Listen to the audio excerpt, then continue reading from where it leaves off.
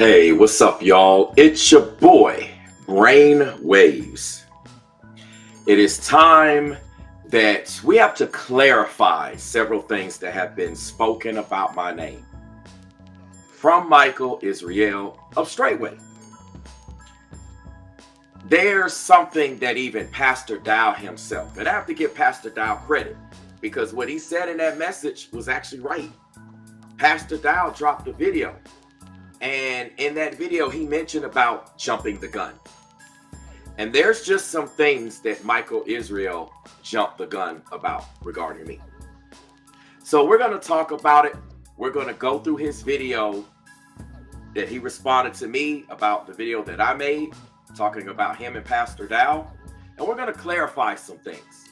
And I want you all to see what's going on. And I want you all to be, quote unquote, a judge of character.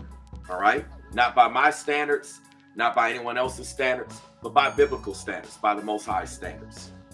So we're going to get into this. There's just so much that was said that's just absolutely not true. And again, I have to give credit where credit is due. Pastor Dow put out a video hours ago, and he talked about jumping the gun, and that's exactly what took place. So let's first go ahead and get into this.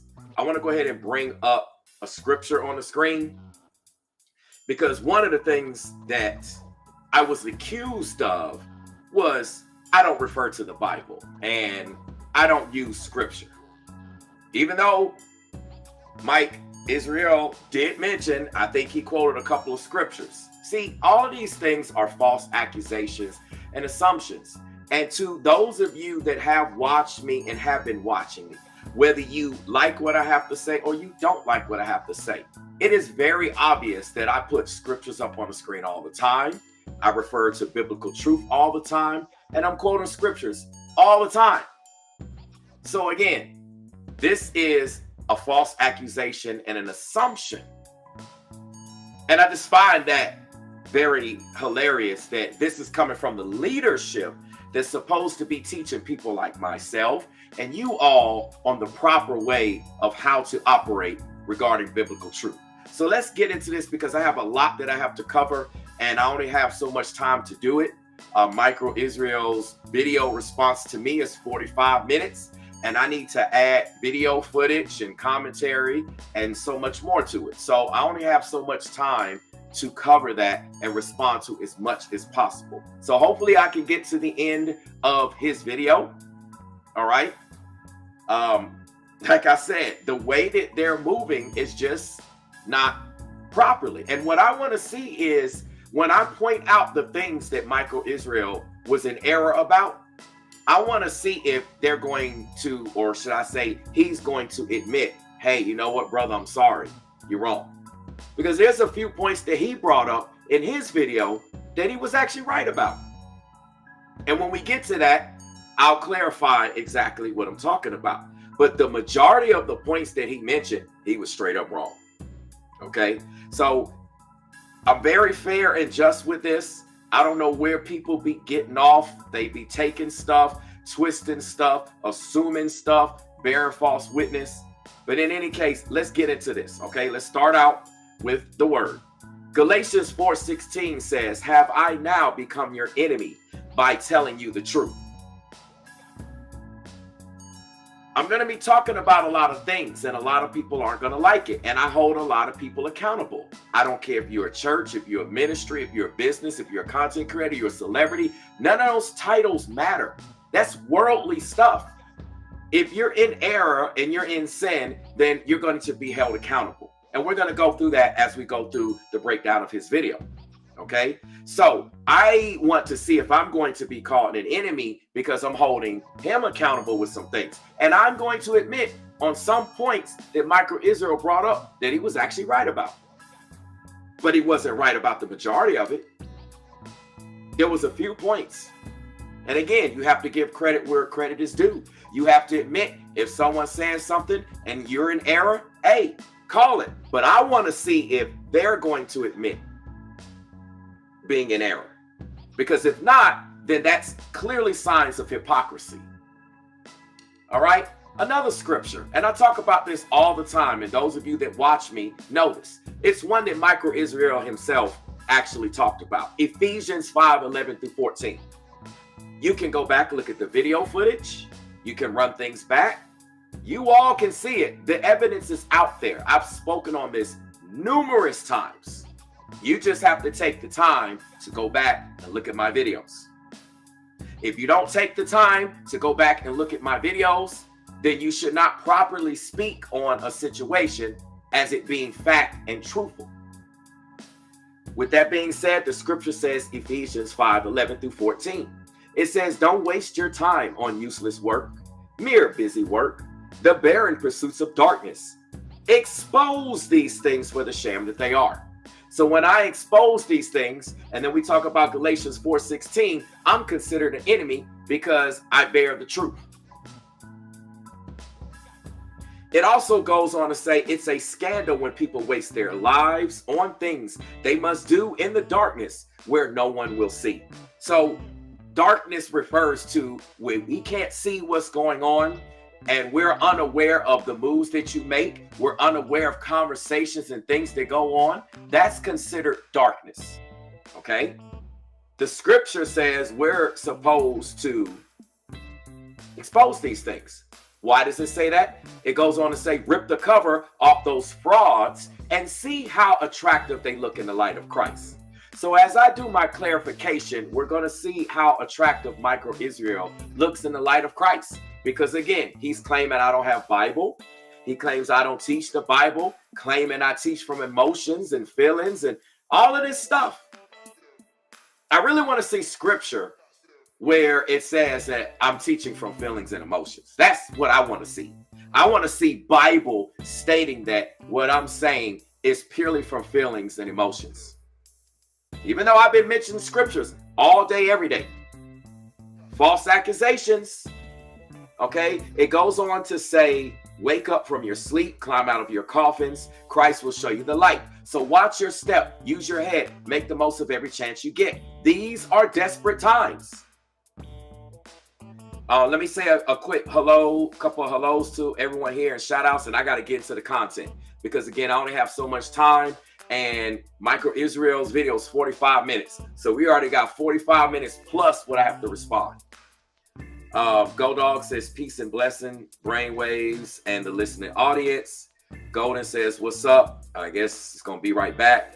Marilyn Edwards says, good morning. Everyone have a blessed day. Charity Ivy says, blessings, brainwaves, and family. The Word of Truth says, shalom. June says, peace and blessings, everyone. Charity is confirming the scripture that I mentioned earlier. She says, amen. The Word of Truth says, Michael Israel is guilty of Romans 2:1. So let's take a look real quick of Romans 2:1 so we don't assume and we see what this is. Okay, let's get this on the screen because we need to clarify this. So let's take a look. I'm just going off of what the Word of Truth said, and we're going to take a look at this and see what it is. All right, the scripture reads here, it says in Romans 2:1, you therefore have no excuse, you who pass judgment on someone else, for at whatever point you judge another, you are condemning yourself, because you who pass judgment do the same things. Now, that's a very interesting scripture there. All right. That's not one that I initially planned on talking about, but that's just in response to what the people here in the comment section are saying. King Connect says, what's good? What's up, King Connect? We got Pastor Rufus here. He says, salute and shalom, fam. I'm pretty sure that Brother Michael Israel is going to have a problem with Pastor Rufus being here. I wonder how Pastor Dial is going to feel about Pastor Rufus being here. Okay. The Word of Truth is bringing up other things that I'm not going to really get in this particular show because I don't have the time to. He's saying Michael Israel participated in the harassment of Pastor Kelly. He's a hypocrite. That's another conversation for another day. I am not versed in that, so I don't even want to get into that. Lala says shalom.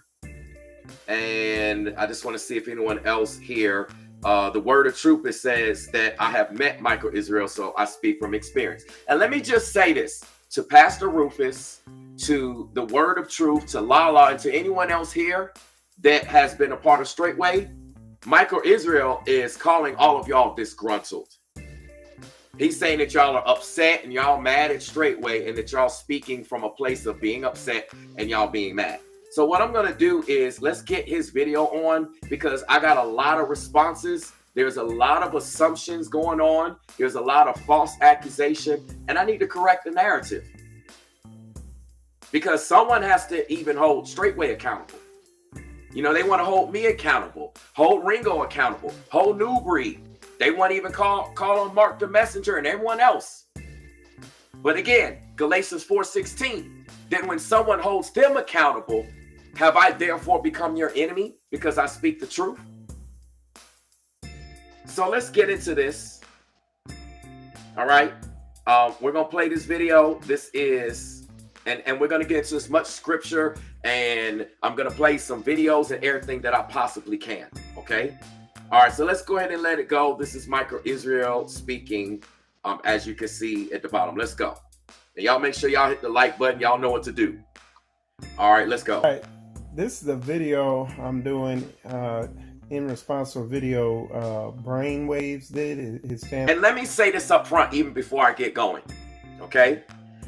I invite Pastor Dow. I invite Michael Israel, Pastor Corey, and anyone else. If Pastor Mir, anyone else wants to come on my platform and actually speak about their version of all of the situations going on, because I'm being accused of not being fair and just. You know, I've done previous videos on Straitway and I've gotten not one single response. And it is just as of yesterday that I got the first response. So that's why when I mentioned Michael Israel's name about not responding, it's because no one had ever responded to me before in the past. And now all of a sudden, I'm getting a response. So with that being said, and I'm going to get to these things later on in the video, I invite Pastor Dow, Brother Michael Israel, Pastor Corey, Pastor Mir, anyone. They can come on my show. They will not be interrupted, and they can share their accounting for what they believe took place with all of these accusations, because I'm fair and just. We can allow them to speak on it. We can allow them to do that. Now, whether they will follow up on there and follow up on that and take me up on that offer, we will have to see. But I get accused of a lot of things that's just simply not true. So again, to Pastor Dow, to Brother Michael Israel, to Pastor Corey, to Pastor Mir, to anybody a Straitway, if y'all want to come on my platform and share your accounting or accountings of all the things that you all have been accused of, and you want to tell your side of the story, then by all means, you're welcome to come on my platform and share your side of the story, because I'm fair and just. And that will be visibility to my audience that watch and see everything, so that my audience can't say, well, we didn't see these videos and we never heard of them speak. I will give y'all an opportunity to say and do that. But again, I'm being accused of not being fair and just. So we will see if y'all will take me up on my offer and follow through. There'll be no interruptions. Y'all be able to speak freely. The chat will be moderated, so we're not going to be getting to all these people trying to troll you all for sharing your accountings of the things that you're being falsely accused of. All right? So with that being said, let me get into some things. I see right now, okay, I didn't realize that Spiritual Combat is in the building. He says that he's actually ready now. Here's what I'm going to do, Brother Michael Israel. I do want you to actually speak from your perspective. I do. I absolutely want you to be able to speak on your perspective. The thing is right now, if we get into a conversation at this particular time, I'm not going to have time to respond to a lot of the points in the video. So what I'm going to do is I want you on, Brother Michael, perhaps maybe as early as a little bit later on this afternoon, if you're available. If not, then we can make it happen most likely next week. All right? Because I want you all to hear Brother Michael Israel say what he needs to say and speak on these perspectives, especially as it relates to this whole Ringo and the whole New Breed situation, because that's what I really want to spend time right now focusing on. Okay, let me play a portion of this, and what I may do, Brother Michael, is if I have some time, I may just go ahead and bring you on if you're still available during this show. That's what I want to do, because I want to be fair. I want to be just. I want to put it out there, and I don't move like these other folks out here. All right. So let me get to this video, and then if time allows it during this particular show, I will definitely have you on, Brother Michael. And again, we will allow you to speak, and no one's going to interrupt you. Okay, so he says, send me an email and I'll call you. Okay, so we will definitely, I just want you all to understand, we're definitely going to have Brother Michael Israel. I want him to speak on this because y'all need to hear what he has to say. We don't need to hear any backbiting. We don't need to hear any confusion. We need to actually hear what he has to say. And like I said, I'm a man of my word, and I want you all to actually have ears to hear with what he has to say. Because again, he told me and he called me out of saying, hey, I'm getting one-sided information and a one-sided story. So I want him, regardless of what y'all think and what y'all may have your preconceived notions and opinions of or what have you, I want him to be able to share his accounting, right? I don't see anything wrong. He says, send him an email and he'll call me. So I will definitely do it. I'm definitely going to send an email. And what I'm going to do, ladies and gentlemen, is I'm going to touch on a few points. I think I'm going to change up what I'm going to do. So I'm just going to speak on a few points in the video instead of playing the full video. And then I'm going to bring Brother Michael Israel on the show. All right. I don't know how much time I'm going to have, Brother Israel. So I want to say this. When I bring you on the show in a little bit, if you don't get a chance to say everything that you would like to say, I'm definitely going to have you back on. All right. And, you know, this is the least that we can do, because I want to say this. And even I've been guilty of this. Like I said, I have no problem admitting the error of my ways. I've been guilty of this. In the past, there's been a lot of throwing Straitway under the bus. Okay? There's been a lot of it. But is anyone trying to reconcile? It's better to reconcile than be in wrath. All right? And I don't think anyone has even tried to reach out to Straitway. I'm not sure, you know, there could be some people or situations, but the point is, from what we can see, not many people have tried to just reach out and been fair and just in the matter. It's been a lot of unfairness to Straitway. So this is one of the reasons why I'm going to allow him and allow them to speak. Okay. So let me go ahead and try to get to a few of these video points so we can get to the time. I just want to clarify a few of the points. Again, I'm not going to have time to go all the way down the road because I want to bring Brother Michael Israel on, and I want him to be able to speak. All right, so let's go. Channels, Brainwaves Advice Topics LLC, and waves is spelled with two Z's instead of an S.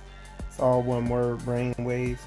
But anyway, just a video response to his video. This video is about 40 minutes long, and just addressing some of the points that Brainwaves tried to make, I guess, against the video I did. And really, you know, just hopefully seeing if he'll step up and really deal with things in a righteous way, and not one-sided. So that said, enjoy the video. Also, didn't make this video like I normally make my videos. I just, as I saw stuff in his video, I would just record a quick video snippet to respond back. And let me say this real quick. Brother Michael Israel asked if his style of, I guess you would call it snippets, how he did this response, if that works. I think the video works. So, I mean, for whatever it's worth, my suggestion would be definitely incorporate that style of doing responses. I mean, I like that style of responses. It was straight to the point. It works. That's just a little feedback. You know what I'm saying? That's just a little feedback. It is what it is. I just wanted to go ahead and say that. Because like I said, I say stuff regardless. So anyway, let's go. Just realize it's not the normal format of videos that I do. But if this one works good, it might be the new format of video I do. But with that said, enjoy. So Brainwaves TV with 2 Z's is he put a video out that I'm throwing Ringo New Breed under the bus. They threw themselves under the bus. Now let me actually comment on that. That is true. They did throw themselves under the bus. And there's going to be some information that many of you may have wondered that I'm going to talk about regarding Ringo and New Breed. And I'm going to show you all some things regarding Ringo and New Breed. But that is true. They actually put themselves out there like that. So they left the door open for anyone at that to respond in kind. Let's go. And these people, man, like the thing that gets me stirred up is these people do these videos about the Bible, but they never actually do what the Bible says. And I gotta say it again. Why aren't all these people with these big followings who know these people, they know Ringo, they know New Breed and everything like that, why aren't they doing the biblical thing? Why aren't they getting involved, mediating this thing, bringing the parties together, so they're not functioning as an embarrassment online and everything like that? Now I want to comment on that. That's something that I actually attempted to do. It may not appear as that, because I'm being accused of cheerleading and standing in support of Ringo and New Breed with what they're doing. It's one thing to stand in support of an individual, and it's another thing of standing in support of sin. Now, I don't stand in support of sin regardless. It has nothing to do with it being personal. Sin is sin, and regardless of the person, that needs to be called out. Now, I did try to mediate, and as a matter of fact, this is one of the reasons why you don't see New Breed doing any response videos. Now, he did response videos. Obviously, that was prior to conversations being going on. Now, I also responded and did my content, my videos about how neither one of them should be talking about anybody and how everyone should keep their names out of everyone's mouths. But no one listened to it. No one cares. And then also, with Ringo threw me under the bus, and you all are going to see receipts. So I'm far from a cheerleader for Ringo. For his sake, I've just literally held back from just going hard in the paint. But I might just actually have to start going hard in the paint with a lot of this.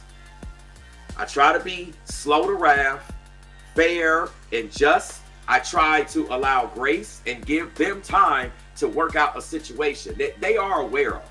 They both are aware of. And New Breed has admitted a lot of his faults.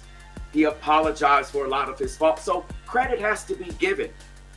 We have to at least acknowledge when a man admits that he's in the wrong and he apologizes for it. I'm not saying it's a justification by any means, but there is some type of credit because we practice and we preach repentant salvation. So if a person is repenting and they hold fast to that. Now, time is to be seen how New Breed is going to respond. If he's going to hold fast to what he says and what he's going to do, we will see. Time will tell all. But as it currently stands, because me jumping in mediating is one of the reasons why it didn't happen. Now, as far as Ringo just cut me off. So he's not hearing anything I have to say. And I'm going to show receipts on that in just a second. Why are they just sitting back watching the fireworks? Now, mind you, we don't none of the people, they're not part of Straitway. They don't have anything to do with us. But here in Straitway, as a matter of fact, because I want to bring Brother Michael Israel on, let me just go ahead and jump to some receipts. Okay, so I've been accused in this video of cheerleading for Ringo and cheerleading for New Breed. You know, first of all, that's derogatory anyway. You know, that can be considered misogynistic to women. And that's a whole nother conversation for another day. You know, putting women down by using these terms and applying it to men. The only person that I cheerlead for is the Most High Yah. That is the only one that I cheerlead for. I don't cheerlead for nobody. I don't be cheerleading for nobody, period. Point blank. I don't have to answer to no one. I don't answer to Ringo. I don't answer to New Breed. I don't answer to nobody on the internet. I don't answer to Straitway. I don't answer to none of y'all. Now, I have godly counsel, as the scripture says. I have people that hold me accountable, but it's none of these people out here on the internet, out here in social media. All right. Let me pull up this video because I think things need to be understood about how Ringo, quote unquote, threw me under the bus and how I called him out on a lot of things. So I'm going to play several points. This video is extremely long. I didn't plan it to be that long, so I don't expect everyone to watch it, but it's called Why Being Prepared for the Times is Not Fear-Mongering. Creators who say otherwise are anti-biblical. And if anything, that is calling Ringo out. Because Ringo was trying to say that because we talk about the times at hand, that people like myself, you can even say Straitway, because Straitway tells people to be aware of the times at hand and how they're building and how they're prepared and how they're doing what the good book says. So even Straitway is being accused of fear-mongering. All of us are being accused of fear-mongering by Ringo. Okay, so I'm definitely not a cheerleader of Ringo. All right, so I'm gonna play a couple of clips here just so y'all can get the point of my relationship, quote unquote, with Ringo and why he ain't trying to hear anything I have to say. All right, so let me go ahead and hit play. Hopefully you all should be able to hear this stuff. And let's go ahead and make this happen. All right, let's hold on 1 second. All right, let's go. Fact, I'm gonna say this. If anyone is listening to this video, if anyone will listen to this replay and they will try to claim, because that's all they can say. All they can say is, man, that man Brainwaves, he hating, man. Man, that dude jealous of me. You know what I'm saying? He don't like my ministry. You know, it's something, I got something of his that he won't. Let me tell y'all don't have nothing that I want.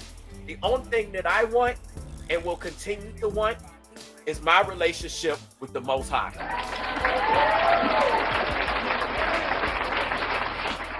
All right, that's one of the messages and points that I want to bring up, but I got a ton. All right, so bear with me. I'm trying to skip around for time's sake because I want to bring Brother Michael Israel on the show, okay? I want y'all to see how Ringo is throwing me under the bus. So there's no way I could be a cheerleader for him. All right, let's see. This should be the next point. Let's go. Admitting when I'm wrong. Let me ask you a question, Ringo. Can you admit when you're wrong? Let me ask all you other content creators. Can y'all admit when you're wrong? Or do you have so much pride and ego that you'll just create content and you'll just hide and say, hey, I'm not doing anything wrong. There's nothing wrong with me. But you'll point fingers at everybody else under the sun. It's not. And for the record, you see I have scriptures on the screen. You can see that this stream here was just 2 days ago. So, you know, I like my conversation with Ringo is just not, it's just not happening. He's not trying to hear anything I have to say. There's more, but I want you all just to see and hear me holding him accountable. Okay. Just bear with me because again, there's a lot more detail I wanted to go into, but I want to bring Brother Michael Israel, if he's still here, still able to come on the show, because like I said, I'm fair and just. Let's go. Trying to get whatever. I might just have to let.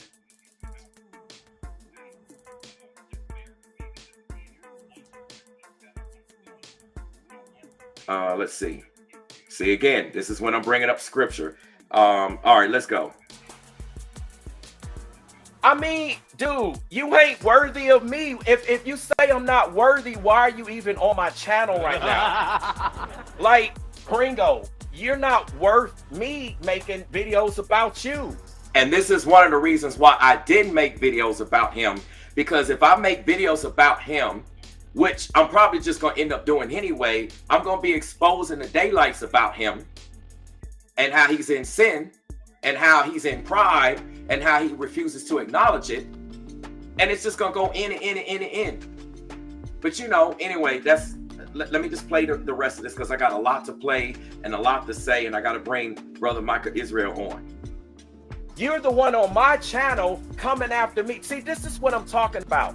Do you see the hypocrisy? He said he's not worth him making videos of me. Nah, I just think you just ain't gonna do it. You know what I'm saying? But you're gonna come on my channel and I didn't even bring up your name. Then you trying to twist this and turn this whole show into it being all about you. Because you want everything to be about you. That's exactly. Let me skip again. My apologies if it seems like I'm skipping around. I'm trying to move. I'm trying to move as quickly as I can for time's sake, because we have Brother Michael Israel of Straitway. He's here on the show, so I'm trying to do the best I can to actually bring these points out of him on. Let's go. And see, this is the pride that I'm talking about. He says I'm not worth him making videos about me. This is. And if you look over here in the chat, if you look. Well, I guess right now I gotta let the chat scroll, but if you look over here on the screen at the bottom of the chat, you can see that right here Ringo's in here saying, I don't rock with you and we not cool. Let's make that clear. And I will put that on the screen. So I can't go to Ringo because Ringo just automatically had an issue with me and fell out with me. I guess it's because my association with New Breed, just because I go to speak to somebody and then I'm getting labeled this and labeled that just because people see an interaction with the person. And see, that's bearing false witness, because just because you see me interact with a person, I got to go sometimes and get to know somebody for myself. This is why I'm going to bring Brother Michael Israel up. And I see that Pastor Rufus wants to come up as well. So I'm going to end up bringing both of y'all on the show. I'm going to bring Brother Michael Israel first, and I'm going to bring Pastor Rufus on. But I'm getting accused of things because I get to see and try to know someone and see if what people are saying for myself is actually true. And then I'm getting thrown under the bus, quote unquote. That's the words that I use. So I got to eat my own words, right? I'm getting thrown under the bus for talking to somebody or associating with somebody, or just because I went to check out something that somebody's doing. Right? I wanted to go to UP Farms and see what was going on so that I could see for myself and not have assumptions and not just think. Right? Let me play a few more of these. I just want to make it clear that Ringo is, like, I've called him out on some things. The pride and ego that Ringo has. This goes into what I was talking about content creators. They act like they got so much pride and ego, right? Let me fast forward. I just got a couple more points I want to bring up, and then we're just going to go ahead and get essentially to the show, because there was just so many things that were said. Like, I didn't try to get involved. It's just crazy, man. It's absolutely crazy. Absolutely crazy.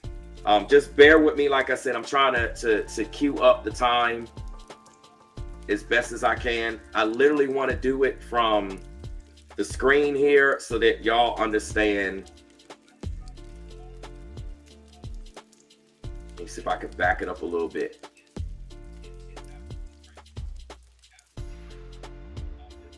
I might just have to let it rock right here.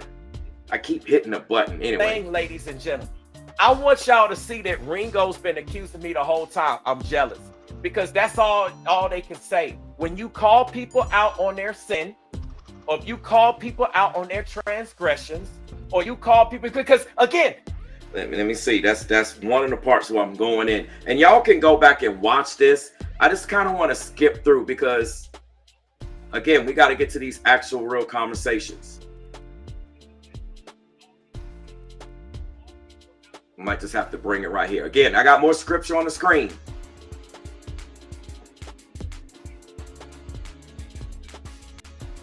I just want to see the ones and twos, because Ringo's trying to tweet that he calling me slow, calling me names. You know, that's the same thing he did earlier.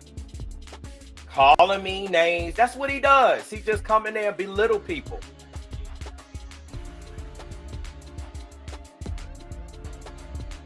Again, why are you on my platform, Ringo, if you say I'm so wrong?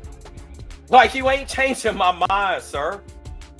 Just run over to your platform since you talk about, do you see what he calls you, ladies and gentlemen? He's going to say that all of y'all are cheerleaders. There we go with that word getting thrown around, the cheerleading word. So again, Ringo is accusing everybody that was in my live chat at that particular time, at least. All of these people are cheerleaders. So all the names you see in the live chat at this time, he's considering all of them cheerleaders, the guys, the girls, all of this stuff. All right, let me just continue to play the rest of it. It's not too much more at this particular point. And I don't care about nothing you saying either, fam. You're on my platform, right? You're on my platform, sir. You just need to get off my platform and quit trying to hijack my message. The same thing that you talk about people doing on your channel, that's what you're doing over here. This ain't about you, sir. And you trying to make it about you so you can create content and go out. See, again, and that's what Ringo does. He does do that, right? He came on my platform. I never called him any names. I never did anything. I can do it, but I didn't do it. All right. Let me play one or two more clips real quick, and then we're gonna go ahead and get to having people on the show here. All right, let's see. Right? And I'm addressing you like a man. You up here on my channel, sitting up there calling somebody jealous. I don't care about your subscriber count. I don't care about that. And let me say this. A real man like I am is going to allow Brother Micah Israel to come on my platform. A real man like I am is going to allow Pastor Rufus to come on my platform. See, I'm being accused of not being things. And I'm not just saying that Brother Micah Israel said this. What we're talking about here specifically is what Ringo was trying to call me. But y'all, I'm like, as man, I'm a manly man. I'm a masculine man. Ain't no effeminate, ain't no breaking of the scriptures and all that stuff going on over here. All right? So I'm just saying, I'm just putting it out there for the record, for the receipts, as people say. You know, because if I was a coward and if I was effeminate, I wouldn't allow Brother Michael Israel to come on and have to say some things about me. And let me just say this too. It's respect for him to even show up and to come on my show. That says a lot about him. Because we ain't seeing the conversations come out of these other folks. Anyway, let me play this point real quick. I'm almost there, y'all. It means nothing to me. The amount of subscribers somebody has means nothing to me. I never once uttered those words. I never once said anything. You said it, sir. You are trying to put words in my mouth. You did it earlier on this live stream, and you're doing it again. And you're trying to flip, and you're trying to twist, and you're trying to hijack everything. And I'm addressing you like a man, but you don't want to take it that way. And you're going to probably try to take my response. See, look, he's in anger and all of this. Right? Ain't nobody envious of you. What am I to be envious of Ringo for? What has Ringo done that I haven't already done, ladies and gentlemen? Because see, the moves that Ringo makes, I already been making that in the community. You don't know me, sir. I make moves in multiple states. Right? All across this country. Multiple states. I do work in multiple states. As a matter of fact, outside of the country of the United States. There's nothing for me to be jealous of anybody of. You are saying that. The only envy and jealousy is being shown is on your end, because you're the one that's coming to my platform. I'm not running to your platform. You're here. So I want y'all to see that. I want y'all to see the character. I'm not calling him any names. He calling me slow and jealousy. And he's using all of these words, trying to, oh, this is what it, y'all see all the hate. Y'all see the narrative. You see the angle that he's trying to create.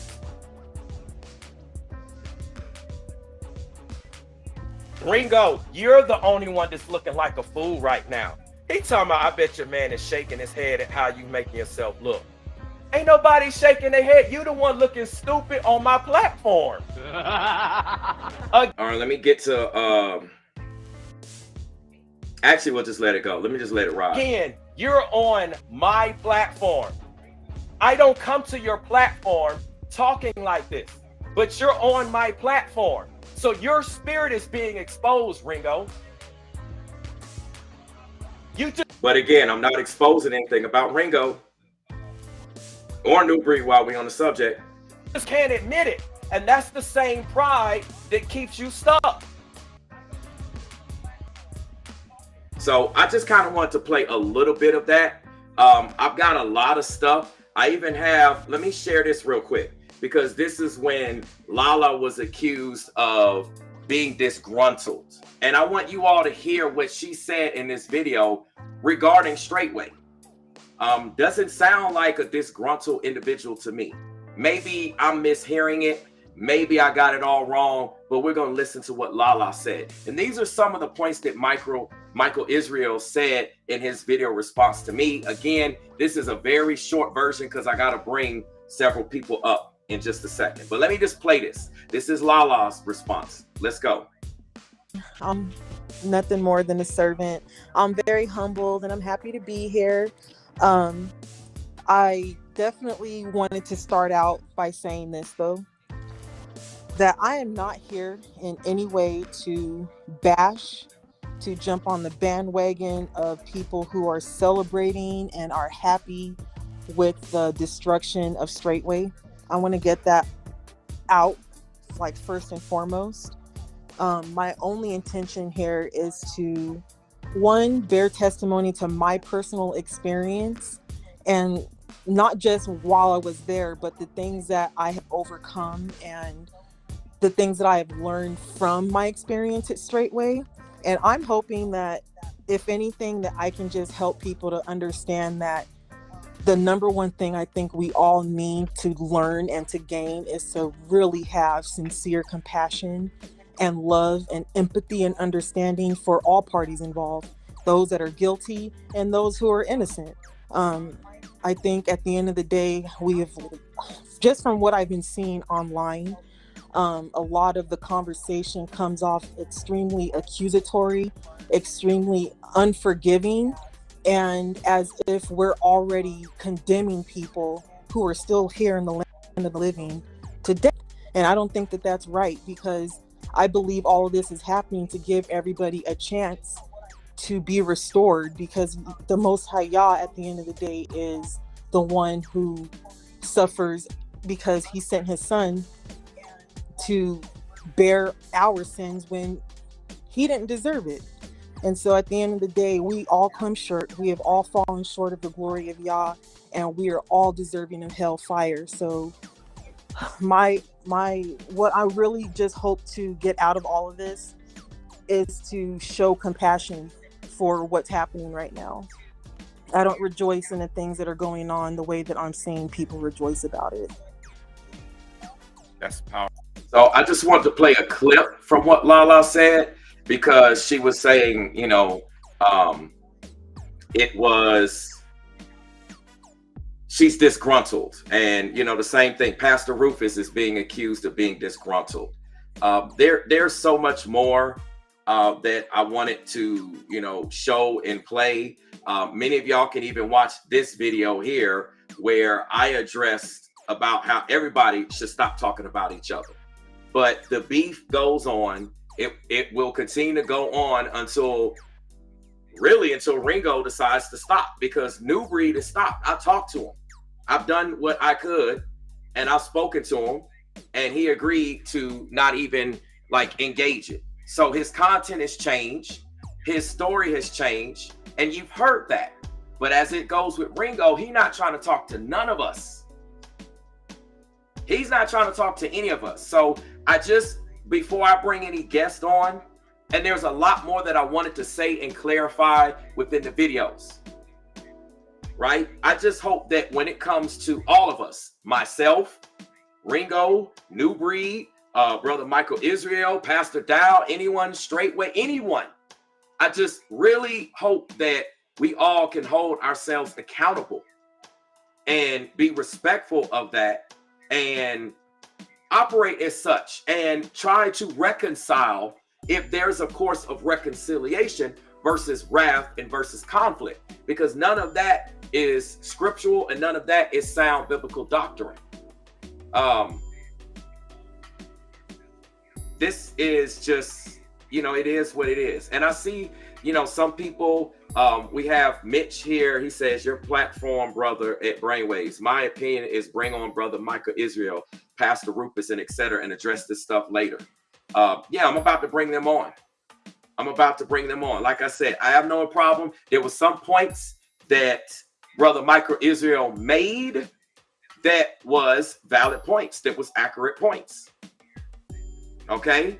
And there are a lot of points that was not accurate. So let's go ahead and see if we can get them on the show.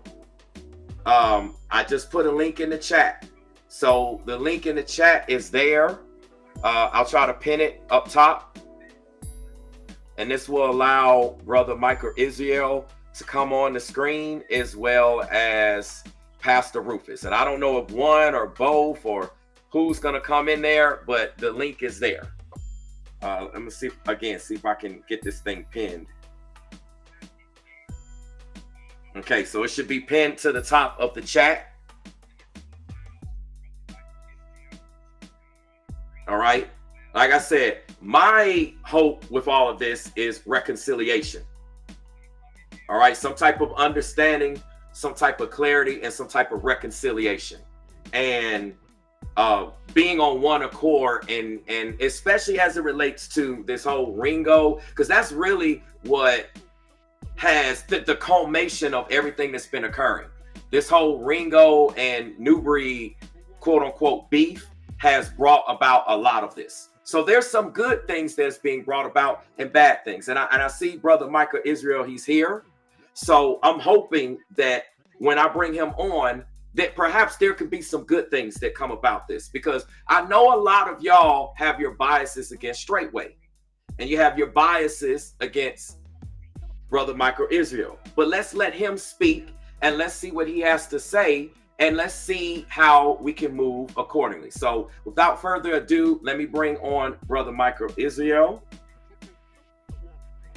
All right, Brother Michael Israel, you are here. You are on. You're live. Can you say something to make sure your audio is good? Yeah, can you hear me? Yes, we can hear you loud and clear. Loud and clear? Okay. Yes, sir. And I want to say I thank you first and foremost. Despite the videos, despite everything, I thank you. Just as a man of Yah, hopefully as a brother, for you coming on the show. Like I said earlier, it says a lot about you.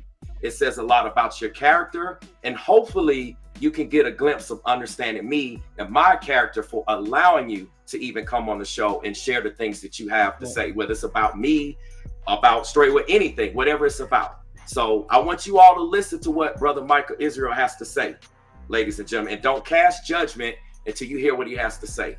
Brother, the floor is yours. Okay, so just to start off, I just want to say appreciate you having me on your show. And as you said, it says a lot about your character. And we need more people who are willing to have, break down the barrier and do what they need to do to get things rectified. And the other thing I wanted to say is you did a show a couple weeks ago or whatever. You had the sister Lala on there, and she said something I said in a video a while back, I guess was kind of damaging to her. and I'm not sure what it was, so I'd like to know what the video is. And if I was off, I apologize, because I'm not trying to be out here. And in time, you'll see when you really get to know me. Anybody who gets to know me, I'm not out here to damage people and stuff like that. But I don't. That video she's talking about, that was a while back, so I'm not sure exactly, what was said in there. But with that said, hey, I'm here. Any questions, comments, whatever, I'm an open book. So I'm ready. Let's go. I'm gonna say this too. I hope you all heard, and everyone that's watching, if you have any questions and comments as well, this is the time to ask. Yep. You have both of us here. I want to say this. What I believe, in spite of and despite of all of the whole Ringo New Breed beef, what I see taking place, and this is even just with me personally and my experience with Straitway, I believe that this is a beginning of changes, because what we're seeing is that, and I heard people mention the reset is happening. I'm not sure, I think maybe even Pastor Dow mentioned something about a reset. I could be mistaken there, but what I'm seeing is that people have seen Straitway in a negative light, and now things are starting to turn where Straitway is starting to look in a positive light. And what we're seeing is that what we saw with Ringo and New Breed, them appearing to be in a positive light, and now what we're seeing, things take a turn that they appear to be in a negative light. So what I believe is going on, and I believe it was meant for me, I was obedient to the Most High Yah. And sometimes when you say and you do things, you're not completely understanding exactly why. But I see that just by us sitting here, this is a change right off the bat. This is a profound biblical change, because people know when I speak on subjects, I do the best that I can. I'm not always perfect. I'm quick to admit that. Like, forgive me for that. Father, forgive me for any errors, any sins, anything that I do. I'm quick to admit that and quick to work on that and to do better. I can't. Hey, Brainwaves, could I answer the question that somebody put in the chat? Absolutely. I'll put it on the screen, sir, if you see which one. Somebody asked, how did Michael Israel get hooked up with Straitway in the first place? I think that the answer to that would be very relevant to a lot of the stuff we're talking about now. Oh, wow. Could you please elaborate on that, brother? So he asked, how did I get hooked up with Straitway in the first place? Years ago, this is like 5-6 years ago, I was out in the Hebrew community. I'm very passionate, and when I came into this truth, I was heavily involved in the Hebrew Israelite community. I did a lot of work with Ron Dalton, with what's it called? Rebirth Ministry, with them, with Josh Cullens and all them, with Richardson Kelly. All these people know me, with Tazariak, with Yoshiyahu out in California, the California Hebrew Israelites. I went to events. I was involved. I had them on my shows. I was really, truly trying to build. And time after time, over and over again, we kept having these types of situations similar to what you see going on with New Breed. Some worse, some better, but it's just, you couldn't come together and do anything together. So Ron Dalton put on an event. He invited Pastor Dow there. That's my first time ever meeting him and getting to know Straitway.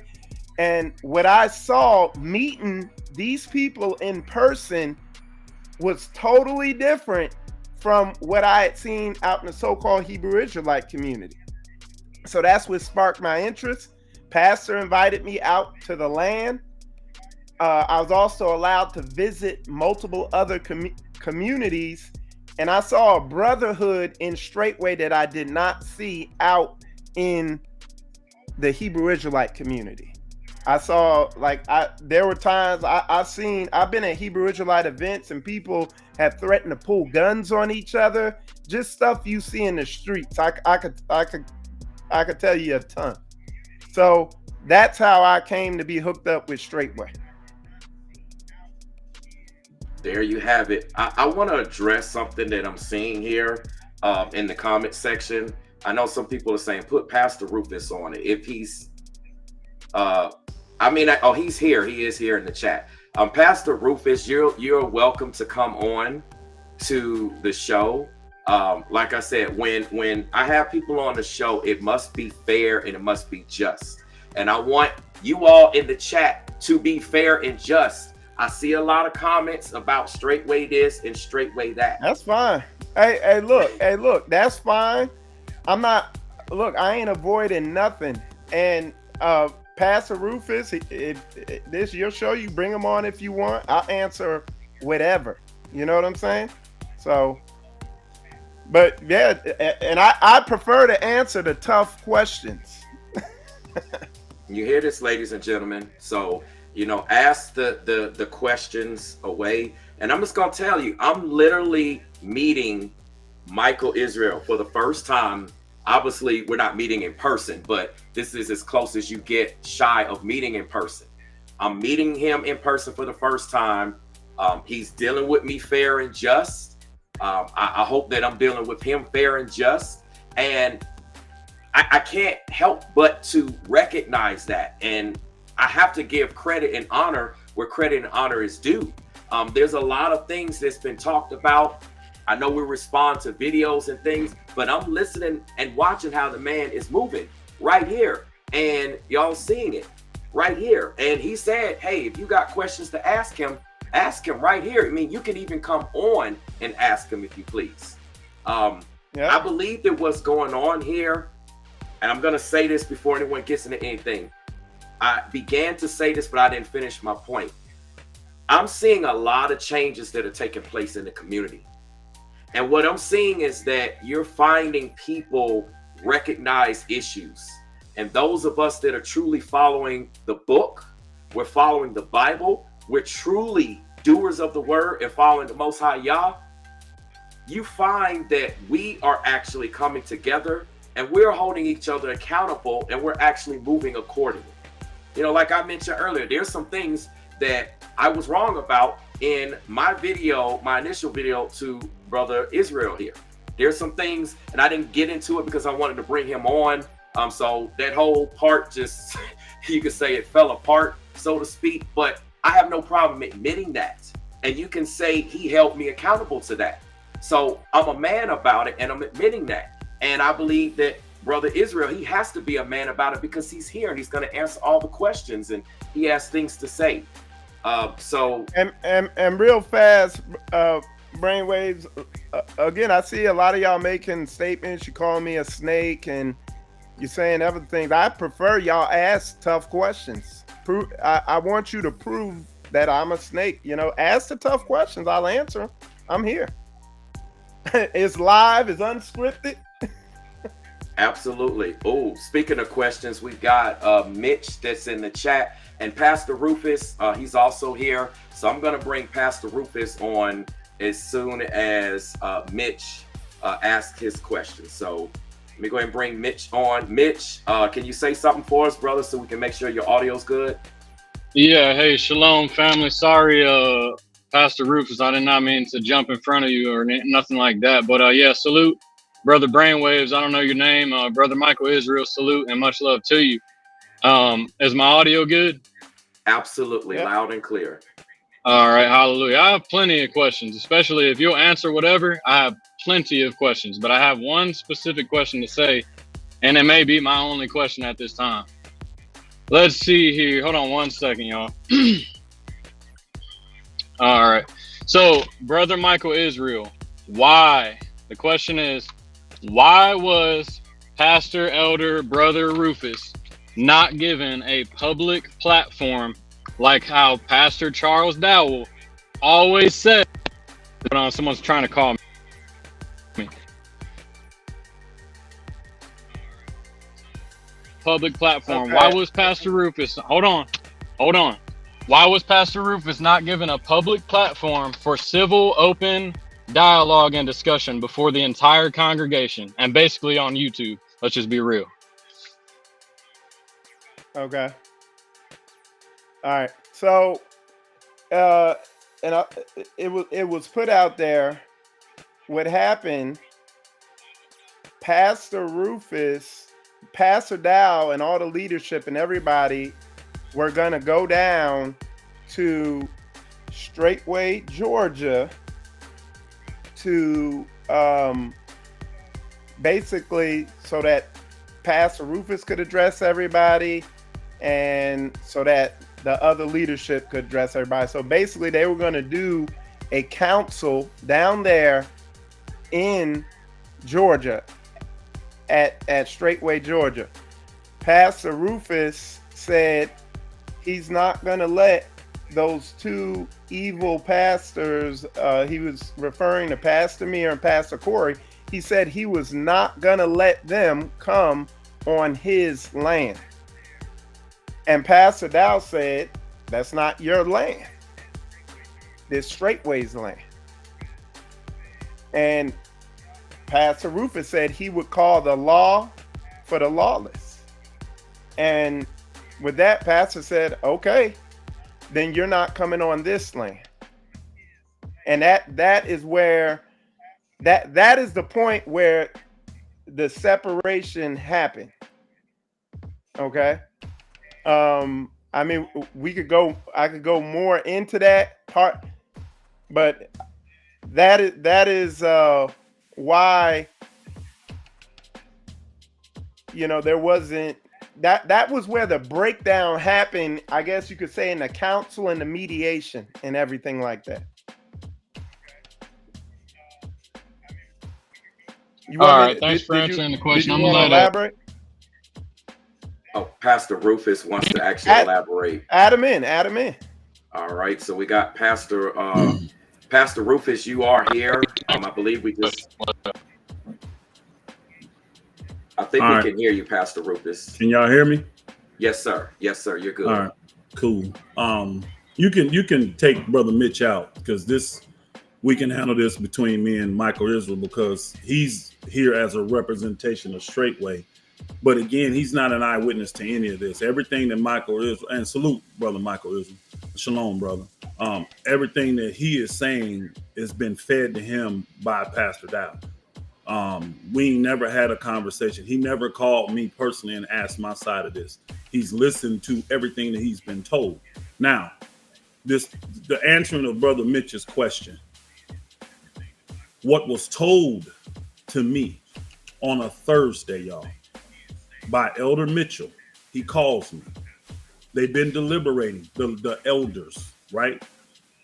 They had not even come to a consensus on a sin that I had committed. This is what Elder Mitchell told me on Thursday, right? I was not going to play the games with Dow anymore. Dow had, and I got proof, evidence that'll come out when necessary. But I already had it. I already knew that Dow had it in his heart to put me away from the ministry. This is why Dow will not release these tapes, because you'll hear it.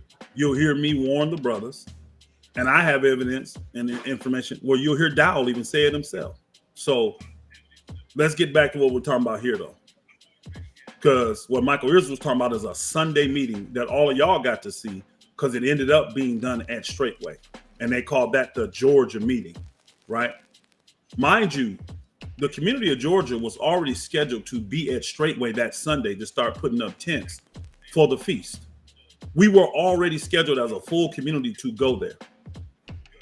When Elder Mitchell called me the Thursday before and told me, we have a meeting tomorrow, I said, what is that meeting for, Elder Mitchell?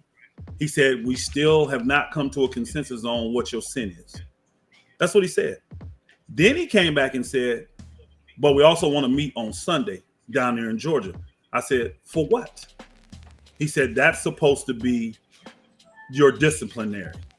Now, what Elder Mitchell didn't know is that I had already had in my possession what the recommendation for the discipline for me was going to be. Now, mind you, how do you put together a recommendation for discipline for me when you haven't even agreed on my sin? When Elder Mitchell was talking to me on Thursday, I still have it in my possession. I can show it to y'all now. What was already recommended by Pastor Dow, mainly the pastors was the main ones. Because Dow knew he couldn't get all of leadership to agree on a punishment for me because I hadn't done anything. And he admitted that himself to several people that I have proof of. So I wasn't going to play the games. When Elder tells me we got a meeting tomorrow with the leadership to deliberate on what your sin is, we haven't even come to a conclusion on what we agree your sin is. But then he's telling me in the same breath, we're going to meet Sunday at your place to tell you what your punishment is. Y'all see the double talk. Y'all see the games that's being played. So I did make the statement to Elder Mitchell that we ain't having no meeting down here. And the place that you would want to do the meeting at, that land is still actually in my personal name. So these men are not welcome here. That's what I told them. Pastor Corey and Pastor Mir, because they are wicked men and they've been lying for a long time for Pastor Dow. So I did say they're not welcome, but I gave them options. I told them we're already coming to Straitway. We're scheduled to be there. We already got all the plans for the whole Georgia community. Let's just do the meeting there at Straitway. And that's what I told them. And then I said, if y'all going to just force a meeting here, I said Pastor Dow, I said Elder Mitchell, I said Elder Becker, and I said Elder Brent can come here for that meeting. I said, if you guys are going to levy some kind of discipline or charge towards me without even coming to a consensus of my sin, I don't need all the Straitway here for that. So those two guys that I know have been wicked towards me and been lying about me, they're not welcome here.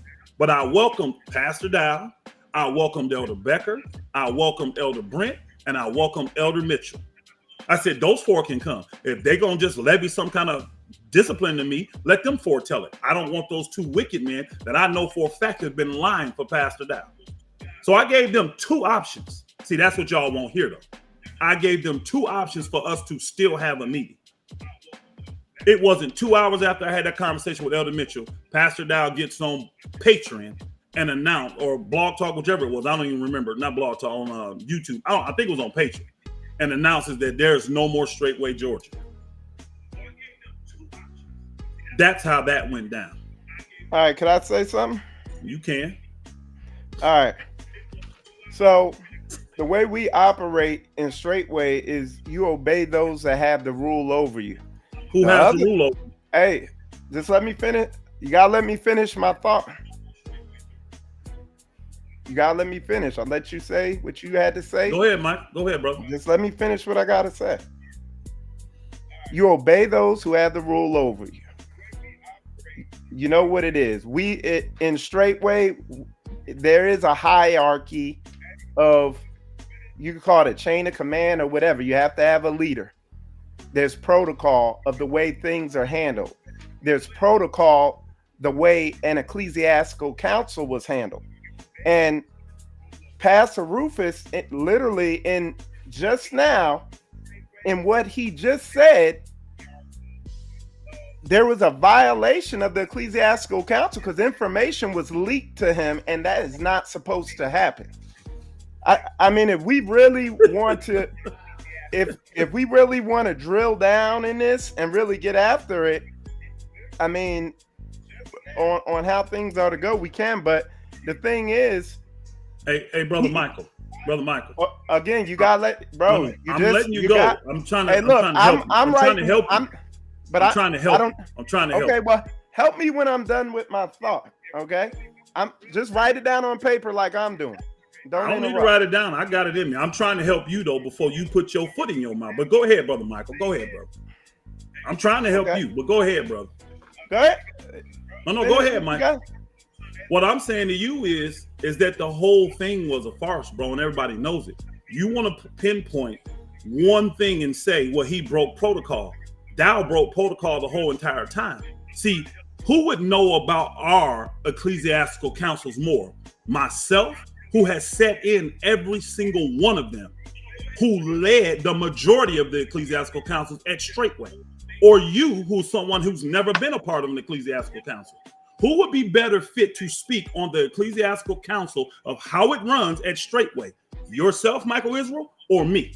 Now that's a question directly to you. Who has more knowledge of it, me or you? Okay, so can I ask you a question with that? If you answer my question first, you would. That's why you would. You would. But that's why I'm asking you this question. Okay. Was it right that information was leaked to you? Yes, information was being given to me. Do you know why though? No, I'm asking. No, you. Yes, I answered the question. Yes, information was being you. No. Information was being given to me. I answered your question, sir. But what I'm saying is that against the ecclesiastical council protocol. No, not what they were doing, because they were acting in righteousness. Do you know why? That's what I'm going to ask you. I didn't want you to put your foot in your mouth.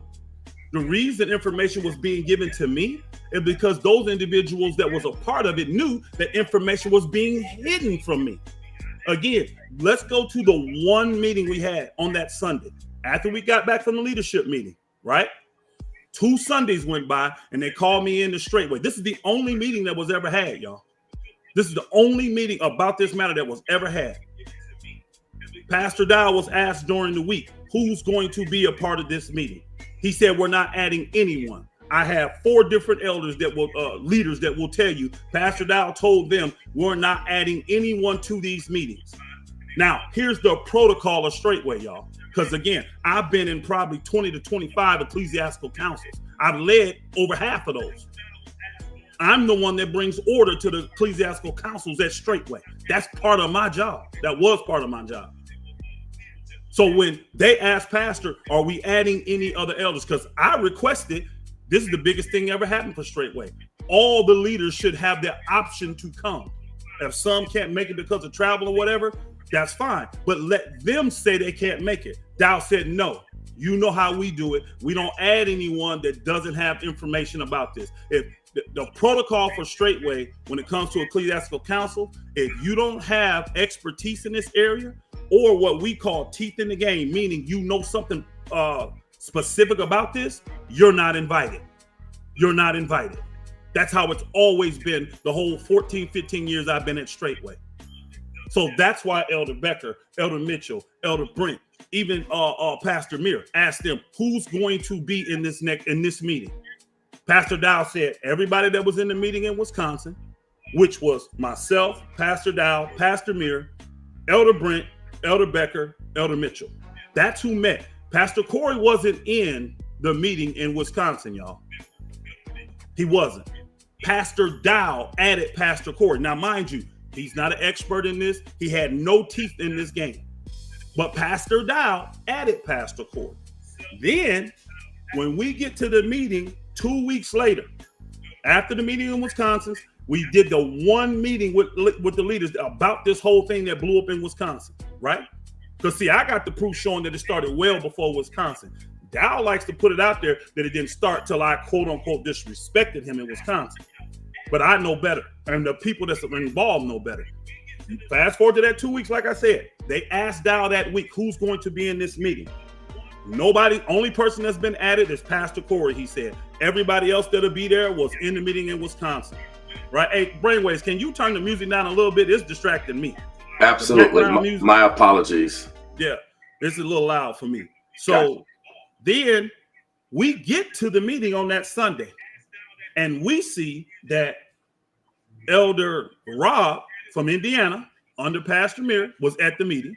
And we look over, and Elder McGill, who's with Pastor Corey, is sitting there at the meeting. The elders all come in and say, what they doing here? What they doing here? Elder Becker came in, he's livid. He like, what the hell's going on? I was told no one else was going to be added to this meeting. At this time, while Elder Becker's speaking, Pastor Dow is walking in. Pastor Dow says, I added them to the meeting. I didn't think it was fair for them to drive here and sit in their car while we met. That was his reasoning for adding these elders to the thing. Now, mind you, one is under Mir, one is under Corey. Pastor Dow has had, now mind you, this is an issue between me and Pastor Dow. He's trying to let everybody think that it's not an issue with him. So what he's doing is he's dictating the terms of everything in these meetings, as he tries to say, I'm the victim. He's the one accusing me. I'm not a part of this, but he dictated all of it.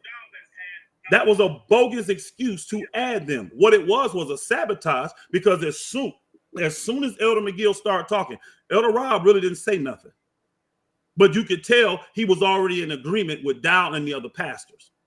Elder McGill started talking real harsh at me, right? So we got this, what we call here, obey them to have the rule over you. So he's an elder and I'm a pastor. He's coming at me, trying to check me. Mind you, he got nothing to do with this. He wasn't even there. He wasn't in the meeting in Wisconsin. Only information that Elder McGill and Elder Rob had came directly from Dow or the two men they were under. All right. Hey, so hold on. That is how Dow dictated this whole thing. He never followed our own guidelines that we have for doing it. Then he used the justification. Well, when things go haywire and they can't agree, who has to make the decision? That's what he used. I'll give you who makes the decision. Now I won't give you my opinion. Let's go to Bible. The thing they used real quick, I'm gonna let you go, Mike. The thing they used against me was Numbers 15, right? Saying that I was presumptuous. Everybody go to Numbers 15 and look it up. Did Moses take that seat and say, you know what? I don't care what everybody else say. I'm the head Negro in charge. I'm going to levy the judgment on this man. No, he didn't. He did what the book said and brought Aaron and everybody else is in leadership. He brought all the people, the whole congregation. But then guess what he did? He let Yah make the decision. And this is why everybody didn't have a problem stoning this man. Because for one, he was breaking a commandment. Tell me what commandment I broke.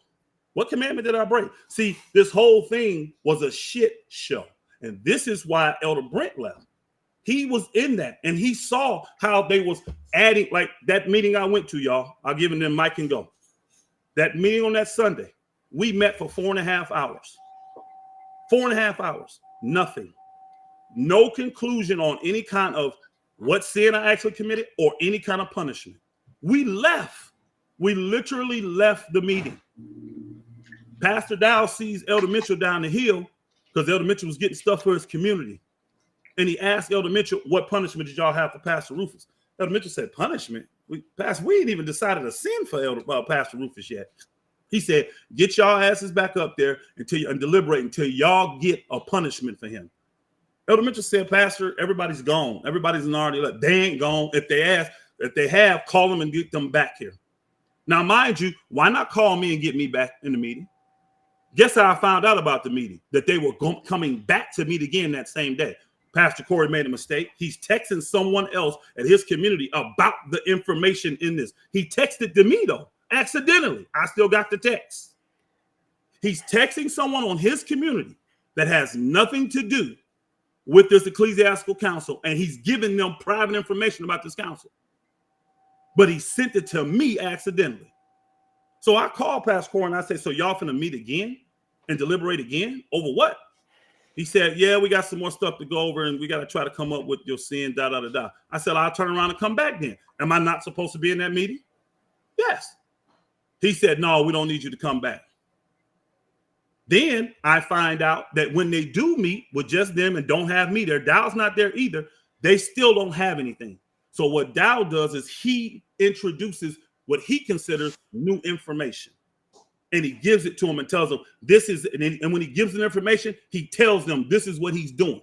So he's literally leading and guiding them on, here's the information. It's an audio tape that he won't release now because I want y'all to hear it. And he's saying, this is the stuff he's doing. He's literally trying to tell them this is the sins he's doing in this tape. They still couldn't agree. When they left that, they stayed another 3.5 hours. Wouldn't let me come back to the meeting, brought in new information and never presented that information to me. Never. And they still couldn't come to a conclusion. So no, when the information was being given to me, that individual was actually acting righteous because I was supposed to be privy to every single thing that was going on. Okay. Can I get it? Can I? Go ahead. All right. So a bunch of stuff. So the reason I'm gonna tell you where I'm at. The reason I'm at peace with this is because I hear Pastor Rufus's side of the story. Okay. I hear everything he just said. But then, and it's on video, so it's not just anything I'm saying. A video was put out of this whole of all the leadership's testimony up there at Straitway. This is the meeting that Pastor Rufus just talked about, where he said because of what he said concerning his land, Pastor didn't let him come up to this meeting. But everything, and I sat through the whole entire meeting. I heard all the leadership involved. I heard their side of the story. Okay. And when everything was said and done, I understood. I saw the righteousness in what they were saying, and I saw where Pastor Rufus had erred. And that video is public. That video is online. So when I hear Pastor Mir, Pastor Corey, Pastor Dow, Elder Mitchell, Elder Becker, like when I hear all these people and they're saying stuff, and they even admitted at first, some of them were on Pastor Rufus's side, and then after, as this thing moved forward, they saw where Pastor Rufus was off at. So to me, that put it to bed for me. But this is my question. This is the question I'm asking. Okay, is you, Pastor Rufus? You said this thing. You're saying it was unjust and everything like that. What does the word tell you to do when you're unjustly judged? Like, what does the word say about that? You know what the word says about that. Jesus was unjustly judged. So no. You tell us what the word says, since you know it, Mike. You tell us. What does the word say if you're unjustly judged? By your brethren. Don't tell me about the system, because I'm not talking about Jesus was judged by the religious and the Roman system. This wasn't that. This was my brother. No, that was Israel. By Israel. Israel turned them over. Okay. And you're not to who? To who? Hey, look. Mike, this is the problem I got. Hold on. This is the problem I got, like with people like yourself. You don't have a teeth in this game. But again, you're hearing testimony from people that have had batteries put in their back. Even in a regular court, I would be able to face my accusers. I would be able to cross-examine any evidence that's being said. I can guarantee any of y'all this. Let me finish. Any of y'all this. If I was in that meeting, 90% of the stuff that was said wouldn't have been said, because I'd have been there to answer it, and they wouldn't have opened their mouths because they'd have been called liars. But because I wasn't there to answer it, people said all kind of stuff. And again, you say all the leaders were against me. I didn't hear Elder Becker against me. I heard Elder Mitchell be frustrated and say he hated how this thing got pressed. And again, y'all are taking on this mantra of obey them to have a rule over you. Meaning, if he has the rule and he says something, you just go by it. That's not what the Bible says. That's not what the Bible says. That's not what I said. But brother, you didn't. This is the thing you didn't do. All the stuff I just put out there, because you said that I broke protocol. I showed you how protocol was never kept. You didn't address that.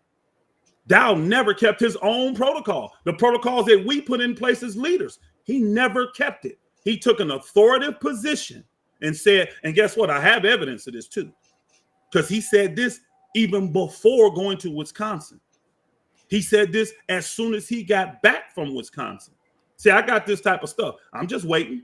I'm waiting on the right time to release it, because it's timing is everything. Timing is everything. But I got all the evidence against him, showing folks. See, I'm gonna let people see, because he can't stop what he's doing. But I just want people to see the truth, so they're not in bondage. Now, if you willingly want to put yourself in bondage, go right ahead. Let the people do it. I want them to see the truth. This man had a spirit of Saul towards me. Now, why he has it, that's on him. But it was clear. And the things I told those brothers in those 3 recordings, ain't no discord there. I prepared those brothers for what this spirit was going to do. That's what I want people to hear. It's amazing. He let everything else out, but he won't let those tapes out. Then he was the one that secretly recorded the meeting in Wisconsin. I would love for him to play that too. I want y'all to hear how I talked to him, because I know I was talking to that spirit. But I also want y'all to hear all the lies him and Mir told, that they were getting caught in, and the things that he said about all the different saints in Georgia and all the other places. I want y'all to hear that stuff. Look. Now, I heard the Wisconsin tape, and it can't be put out. There's certain things that were said in there about other people that it can't be put out. I know it can't. But, it got put out to you. But hold on, Mike. You're not leadership. Publicly. You're not leader. Hold on, Mike. You're not leadership. You're not an elder. Publicly. Hold on, Michael. You're not an elder. Hey, Pastor Rufus, you're gonna you're monopolizing the conversation. Calm down and let First me off, I'm not monopolizing it. You, bro, I can't let you just start throwing out lies. I'm not monopolizing the conversation. Yes, you can. You're saying it's okay. You're saying it's okay for you to hear it, but you're not leadership. You're not part of any kind of ecclesiastical council. If it's okay for you to hear it, why is it not okay for everybody else to hear? That's hypocrisy, bro. That's hypocrisy. Okay. Why? Okay, Michael, let me ask you this. Okay, you're going to talk. Why is it okay for you to hear it, Mike? Answer that question. Why is it okay for you to hear it? Hey, I want you to relax, because you're getting emotional, and calm down and stop talking over me. I am fine. I asked you a question. I want you to answer it. Why is it okay for you to hear those tapes? I'm gonna say what I need, what I was planning on saying before you talk. It's obvious, because you're not answering my question. You're not dealing with the issues I'm putting on the table. You avoid it. That's what you're doing. Pastor Rufus, part of your issue is you too emotional, and you need to relax. See, deflection, y'all. Deflection. That's called righteous indignation. I'm not emotional. I know exactly what I'm talking about. You don't have enough self-control. You are avoiding the questions, bro. I got self-control. What is you talking about? Answer the damn question, Michael Israel. Quit deflecting. Why is it okay for you to hear the tapes when you're not in leadership, but the people can't hear it? Why is it okay for Michael Israel to hear these so-called sensitive issues that's being brought up on this tape, but the people can't? You tell me, Michael Israel. We waiting. I'm waiting for you to be quiet and get out of your feelings. And I'm going to answer the question. The reason why it's okay for me to hear the tapes is because I'm over media. And I am in a position of leadership over the media and anything like that. I make videos and deal with stuff like the way you were carrying on online. So I got to be privy to what's going on. So that's why it's okay for me to listen to the tapes. I'm not the general public. With that said, I'd like to continue with my thought of go ahead, brother. What I was going to say. At the point I'm making, and you know, when people they want to try to get technical with everything and everything like that. Look, and he talked for a while, so there's a whole bunch of things he said. One of the things Pastor said about the ecclesiastical council and his purpose, Pastor Dow started this ministry, been running it for years, and he's implementing the ecclesiastical council so that when he is gone, the ministry can carry on the way it needs to go. As far as all the technical stuff Pastor Rufus brought up here about this whole situation and everything, like I said, I was up there when everybody involved talked about it. And unanimously across the board, they were in agreement with each other and everything on. And I don't remember all this stuff. Pastor Rufus does, of course. But again, the video is out there. The evidence is right there. Pastor Rufus, out of his own mouth, said he was being presumptuous. Pastor Rufus, because he refused to let the people come down there and do the thing down there, that's what got him removed. One of the other lies that gets put that I keep hearing people say out here concerning this situation is that they just kicked them out of the ministry. They were working on finding him a place to stay in the ministry. That came out of the mouth of two people. You see what I'm saying? So I can't, and I'm telling you straight up and honestly, that whole deliberation meeting where you heard everybody's side of the story, and then I listened to Pastor Rufus's side of the story on his channel, and Pastor Rufus had a bunch of people bear witness against these things he was saying. Do I remember all the technicality right now? No, I don't. But it's on video and it's out there for the public. So, I mean, it is what it is. But the thing, my thing is, the point I was making with that Bible verse is the fact that when you wrongfully accuse, you take it humbly. You don't cause a big ruckus and distraction and say all this stuff. Let the Most High deal with it. The other thing is Pastor Dow and Pastor Rufus were, and then I'm gonna say one last thing. Pastor Dow and Pastor Rufus was very close. This hurt both of them, and you can hear it in both of their speech. What I saw that happen, if you want to boil this whole situation of what happened between these two, if you want to boil it down to the essence of what happened, is Pastor Dow and Straitway, what it's about is clear from a distance. Like as soon as you see Straitway and you listen to it for a second, you know Straitway is about working. It's about putting his book into action. It's about getting after it and getting things done. And people came in, there's people who came in the Straitway that fully embraced that, hit the ground running, and were 1000% lockstep with Pastor Dow's vision and what he's doing, with fruit showing.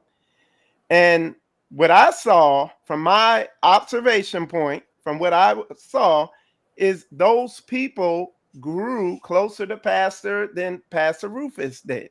And it put some friction between them. Even when I listen to the tape up in Wisconsin, you can hear it in the tape. The essence. What people are you referring to that grew closer? And Pastor Mir, Brother Gideon, some of the other brothers who came in. So you said they grew closer to Pastor than I was? I'm asking. I'm not trying to cut you off. I'm letting you talk. I'm just trying to get clarity. I didn't know what you're talking about. I didn't know who you were talking about. So when I listen to that tape in Wisconsin and I listen to what was being said, I could, the essence of that whole conversation, because he was trying to get him on a lot of stuff, but the essence of that conversation was that was the essence of it, is, Pastor Rufus was wondering why Pastor was distant to him. But I'm gonna tell you from my own observation, like I said, when I was in, I do see what Pastor was saying. Pastor Rufus, you weren't, like, when we were at that, I didn't see you working when we were at that Alabama site. When we came down there and y'all tore that house down in Georgia, and I brought my whole crew out there, I didn't see you working. You just out there directing. It seemed like Brother Vernon is more hands-on, being an example of work. And for those of you who don't know, in Straitway, the leaders are pushed to set the example, okay? To lead by example when it comes to their weight, their health, the condition they're in, when it comes to their work ethic, leading from the front, this is something Pastor pushes. Now, when you see Pastor Mir, when you see Pastor Corey, when you see Elder Mitchell and these other leaders, they're leading from the front. It's one of the things I saw from Elder Rufus as a leader was his weight. He was overweight. It was obvious. It's obvious in Straitway. Pastor was telling everybody, get in shape. He came. This is one of the issues Pastor Rufus had. He said he felt like Pastor Dow was sneak dissing him about his weight. But when Pastor Dow did that video, I got cut by it because my knee was bothering me, my ankle was messed up, and my back was messed up, and I was gaining weight. Well, when he said that video, it put a spark behind me to get in shape. Now I'm in better shape. I done lost a ton of weight. We lift weights all the time. My whole assembly is in shape. So when you look at this, because Pastor Rufus wants to get real technical and really get down to all this, but when you really get down to what this thing was really about, Pastor Rufus was kind of veering off. He wasn't putting in the work. Now he's going to say he is, but then a lot of people saw different, and his whole assembly testified against him in this thing.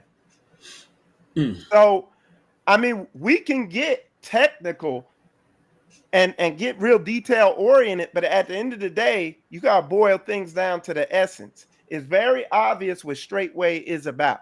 Like you don't need a college degree to figure out what Straitway is about. And it was very obvious to a lot of people who weren't in leadership. It's very obvious who's being obedient to what's being said by the leadership and who's not. So I yield. Good, because pretty much what you just got done telling all the people is that Dow has a right to control every single thing about your life, what you do. He doesn't have a right to tell me I got to get in shape. He can suggest it as a brother, but he can't force me to. Now this is another good thing. I would love for y'all to hear the Wisconsin meeting because, Mike, you said you heard it. Did you hear the part in there where I brought up the weight? Now, mind you, you got men in the ministry and leadership like Pastor Mir, Elder McGill. These men are bigger than me. Your Dow don't come at them. He don't come at them at all. We got men that do. Hold on, bro. Hold on. We got men in the leadership that don't do nothing work-wise. What is Elder Kabir? He's never been to a work site. Elder Rob, you ever seen him lay a block? You ain't never seen him lay a block. Elder McGill, you ever seen any of these dudes? Elder Donnie's been to maybe 1 or 2 projects. See, I'm going to go ahead and show y'all the truth. Because guess what? I done learned some things on my computer. I know how to do it. Guess what? I'm going to do some, what do you call them? Reaction type videos. I'm going to put up, because see, I got all these videos, y'all, of me working with Straitway. Now, the day-to-day, that was not supposed to be my responsibility. And anybody that knows real Straitway, Pastor Dow ain't doing day-to-day. Y'all heard Brother Jamie's testimony going back 10 years ago, where he was living on the land with Dow and said he would show up, do a video for 10 or 15 minutes and leave. He don't do the day-to-day work. That's not what the men on the communities do, unless you're a brand new community like Indiana was. When you're new like that, you got to do the day-to-day. So from 2011, when the community started, to 2018, guess who was still doing the day-to-day, y'all? Me. I was still doing the day-to-day. And then this last, he talking about he didn't see me do no work. All the materials that Mike got, guess who went and picked them up? Me. See, we put people over the jobs, right? The head builder. And the last 2 jobs we did, which was in Alabama where Mike showed up, and in Georgia where we were building my home, Brother Jonathan was in charge. Guess what Brother Jonathan assigned me to do? He said, I need someone in authority to supervise the whole thing. I don't need you on a wall. I need you to make sure everybody got what they need.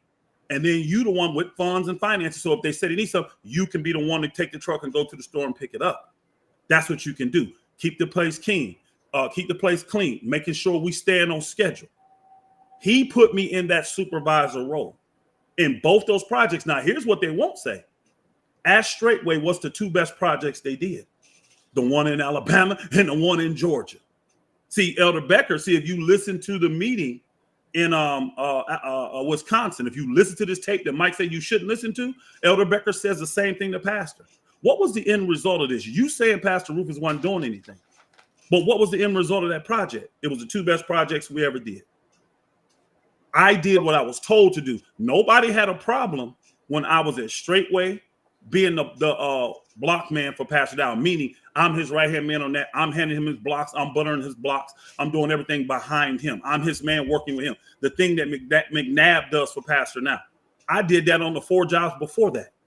In Kentucky, when we put the building up for Elder Mitchell. See, I'm going to show you all these tapes. And then I'm going to see what they say about me not working. My weight is my weight. No man has the right to tell me you got to be at a certain weight. He can suggest it, because here's the thing. In that meeting, I didn't get to that part. In that meeting, I brought that up. I said, okay, if my weight is offensive to you, Pastor, I don't understand how when you got a pastor right here twice my damn size and you got elders out here that's bigger than me. But if it is an offense, I'm saying fine. The Bible speaks about how glutton and drunkenness is the same, does it not? It speaks about how they're on the same level. I said to him, I have a problem with your drinking, Pastor Dow, and your drinking, Pastor Mir. I will lose the weight. You tell me the time frame, and whatever weight you want me to get to, I'll do it as y'all stop the drinking, especially on Fridays on the blog talks. See, y'all will hear all of this on the media. Y'all will hear all of this. This is what they don't want you to hear. It ain't nothing extra sensitive being said on that. It ain't. I'm telling y'all right now, I was in the meeting. It's nothing being said extra sensitive. What they don't want you to hear is me calling them out for their hypocrisy and me catching them in their lies. Dow said that Georgia can't build nothing. Now, he was taking a direct shot at me, but he couldn't deny the works that Georgia had done in this ministry. Guess what, y'all? Just watch my channel. I'm going to show y'all all the stuff we did all these years. I'm going to show you me being there helping out when we go. There were times where I would send a crew, but there were many times where I went with them.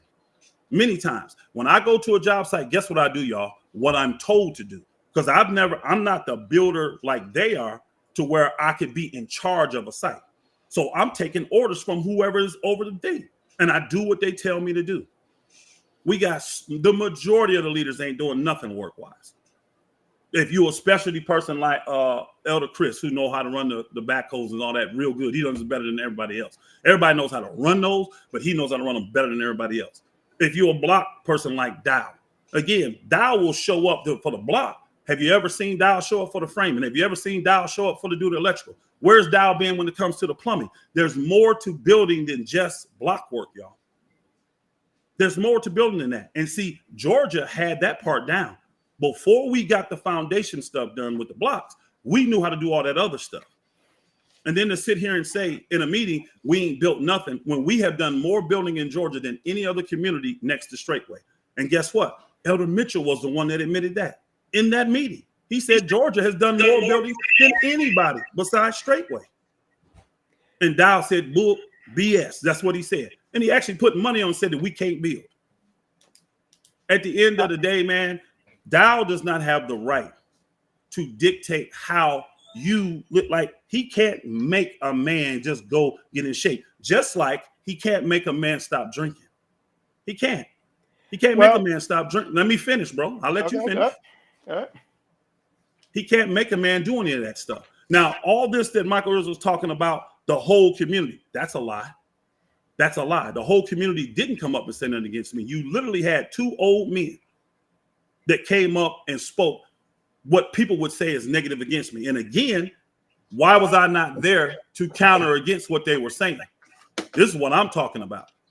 Because I promise you, if I was standing there, 90% of what they said wouldn't have been said. The stuff that Darusha said, he wouldn't have said, oh, we didn't get allowance for the first 2 years. Y'all know why he said that? We didn't have a one-pot system in Georgia for the first 2 years because of his rebellion. He did not follow the system, and Dow said, let him do his own thing. And I took over 80% of the bills on the community and gave him 20%. All he paid was his half of the rent and one bill, y'all. But how am I going to give you an allowance when we don't have a one-pot system? You keep all your money. See, he wouldn't have said that if I'm there. He wouldn't have. Brother Herbert, he wouldn't have brought up the part about him getting circumcised because nobody knows the real truth behind that because it wasn't presented there. This man asked me about getting circumcised a month after having heart surgery, y'all. This man got the thing in his chest, you know, the whatever they call the tubes and stuff in his chest. And I told him, bro, you think that's a good idea right now? You just had major heart surgery, brother. I said, do this. Don't you got a doctor's appointment in 2 weeks? He said, yeah. Ask your doctor what he says.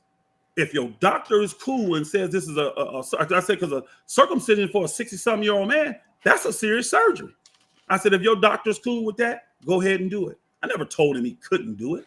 It's stuff like this that, since you want to be technical, that if I'm there, it never is brought up. But what keeps getting avoided, and Michael Israel avoided this, I did not get a biblical trial. I did not get treated in a biblical manner. He used his feelings and his emotions and his hatred towards me to put me out of the ministry. And he's saying that I left. That's a bold-faced lie. Everybody heard Dow say you got 30 days. Now, here's the thing. He claims that they were trying to prepare a house for me. Y'all think I'm stupid? Y'all think I'm stupid? You think I'm finna, first off, I got the record. It wasn't preparing a house. He was sending me to Indiana, y'all. He said to the people, well, we could consider going to Cleveland with Elder Brent, or we could consider Indiana. When I got the final paper, it was Indiana with Pastor Mir. Now I got two pastors that don't like me. You think I'm finna go volunteer to be on a slave camp in Indiana? You don't think I already know Dow would have been telling Mir every day, do this to him, do this to him, do this to him, just so they can accuse me of rebelling and all that? That's ridiculous, bro. Ain't no way in hell I was going to submit myself to that. No way in hell. But here's the thing. How are we at a place where we're given a punishment when all the leaders never agreed on a sin? Now, Michael Israel will say that I sit there and I agreed that I was being presumptuous. In what, though? Was I presumptuous in breaking the law? I said I was being presumptuous in thinking that I could go to my friend and tell him about the sin that was in him. That's it. Tell me the sin. He still ain't told you the sin. Tell me the sin that I committed that justified being put away from fellowship. Mind you, Dow cut fellowship off from Georgia soon as he returned from Wisconsin. We had that one meeting in there that he walked out of, y'all. We're in this meeting and he gets up and walks out the meeting because he kept getting caught in his lies. That's why they don't want y'all to hear that tape, y'all. That's why they don't want you to hear it. So Mike, he can hear what he want to hear. And again, this is what I'm trying to tell y'all. These guys that's been in the military, these guys that have been in the NFL, they already have a certain mindset. Mike came in here and told y'all, Brother Mike Israel told y'all, you do what the ruler tell you to do. In the military, you don't have the option to disagree with someone over you. Guess what? In the NFL, you don't have the option to disagree with your coach. Those people get to dictate and control your lives. But guess what? This is not the NFL. This is not the military. And you can't run it as such. And again, it's the hypocrisy of it. The man had an issue with me because he claims I wasn't doing things the right way. I'm going to put all these videos out showing y'all.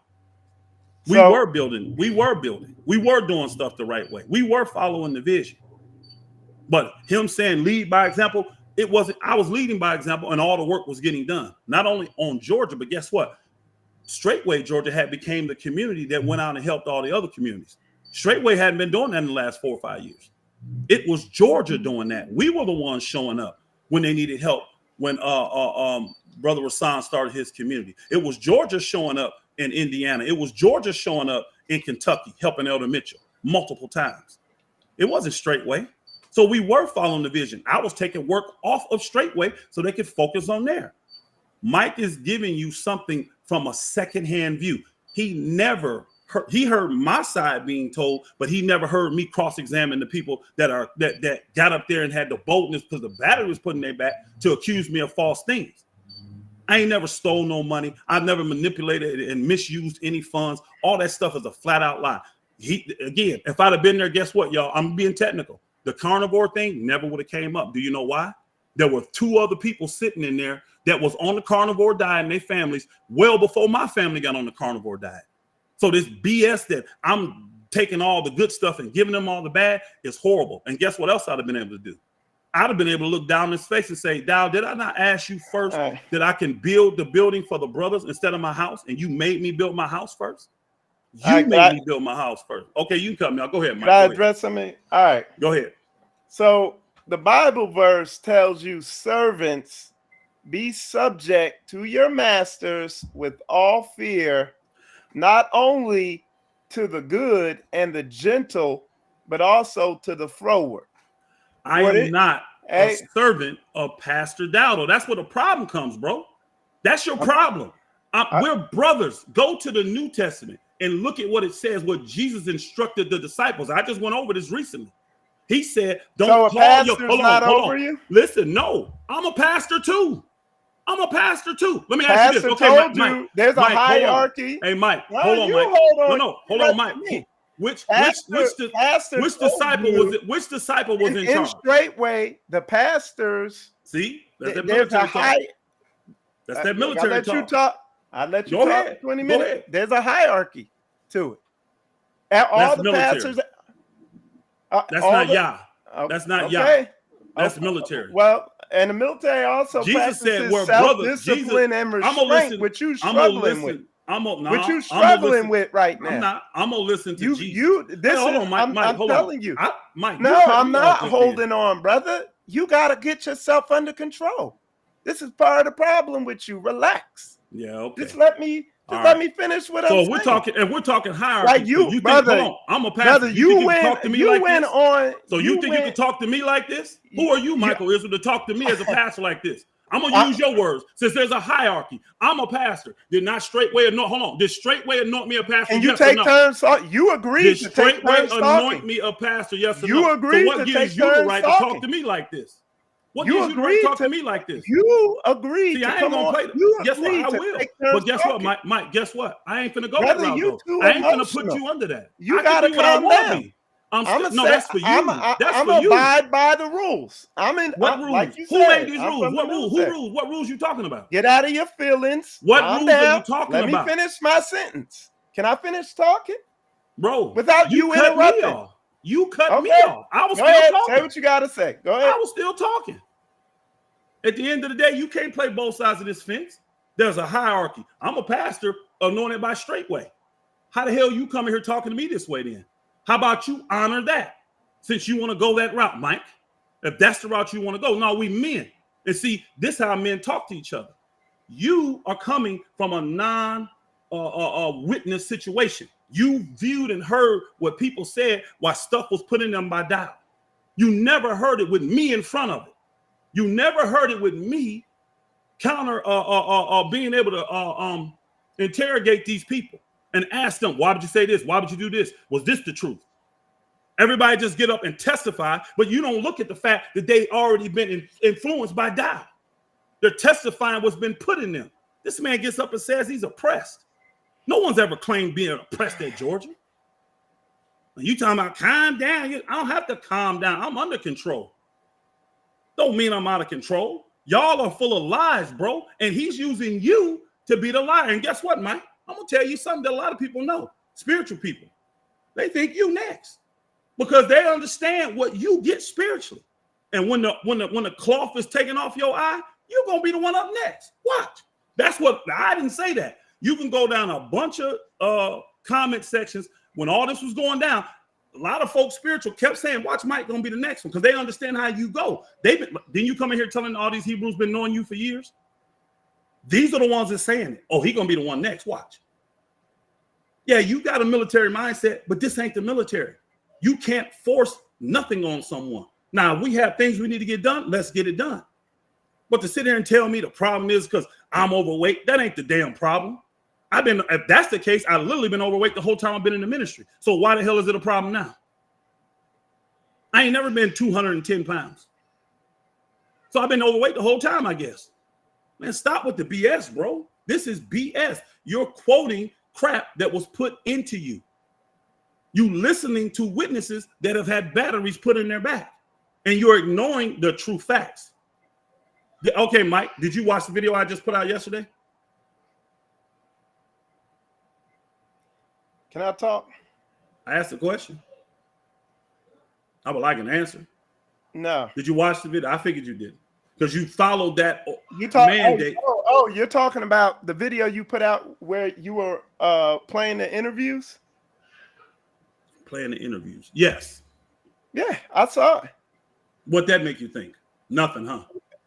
If you let me talk, I'll tell you, and you'll Go know ahead, what man. I'm thinking. Go ahead. Okay, thank you. So I saw the video you put out yesterday, but again, like a lot of people, I just keep it a buck and keep it straight down the middle.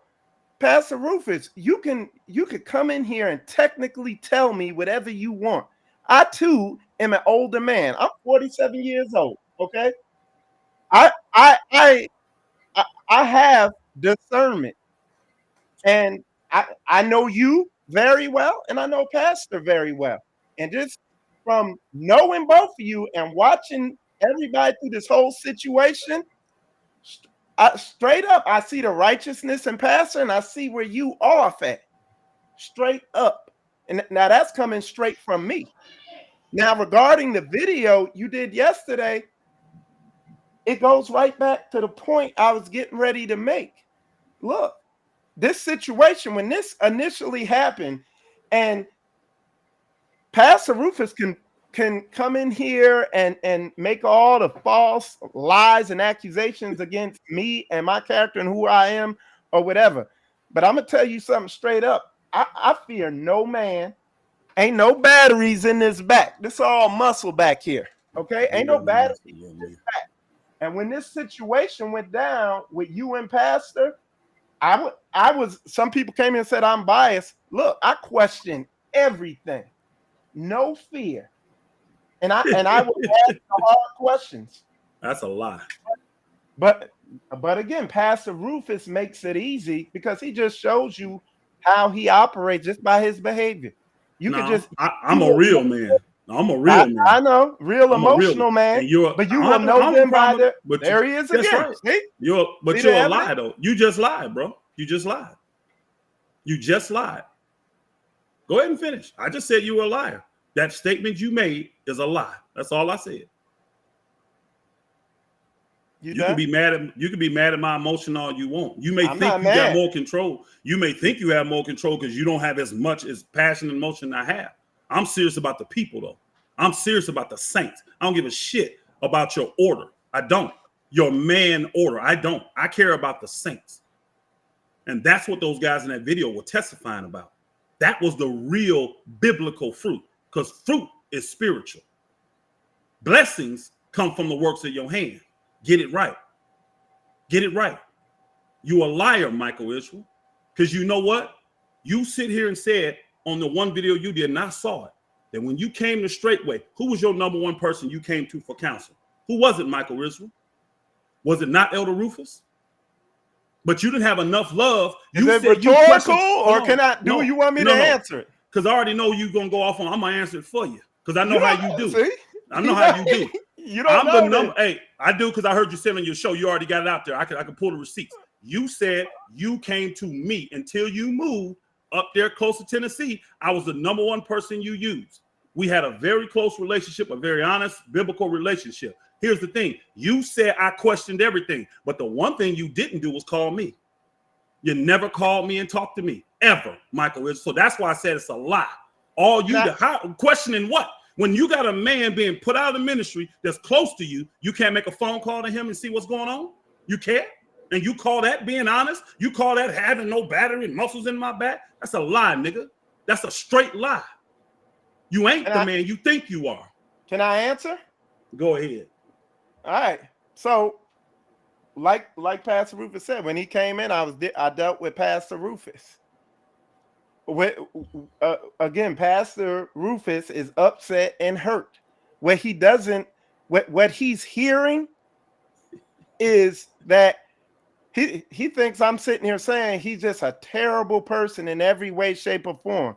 Look, Pastor Rufus is on point. Like he's on point with his counsel, and I could go on and on about how on point he is. But this dude got a temper, and it messes him up. He get too mad, and it got the best of him. And you see it playing out right here on the thing. He getting turned up. I am not coming on here saying that he's a bad person through and through, but he get too angry. He got anger issues. And I'm telling you, and in this situation here, it exposed him. If you go over there and listen to some of them videos on his channel and look in his eyes in some of them videos, and you'll see it. Now, the other thing that I was saying, it had nothing to do with what he's saying I didn't pick up the phone and call him. Look, this whole situation, like even now, listening to what you're saying now, and you've had all this stuff you bringing up. You ain't said nothing new from what I already knew, and I still stand on the fact that hey, you went off. Their anger got the best of you. That's why you in the predicament you in there. And no problem. And no problem, you Mike. and you no problem. Look, and then I also. And then I also get it that dude, you and Pastor were tight, but this thing, y'all hurt. You know what I'm saying? Oh, I'm not denying that stuff, that we were best friends. We were best friends. I'm not denying that. But what you're going off of, you saying the anger got me here, so you're going back to the tape in Wisconsin. You don't like the way I talked to. I'm going back to my discernment. I'm going back to knowing you for over 5 years, and I'm also going off of everything I've seen, everything I've heard, even what you're saying right now to this second.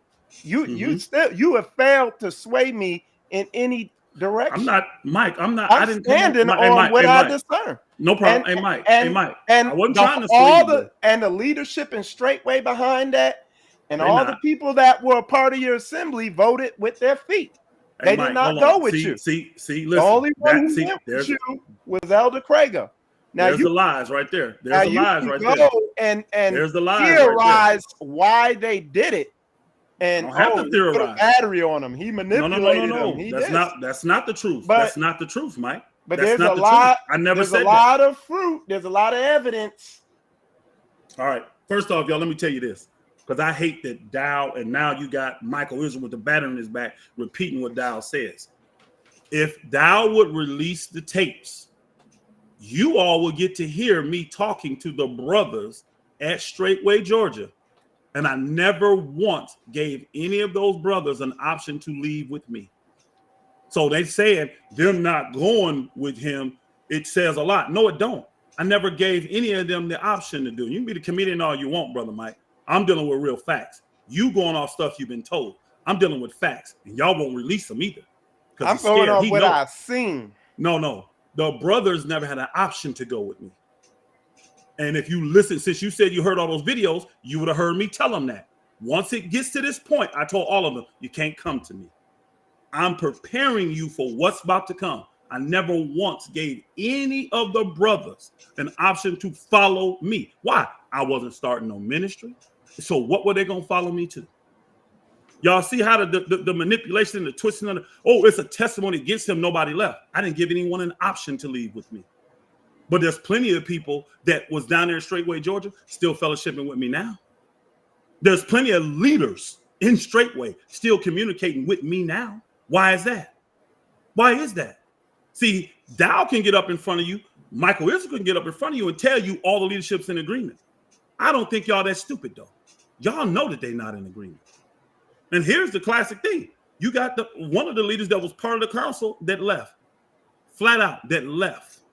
People are still wondering what my sin is. I guarantee this. What you said here today, Michael Israel, didn't help anybody. If someone was wondering what my sin is, that was bad enough to get me put out the ministry, right? You left. Fellowship. That's a you lot. Left. You admitted you left. You said they're not putting me up there in Indiana. I didn't admit that I left. I told them I reject. Again, y'all missing the points. We don't have a consensus on a sin for Pastor Rufus, but we want to put him in a judgment situation. The council never finished. They didn't have to because they didn't. Again, y'all know the truth. I ain't here for that. I didn't come to sway you either, Mike. What I want you to do really is be quiet because you're making yourself look stupid. Because a lot of this is Hey, still going to get you revealed. wanted to come on here with me. Not I Hey, didn't Mike, want to no, come no, on no, here no. with you. Hold on, Mike. You, Hey, Mike. you wanted Hold to come on. on. Let's keep it a buck. You did your one last little live show, and I hit you up, and I said, I'll come on live. Did I not tell you that, Mike? Yes or no?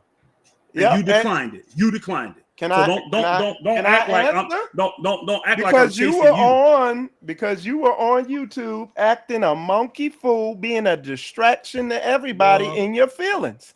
Well, again, Threatening you to can call. fight Hey, Mike. and threatening Mike, to do this, I ain't that, called. and Hey, the other. Mike. I ain't called you no names. I ain't tried to slight you at all. So watch your mouth talking to me, Mike. See, Well, you everybody did say I don't have yesterday. no control. What did I say yesterday about you?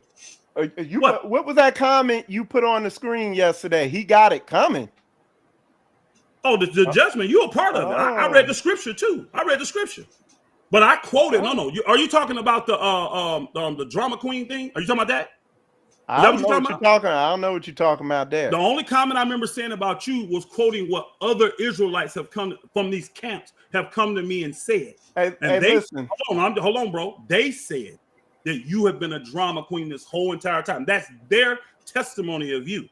Okay. I ain't bad mouth you. I ain't nothing you, bro. I don't have to. I ain't bad mouthing you.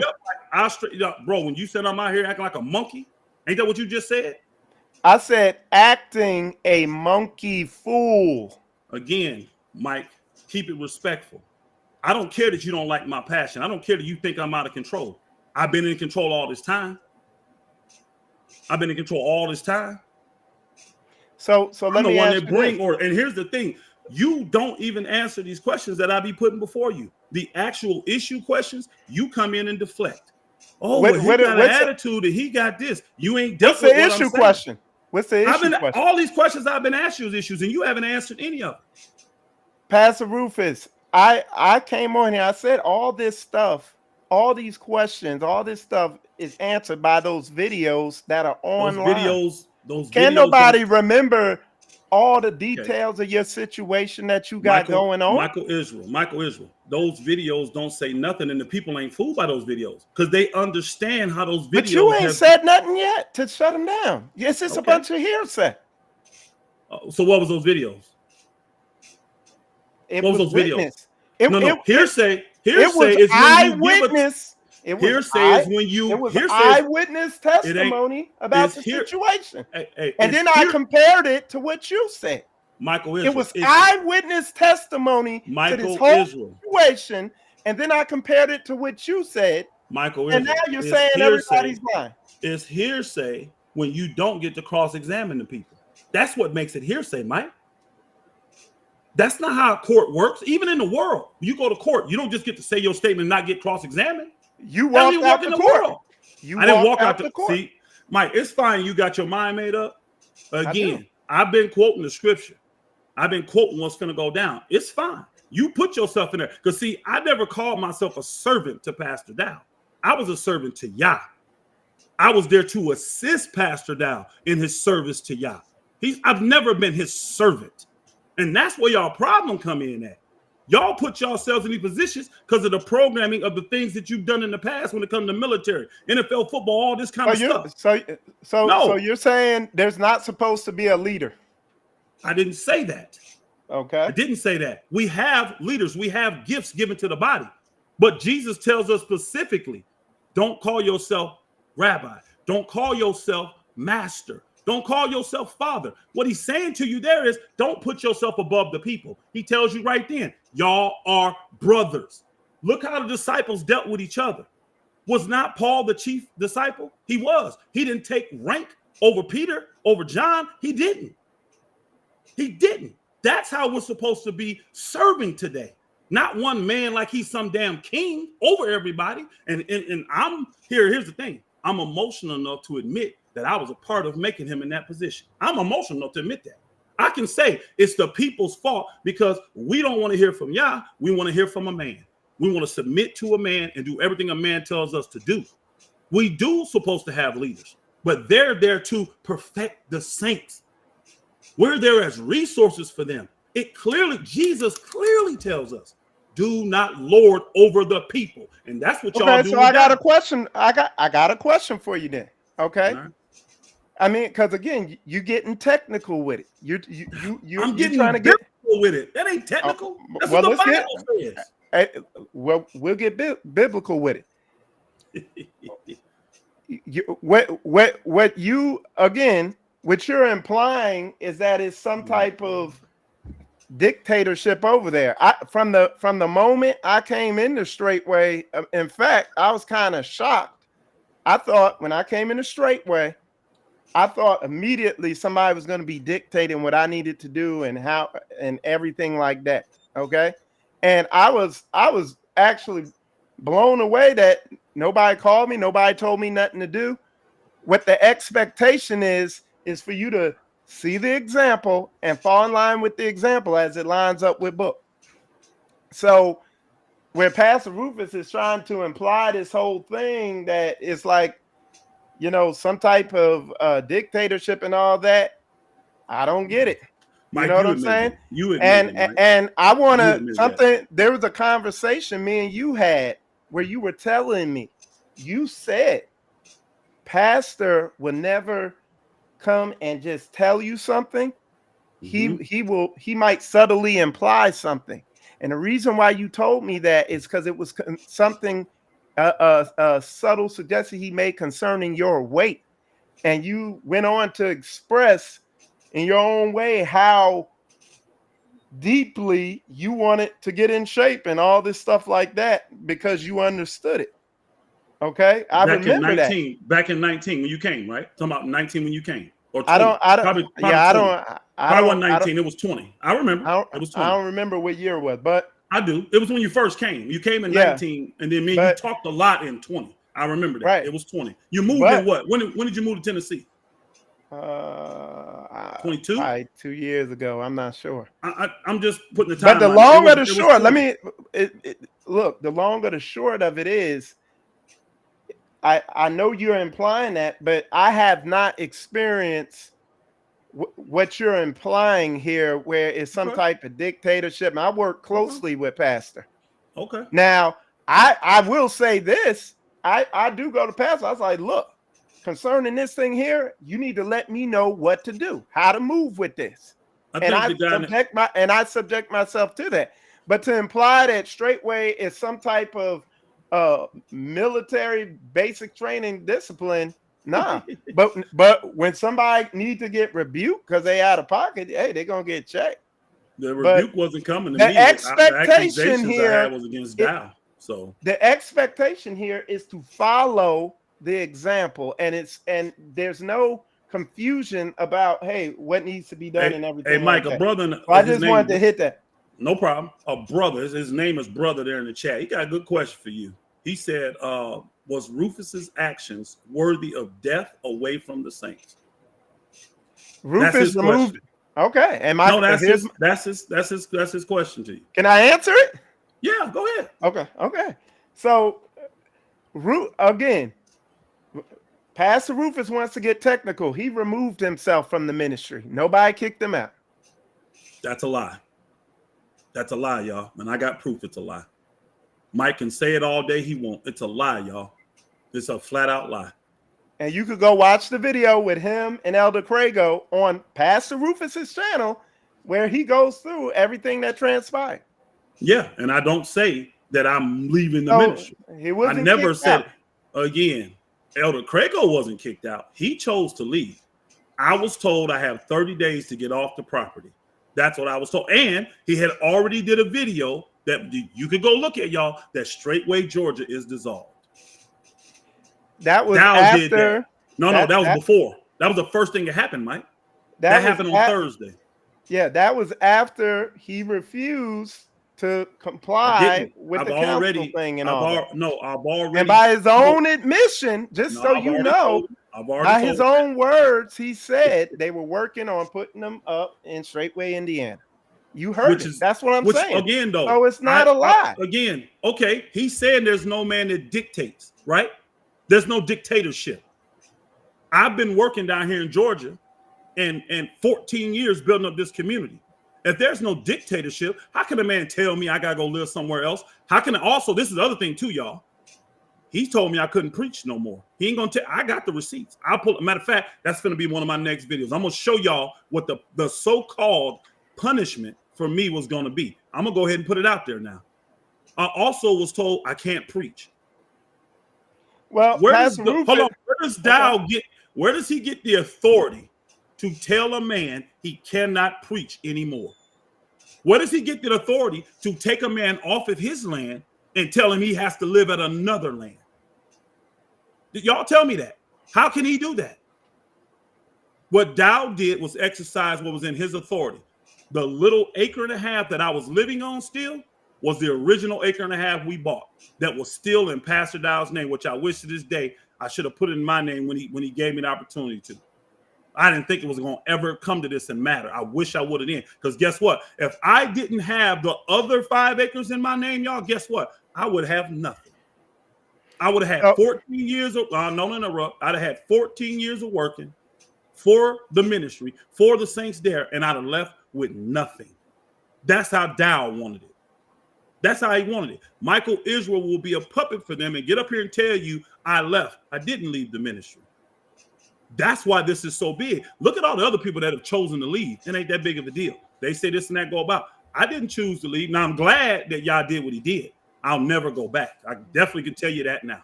So don't think that's something on my mind. I'll never go back, ever, because the judgment is on him. But at the end of the day, Dow put me out the ministry. He shut down Straitway, Georgia, and he told me you got 30 days to get off my land. And y'all saw him mocking me, get off my porch making videos.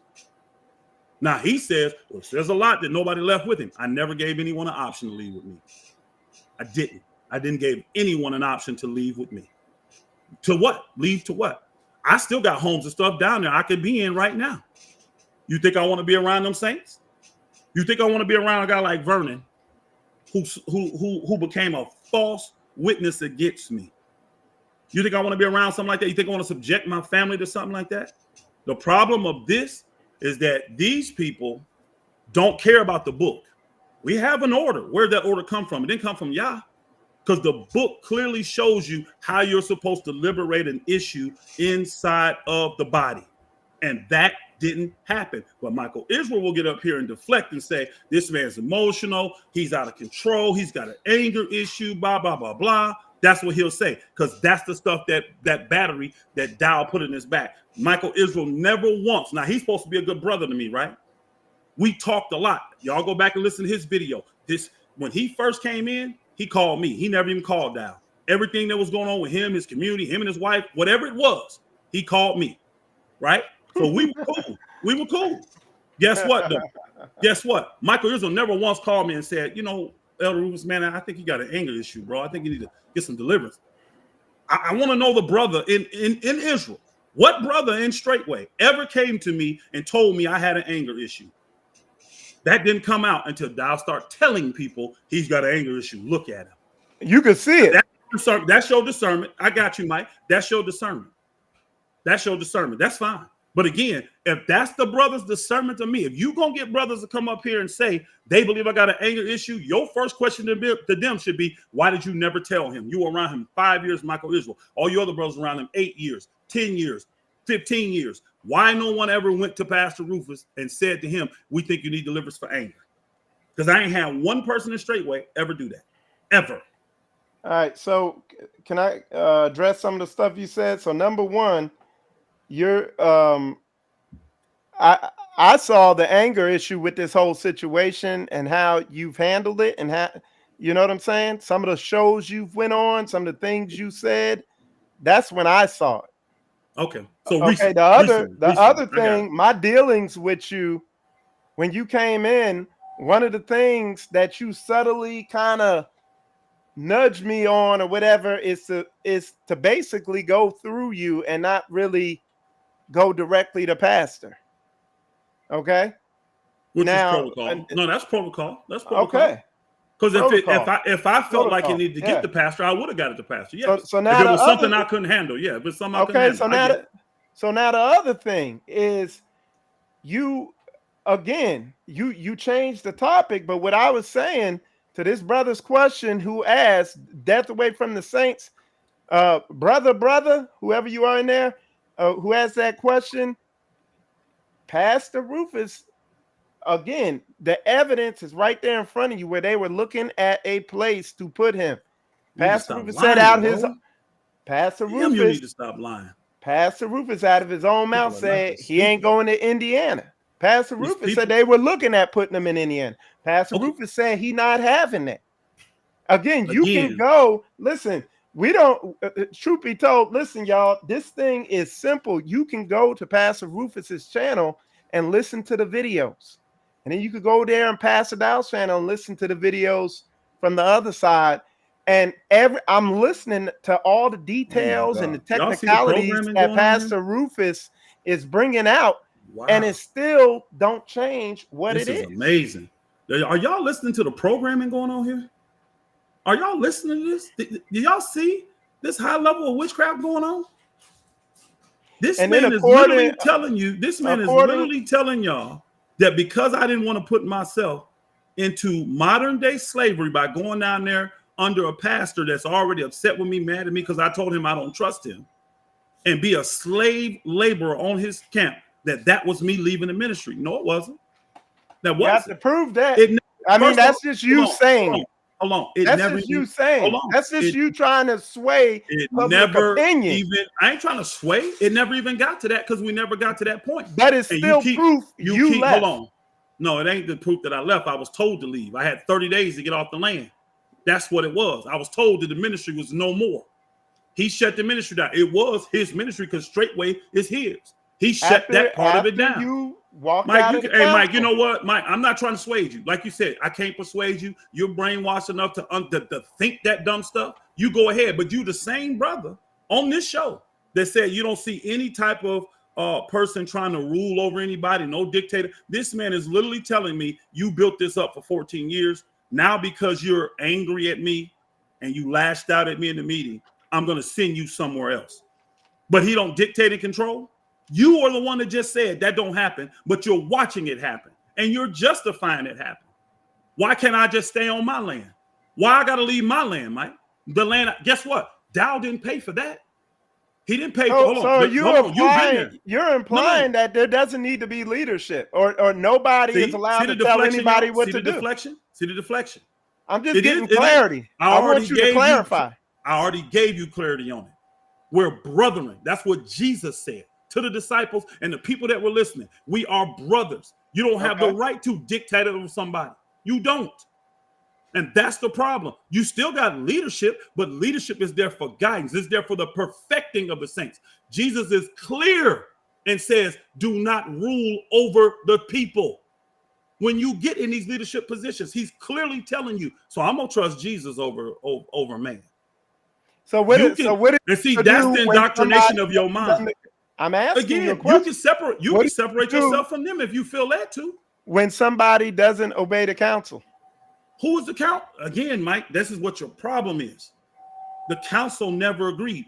See, I was the one that said in all the councils, not you. Here's our number one rule in council, y'all. This is the number one rule in Straitway's council. If every single person in this council don't agree, we do not levy a judgment. That's the number one rule. Judgment never got levied. Oh, yeah, it did. Yeah, it did. Yeah, it did. Judgment did get levied. See, y'all see it. I ain't got to say nothing else. Y'all see the program and y'all see it. But again, what he's whipping back and forth from, he's saying I'm being technical. I'm quoting scripture. I'm quoting the words of Jesus. I'm not being technical. He's being technical because he's following a military mindset. That's what the military can tell you to do. That's what the military, if you don't follow what this man says, nobody's in charge. No, they don't mean that. This man just can't go over his boundaries of what he has. He can't dictate a man's life. Y'all never somebody is in charge. Yeah, I just told you we have leadership. You're not listening, Michael. Okay. Leadership doesn't mean you're over someone, that you are in charge of their life. Leadership means exactly what Dow says, but he doesn't do. You just lead by example. If they choose to follow it, guess what? That's great. But if they don't, that ain't on you to correct them. That ain't. Now, if they commit a sin against Yah, that's when leadership comes in. And again, I gave you the example of Moses. This man clearly was presumptuous and committed a sin against Yah. Did he not break the commandments? He did. But Moses didn't take his authoritative, I am the man, I'm the giver of the law, and I'm going to judge this man. He didn't do that. He let y'all do it. And look, we And- could and talk. y'all- We could Yeah, talk you get in the flag. circles, but We're you not walked talking in out of the circles, bro. council. No problem, bro. No, I didn't walk out of council. What are you talking about? When did I walk out of You- council? By your own admission, you said, in your opinion, the council was rigged or not righteous or Oh my whatever, God. and I you still submit to decided that. not to submit to it. You That's not decided true. to not That's not submit. true. That's not. You won't address the By issues your that are- own admission, brother, You- you're on here admitting all this stuff. I never walked out of any And meeting. and I never walked out of any brother's meeting. question is so on point where it's saying Oh, you Mike, know, this is sad. who- The programming y'all in. death This is away really from the sad. saints. I mean, Mike, but you are clearly brother. I can't believe you don't see this. I hope, you made man. a decision. This is really bad, bro. I actually submitted even to the wicked counsel of it. But what his problem was that there was a righteous man in that council giving me the information that they were hiding from me. I should have had privy to that information too. I'm part of the damn the hearing. I'm a part of it. So y'all are talking and discussing things that I have no knowledge of. You telling me that's fair, Mike? See, you'll back that because you're gonna do what the man tell you to do because he's over you. That's what you're saying. You justifying that. Straight up, You I just already answered. justified And that. look, I told everybody, go watch the video evidence Mike, of they have.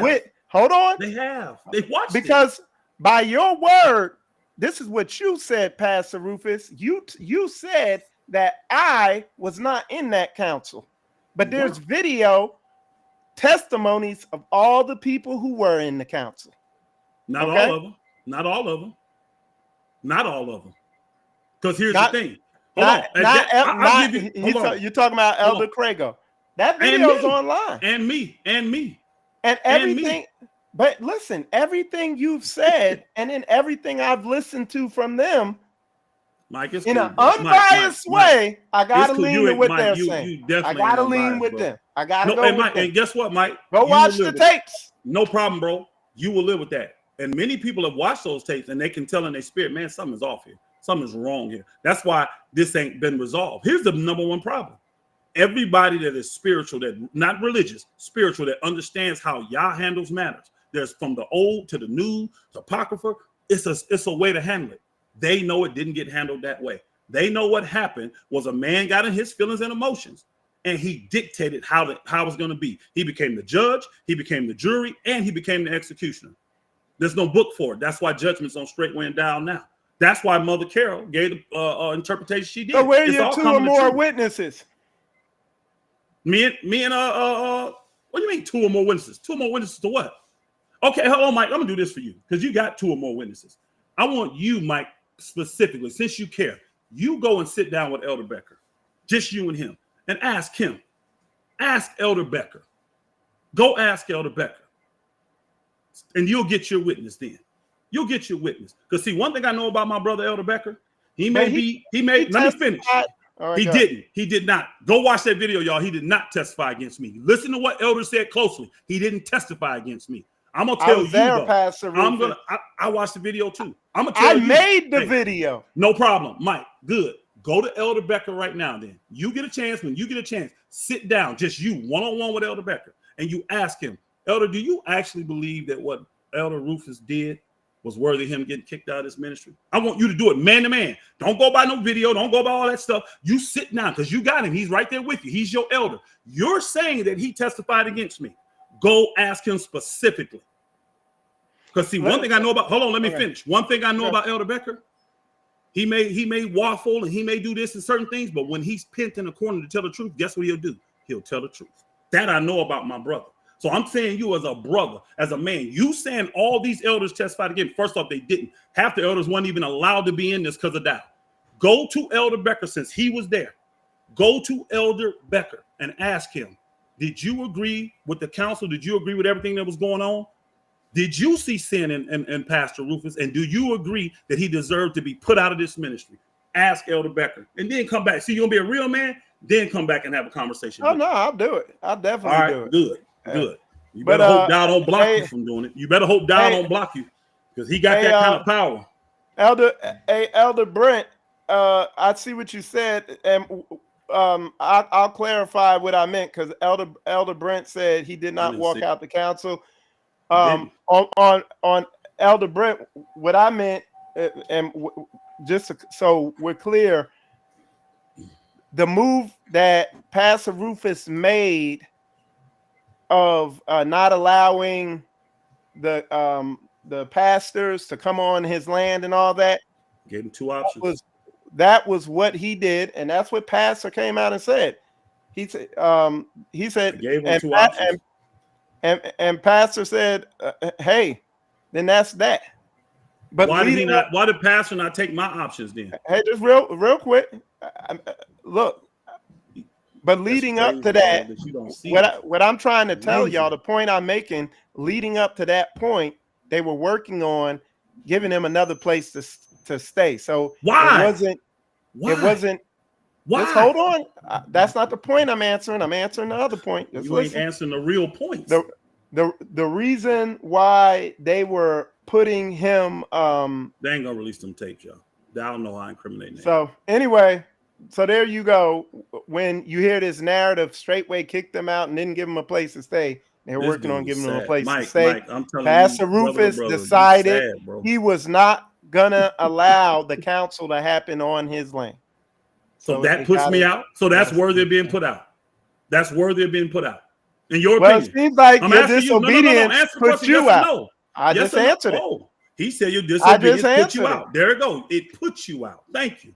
Thank you for answering it, Michael. Because otherwise, you were hindering the process going forward. How did I? Hey, Mike, how did I hinder it?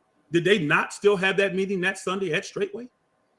They did. And we were scheduled to be there. And then Pastor Rufus, for you to sit here and kind of imply that nobody can tell you anything. I didn't say that. I never said that. See, if I would have came on and said, "Look, I'm not imply." I never implied it. I didn't imply it. You took it that way. I didn't, because see, you're ignoring the facts. But at the end of the day, Pastor Rufus should have allowed the men to come on his land and been in compliance with the process. Hold on. I did. But he decided to not do. Hold on, Mike. Hey, Mike. Is that worthy of being put away? It's not. And that's why you didn't get put away. You removed yourself. He just said that my disobedience got me put away. He just said that. Mike, I gave them 2 options, bro. And guess what? Dow was invited to the land. That's like somebody. Dow was invited to the land. Misses their court appearance, and they're like, "Is that worthy for me to go to jail?" I'm innocent. Mike, don't. That's the narrative you push. It's not, Mike. That's being. But why didn't you just go with the process? Because I knew what the process was. It was BS. I understand that. I understand that. And I'm saying I do. You're ignoring that. But wait for the thing to come to fruition and wait for the whole process to be through with. And the process was a joke from the beginning. You didn't let it carry out.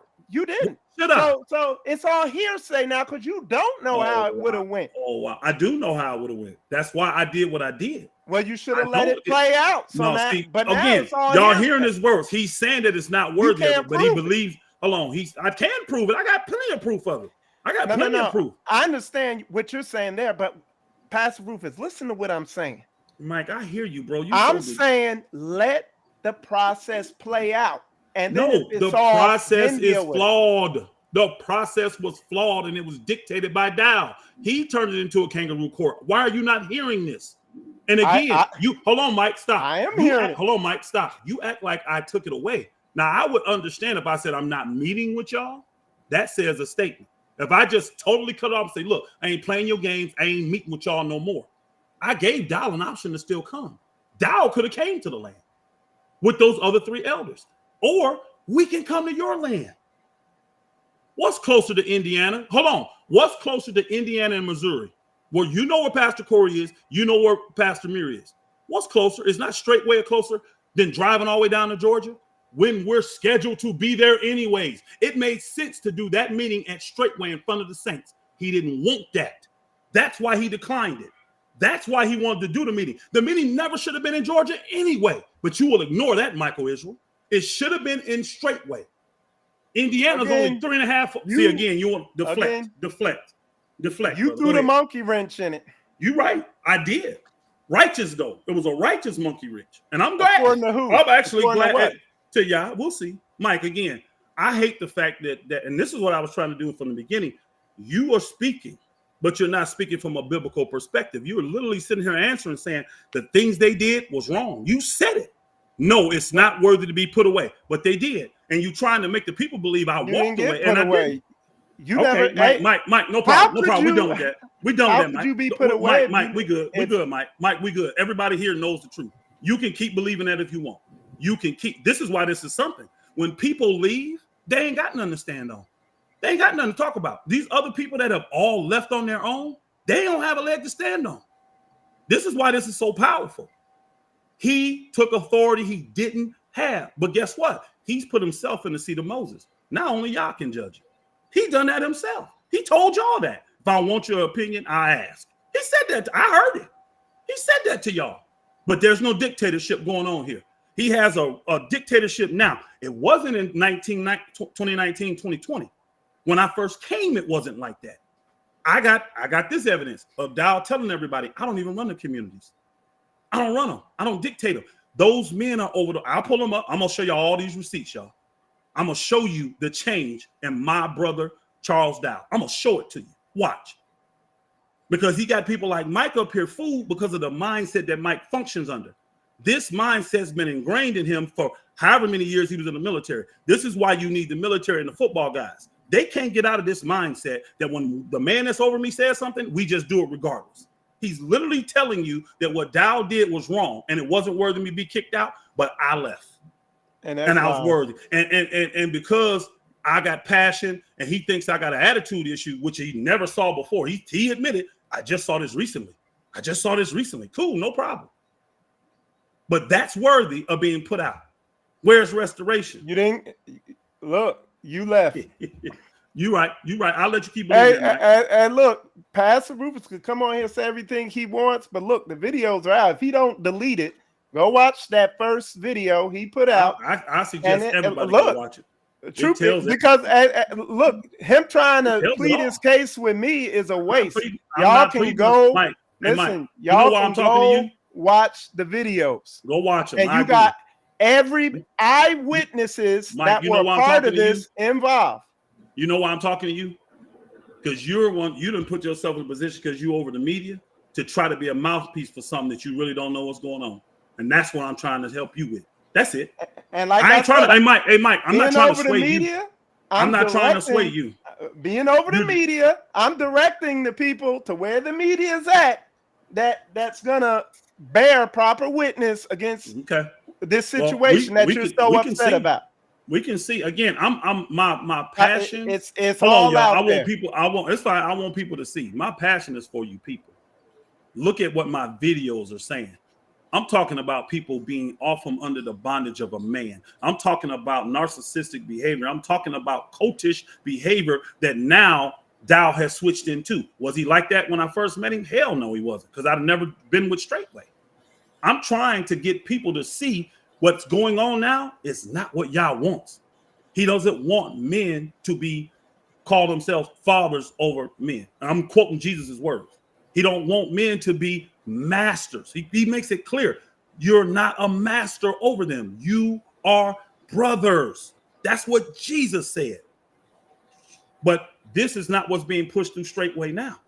And people see it. They're not fooled. But you get a man come in and he'll tell them, look, that man's this. He's a liar. Don't watch his stuff.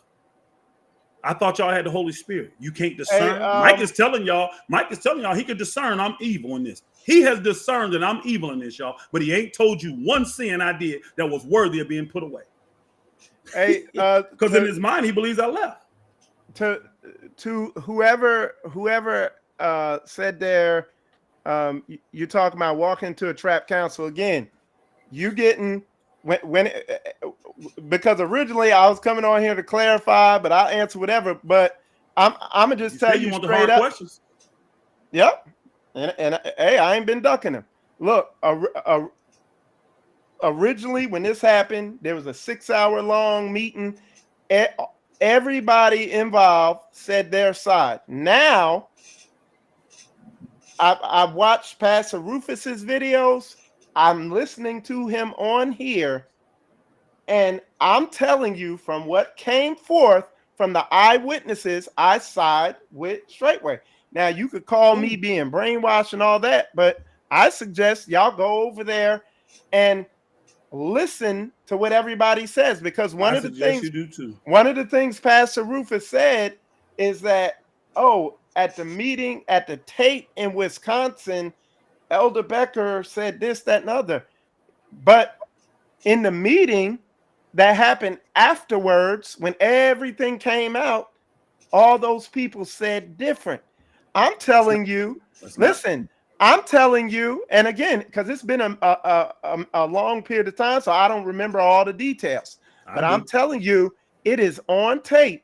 Go watch it. Go watch it, y'all. Please go watch it. I ain't gonna tell you this. I've never once told people to stop watching Pastor Dow. Look, listen, mind you, Pastor Rufus. He wasn't no eyewitness. No. Pastor Rufus is saying, come out with the tapes. That's what he's saying. But what I'm telling you is there is a 6-hour meeting or whatever we had with everybody involved talking. Not true. Minus, let's keep it 100. That's right. Keep it 100. Keep it 100. Keep it 100. Minus Pastor Rufus and Elder Craig. Minus those two. However, Pastor Rufus and Elder Crago have been particularly Pastor Rufus has been very vocal online about what he doesn't agree with, and in this particular show.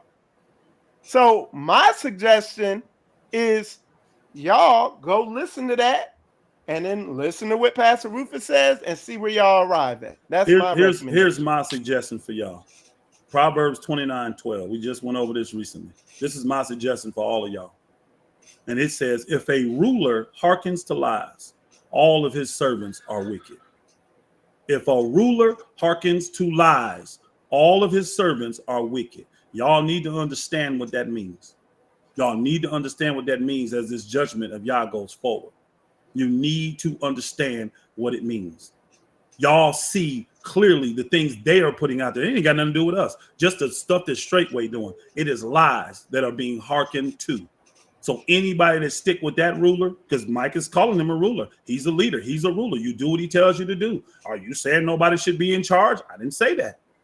Nobody has to rule over, though. There's a difference from being a leader and ruling over the people. Dow rules over the people, flat out. Because guess what? Guess what, Michael Israel? Let you disagree with Dow and don't want to do something the way he do. Guess what he gonna do? He gonna dissolve Straitway, whatever you call it there, Straitway Nashville. He'll dissolve it. He has the authority to do it. And guess what? You got no problem with that.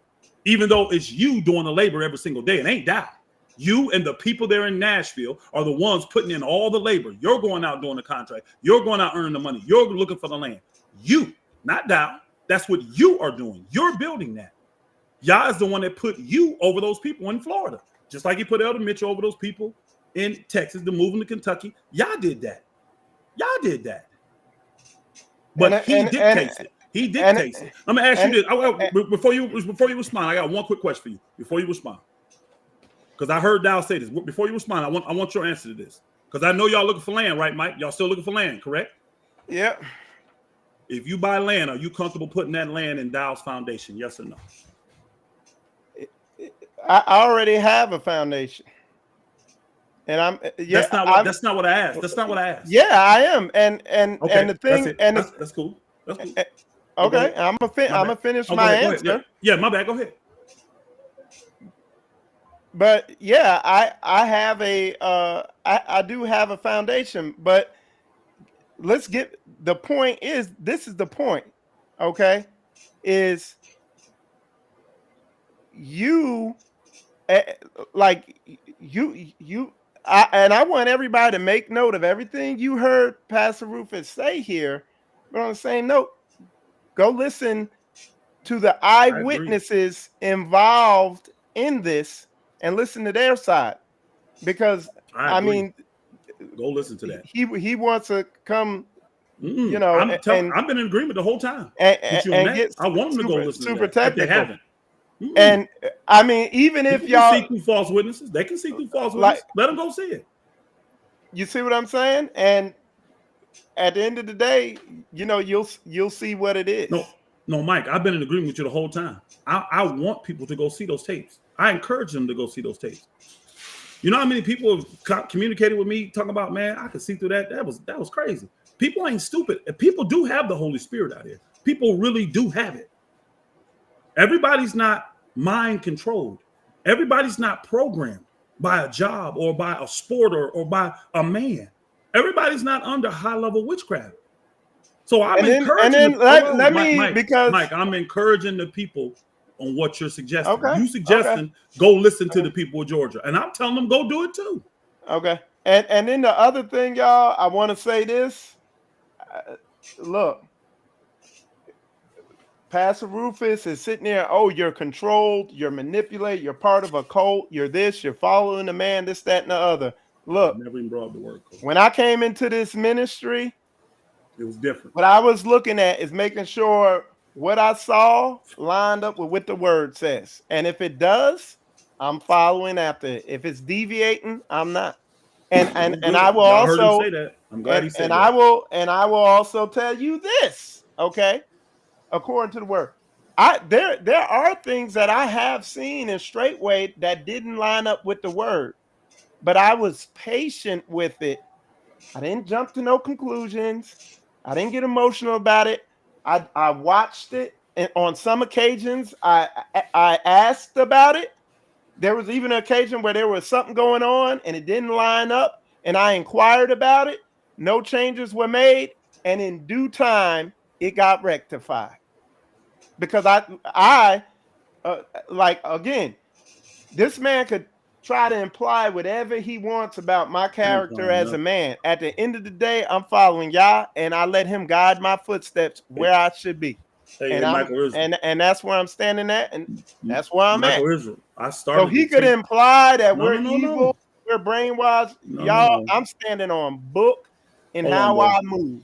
Hold on, bro. That's what the book said. I just wanted to put that out there because there's a lot of innuendo being thrown out there. Ain't no innuendos at all. Ain't no innuendos. I quoted. All right, go ahead and talk. I quoted Proverbs 29:12. If you fit that, you fit it. If you don't, you don't. Now, I also started this whole conversation off by telling you what all the people that knew you from the past and all of those camp groups, what they have said about you. That's what I'm saying. All right. I also started off this video telling you about those so-called Hebrew Israelites. But Mike, you're confirming what I'm saying is this. That's what led me to Straitway. Mike, what I'm confirming to you is what I'm telling you is what they're saying. You're confirming it now. What are they doing? No, it ain't. See, there's a deflection. We're not talking about what they're doing right now. I'm telling you what they said they see. Yeah, he's this, he's that. He's this, but they said this because of how he is. Oh, he's gonna be the next one to go. Because you will eventually see what I'm talking about. You will see something that will make you say, "I got to pick Yah in this situation," and you will. That's why they all saying you the next one to go. We'll see what happens with that. At the end of the day, I'm just gonna be happy because I know the level of bondage. Again, no one ever in this ministry, probably besides Mother Carol, has been closer to Pastor Dow than me. No one. So I know Pastor Dow better than all of y'all. I know him way better than all of y'all. And I'm telling y'all what's the truth. He has changed, and he know he has. Y'all can see it if you just open your eyes. Go back and start for the better, yeah. Absolutely, I've changed. Because again, I had to get, hey Mike, I had to get on here and repent for all the things. Like I was in the same boat, Mike. Look at I gave the example in what's his name about what's his name? Teacher Eric. I never talked to him. I never had a conversation with him. All I got was the information Dow gave me. And guess what? I got my stupid tail up there and testified against Teacher Eric with all the other leadership. Never once had a conversation with that man. Now I'm thankful that the Father. I'm thankful the Father let me. Question. You can when I'm done. All right, go ahead. I'm thankful the Father allowed me and Teacher Eric to actually have a conversation, and I hear his side of the story. Does that mean me and Teacher Eric in fellowship? Not no, but we ain't at odds. I'm not sitting here saying he ain't Israel, he ain't this. I'm not. And you've never heard me say that about y'all. I still call y'all brother. I never said that them people at Straitway not part of Israel. You ain't never heard me say that. But again, I have been in those situations now that my eyes have been open in this area where things have been told to me. And because I respect the man and love the man and honored him, I just accepted it. But then I come to find out later when I talk to the actual person, their story's different. Their story's different. And we're supposed to get the whole matter. That's why I said I'm disappointed in all the leaders. As tight as we all been, how can nobody calls me and asks me my side? Well, we heard your side. No, you didn't. No, you didn't, because you didn't hear a cross-examination. You didn't. Go ahead, Mike. Go ahead. Go ahead, bro. So you said you said you got up on stage or whatever, and I guess basically sin. What? Wait, yeah, because again, you I see what you're talking said about. Yeah. you went up No, there. that was sin. You know what that was saying? for, You know what that was saying? I spoke on teacher You Eric. talking about teacher Eric? Yeah, that was sin for the simple fact I got up and testified against the man when I never had heard his side of the story. That is sin, yes, and I repented to the people for that. So I repented for that. All right, and what I'm saying is, listen, like something I've seen, it's like, and maybe I don't, you say it's a difference or whatever, but the way I am, if there's something off, because I understand nobody's perfect. You know what I'm saying? I get it, including pastor. Now, if there's people who sit there and put him on a pedestal like he's perfect and all that, brother, that's those people. That's not like, but that's not me. If something's off, I'm gonna question you. It's gonna because some of this is off. Okay. Hey, Mike, let me ask you. Okay, no problem. No problem. I'm not done. I'm not done. I'm sorry. My bad. Go ahead. Hey, look, because this goes back to what I'm talking about. Like, look, I understand, because I've been around people who they real ass dudes and they can intimidate people if folks is kind of soft and everything like that. I know people like that. You know what I'm saying? But what needs to be understood is, hey, that's on that person. That person's operating in the spirit of fear. You called to endure hardness as a good soldier. You called to be bold and not back down. Just like me and Brainwaves here.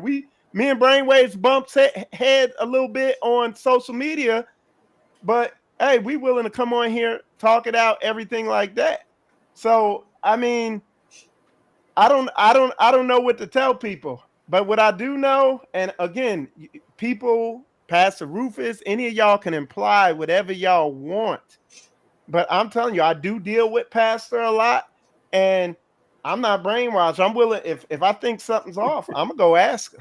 I'm gonna inquire about it. But I know a lot of people, they won't do that. They won't diligently inquire and keep going to people and go, like I will keep going to people till they smack me upside my head. But I'm gonna get the answer. I got one more question. I'm sorry. Hold on. No, I thought you were done. My bad. I thought you were done. Because originally this show was about me clarifying this thing, and I want to make a point of why a lot of this stuff happens. Because I don't have this in the relationships I have in my life. I don't have these types of issues. I'm willing. I don't care who they are. I'm willing to go to people and just keep on going until I feel like things have been rectified and things have been dealt with. And I'm telling you, with our people, when I say with our people, I'm talking about black folk. And with my experience being in so many assemblies and seeing the Hebrew Israelite community, this is the thing that doesn't happen with our people. When something's going on, like the Bible even lays out a little framework for people to, hey, go to him about an issue, and if that don't work, get a brother and go to him. If that don't work, do all that. Our people don't do that. In fact, this thing Straitway with Ringo, Straitway don't do that. Hey, look, Michael Israel do that in Straitway. So that's what I'm talking about. Mike, you just. But this is my point. I'm not gonna sit there and point the finger and cry that Straitway ain't doing that. I'm gonna be the change that I want. Okay, and that's what I'm doing now. Hey, Mike, I agree with that. We agree. And look, we agree. That's why I'm right on there. this show with Mike, you right now. Yeah, and we agree. We're willing to do this. Hey, Mike, we agree 100 on that. because I am being the change that I want people to see. That's what I'm teaching. That's what I'm going about doing now. Folk that are still supporting me and listening to me and all that, that's what I'm doing right now. So I agree with you 100%. But you just sit there and told it that the framework, the Bible gives us a framework of how it's supposed to go. Guess what? The first two parts, I did. I called But Pastor there's witnesses. Hold on, bro. Hold on. There's Hold on, bro. witnesses that Hold say on, you bro. did it. That's not true, though. I have it in my phone, the date and the time when I called Pastor Dow. He acknowledged that I called him. He thanked me for calling him. The second time, I brought more with me because he didn't receive it the next day. He rebuked me in the service. I saw it. It was a slick thing, whatever he did, but I knew what was going on because I know the spirit. Say that again. Wait. Say that again. He rejected it. At first, he told me thank you. The next day, because it was Friday, the next day in the pulpit, he made the statement, when the spirit of the ruler rise up, you're supposed to stay in your place. I know what he meant by that. So overnight, he got offended by it. I know. And here's the thing, Mike, we ain't got to go through the technical. Hold on, Mike, let me finish. That's not. Mike, you're implying something. Is he gonna say that's what he meant? No, I'm not. That's what I'm talking about. Okay, drop that. So he said that. You didn't go to him? Did you go to him when he said that after that message? Mike, listen. I followed the Bible. I went to him. I considered that a rejection. I went to others to come with me. That's why he said I got in the elders' ears. No, I did what the Bible said. And they told me, this is what they said, go back to Pastor Dow. And this is what I told them. Elder Brent's in here right now. Hold on, Mike. Elder Brent's in here now. He can verify. Because he was one of the people that said, I think you should go back to Dow. Okay. Elder Mitchell told me you should go back to Dow. They were in agreement with me, but they said you should go back to Dow. And I told both of them this. I'm not doing that because the book don't tell me to go back twice. I have to bring others with me. The next time I talk to him about this, I have to bring others with me. And they finally understood it, that I was following the book. And guess what? The next time we had was in Wisconsin. Others were with me. You can. Yes, others were with me then. That didn't go well.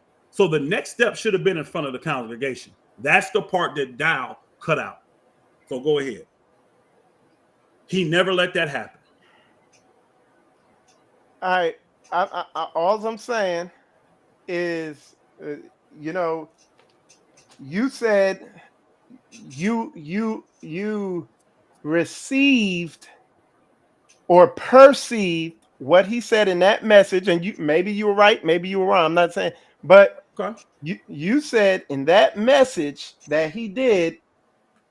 In a nutshell, you saying he was throwing subliminals, or he sneaked this you, I said he rejected me. Yeah, but that was your perception. Okay.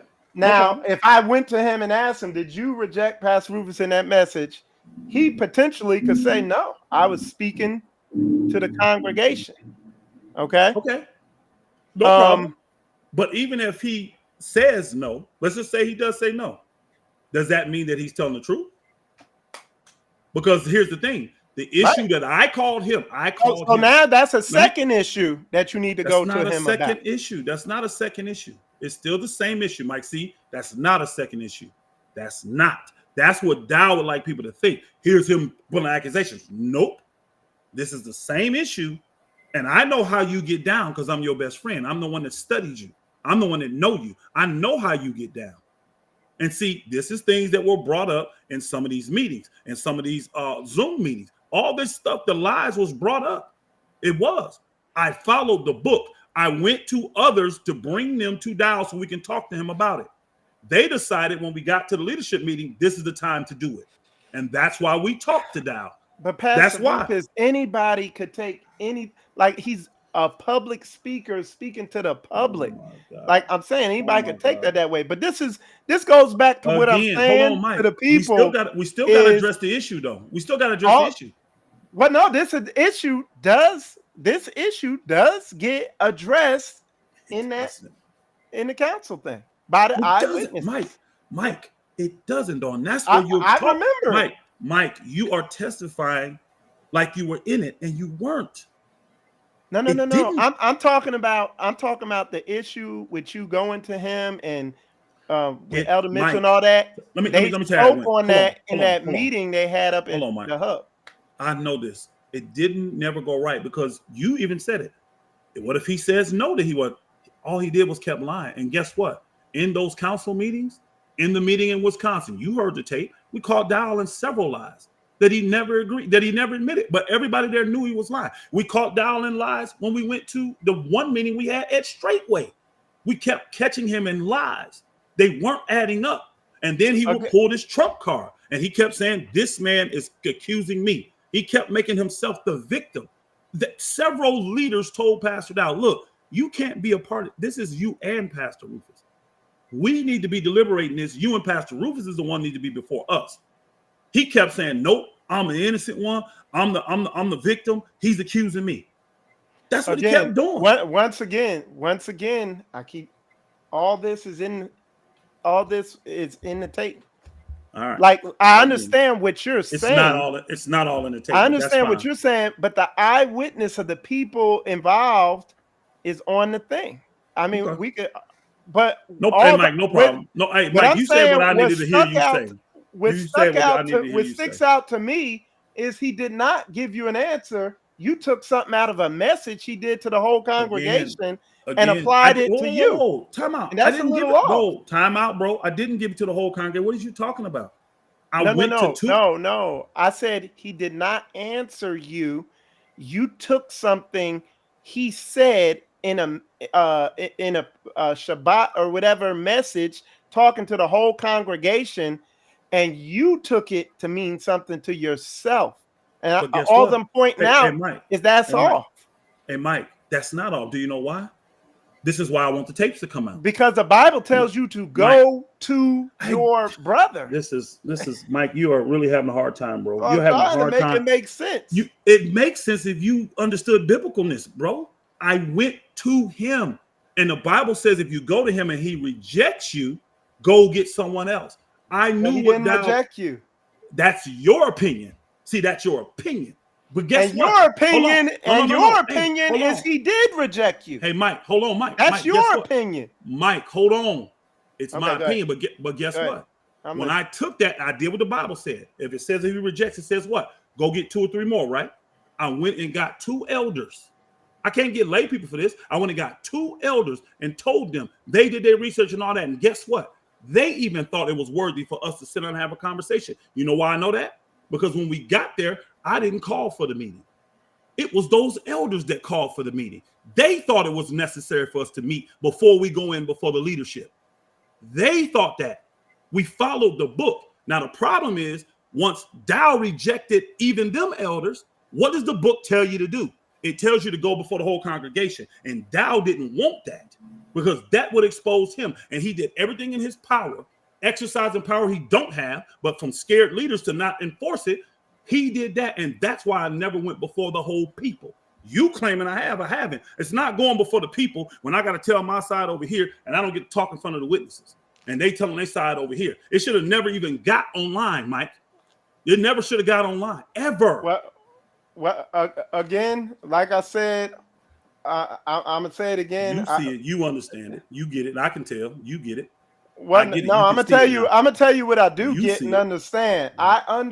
When this went down, and I'm listening to what you're saying.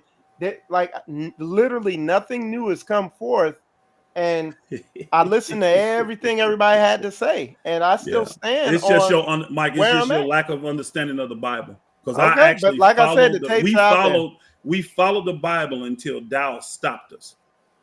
We did. The tapes say out there, they're not releasing the tapes in Wisconsin because it talks about us following the procedure. You hear Dow admit that I called him. But look, even after I would say the conclusion of the matter, because you're talking about this tape in Wisconsin. I'm talking about all the tapes. Right, I understand, but after the situation in Wisconsin, everybody was in the meeting up at the hub.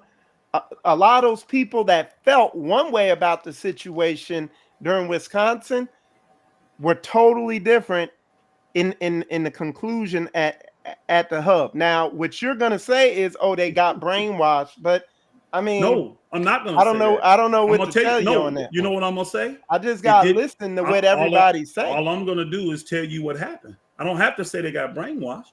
Dow got in their ears though. He was the only one speaking to Pastor Mir. He was the one that told Pastor Corey to come in. Pastor Corey wasn't in the meeting in Wisconsin.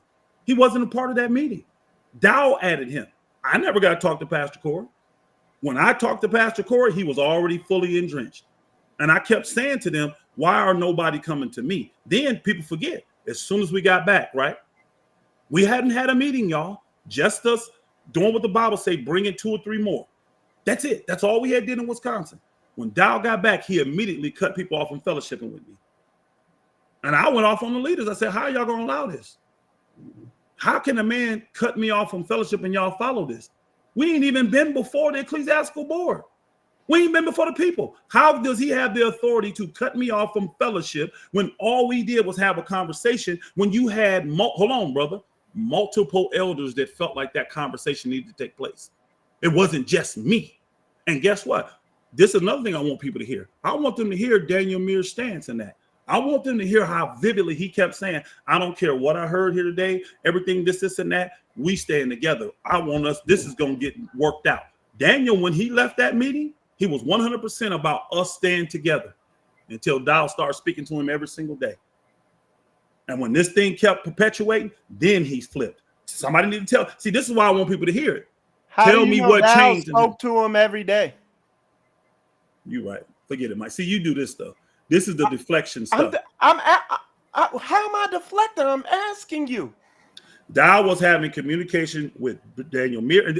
You know how I know? Because I know Dow. And guess what, Mike? I got the proof. You know I know Dow. You know the number one way. Hold on. No, this is clear. This is how I know.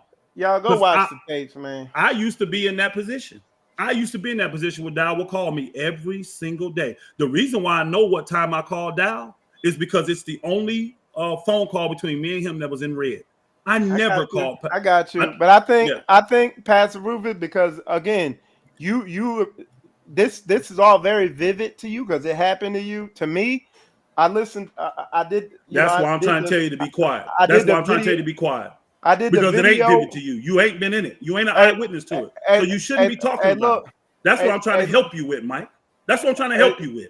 Quit talking like you're from an eyewitness standpoint just because you saw enough to know who was right and who was wrong. And guess what? And I Mike, still stand on that today. I'm so glad. And if everybody your time will come. Your day will come. Mike.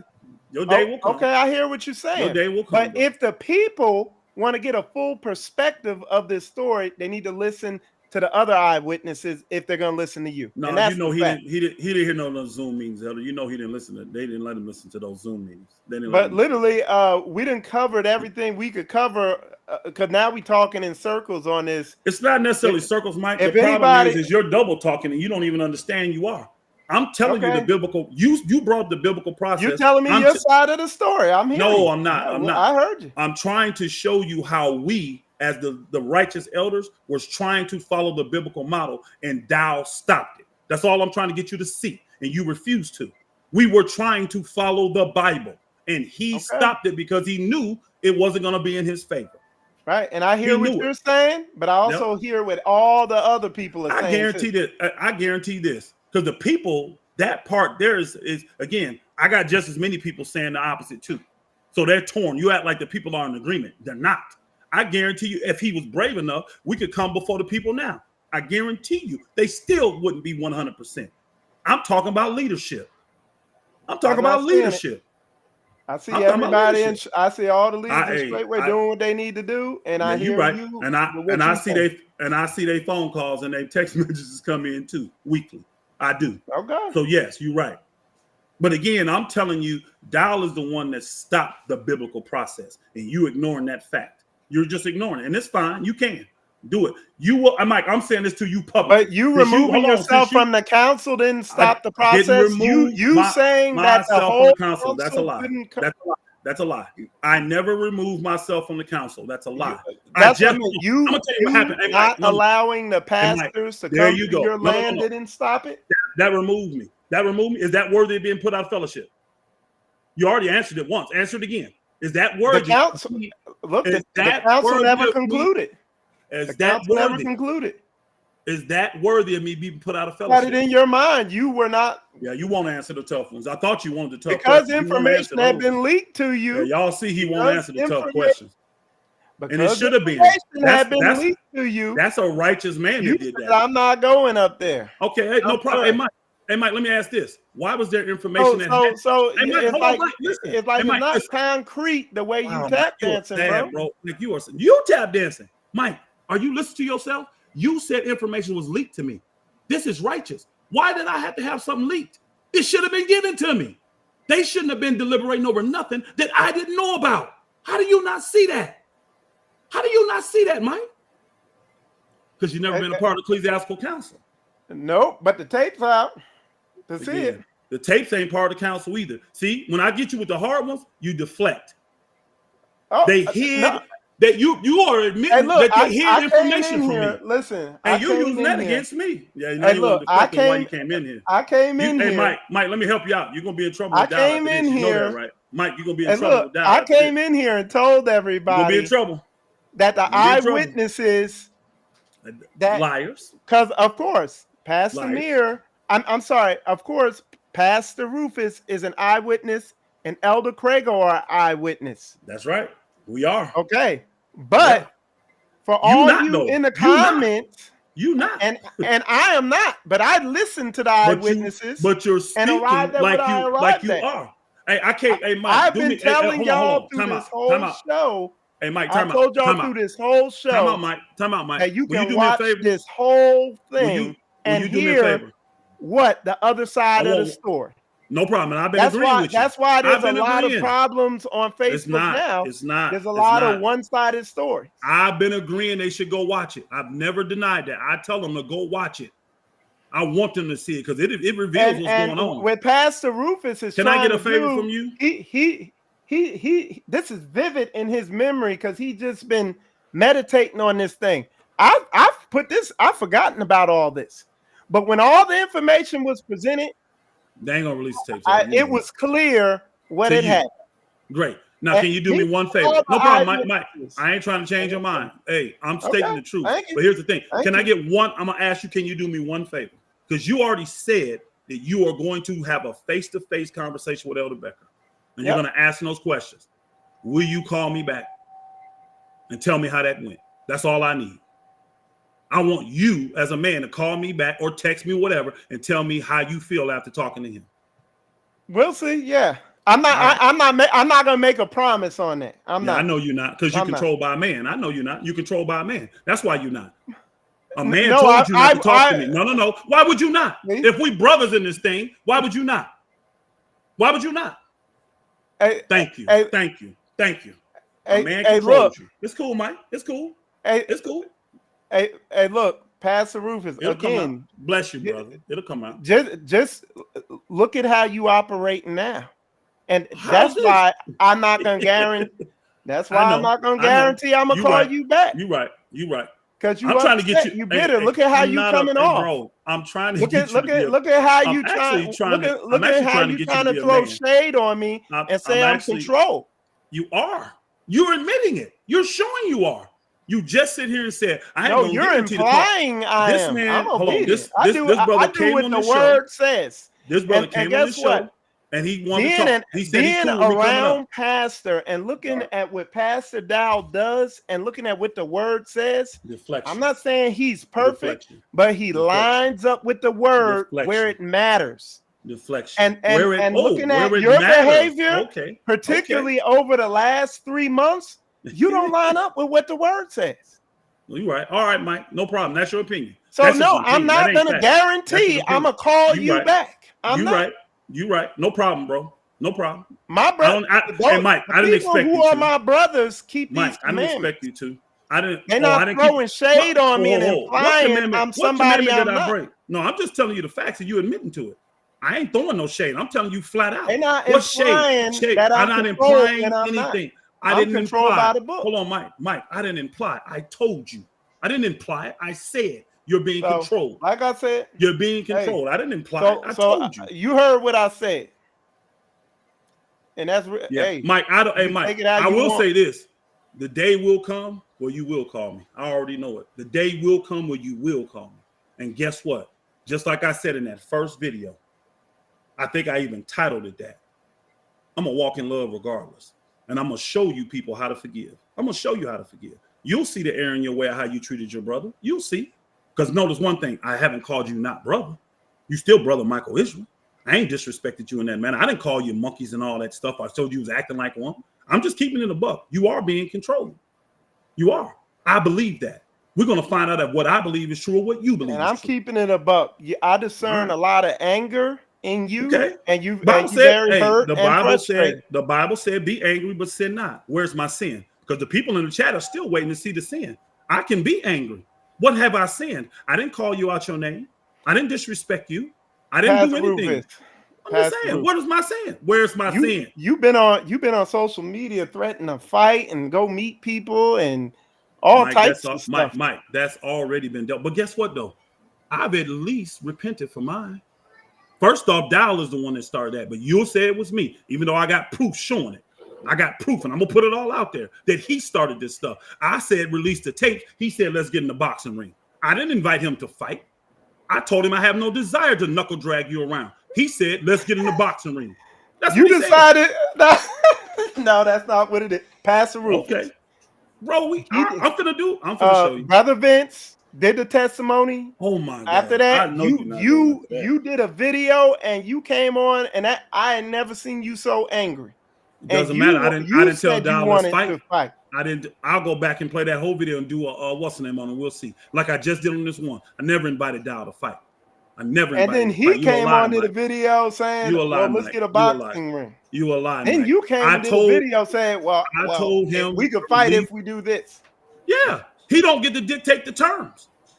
See, you still think he's my ruler. You still think he's over me. You think when he says something, I'm just supposed to do it. That's your problem. He don't and I said that in the video. He don't dictate the terms in my life, bro. It don't take all that. Like it don't take being that emotional over stuff. Let it go, bro. That's the last text I sent you. Let it go. I can be emotional as I want. Guess what? I'm not sinning. I haven't sinned one time. I can be angry and not sin. I know how to follow the book. Okay. I don't care that you don't like it. I'm not sinning because guess what? All these people here been waiting for you to tell them my sin. You still ain't done it. And you're supposed to be an eyewitness and a mouthpiece for Straitway. You've admitted multiple times. Nobody ever reached a conclusion because y'all never allowed the council to reach its conclusion on what Michael, it was. So that's again. So how am I out then? Why am I out then? Why am I out? I left. I just that left. was your decision. I didn't get 30 by your days. own admission. No, I'm asking the question. That's what I'm saying. You want to sit here, bro. It's like I wasn't told to move out in 30 days. Sit here. Look, I'm standing. I didn't answer everything you said. You want to sit here and talk in circles. I'm not talking in circles. You the one. I'm gonna call you. It's like I'm not like everything. Like I'm standing on everything I said. You're not standing on nothing. Eyewitnesses who. Michael Israel. Did Dow? Hey, Michael Israel. Did Dow tell me I had 30 days to get off his land? Yes or no? Yeah. After it all disintegrated. I thought I left. After the meeting got hindered. I thought I left. After the meeting hindered. I left, Mike. After you just weren't gonna follow. And look, after you decided we to never got to that place. Never got follow how everything's laid out. Be controlled by a man. You right. And once I decided I wasn't gonna be controlled by a man, I got kicked out. No problem. You said out your own mouth. I ain't going up to no indie. I'm done. Mike, we good. Brainwaves, I'm done. We good. Thank you. I hope that y'all get a chance to see it. Because one thing I do know about Michael Rizzo, I actually believe he's going to go to Elder Becker. I think Dow's going to try to intercept it. That's what I believe going to happen. But I believe he will try to go to Elder Becker. And this is what I know about Elder Becker, y'all. When he's trapped in a corner with questions, he will tell the truth. That's one thing I know about my brother. He may be weak in other areas and not stand up and do the stuff he should do in those areas. That's fine. But when he's trapped, he's going to tell the truth from the Bible. So I hope Michael Israel gets a chance to talk to him tomorrow at Shabbat. They're in the same room there together all the time. They're in the sound room together. He should be able to pull him aside for 5 minutes and get his take. And I guarantee you, Elder Becker will not say, I saw sin in Pastor Rufus and I agree that he should have been put away. Then what, Mike? Because you kept saying all these witnesses against me. Once you hear from Elder Becker, what you going to say then? And let the people know. You ain't got to tell us nothing here. Do it in the video. Once you get it from an eyewitness that was a part of it, and he tells you that, I want to know what you're going to do then. Bless y'all. Hey, Mike, appreciate you coming on, actually, brother. I do. I appreciate you coming on. I never lost respect for you either. I heard what you said in your one video about, no, I still respect him, blah, blah, blah, blah. It's fine. I never lost respect for you either. None of y'all. I still call y'all brothers, elders, pastors, all that kind of stuff. I haven't closed my bowels of compassion towards none of y'all. Am I passionate and emotional about this? Yeah. I lost my best friend, y'all. Did y'all forget that? I lost my best friend in this over BS. Why? Because I thought I could help him. That's what it boils down to. I thought I could help him. I thought I could help him. So, Brainwaves, I appreciate you, bro. I appreciate you, Brainwaves. Appreciate you having me on. Y'all be blessed.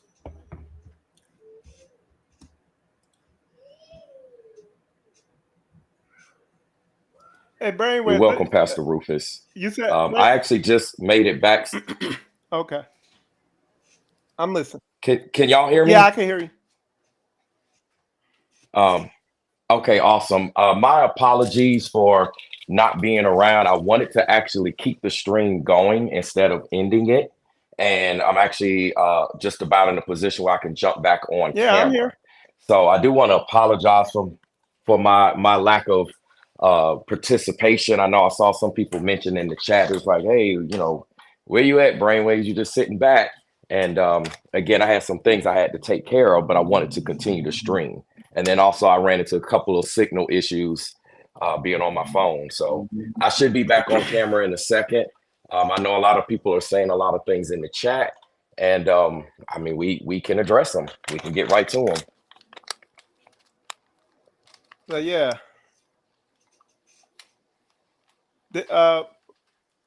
If you give me 1 second, I'll be back on camera.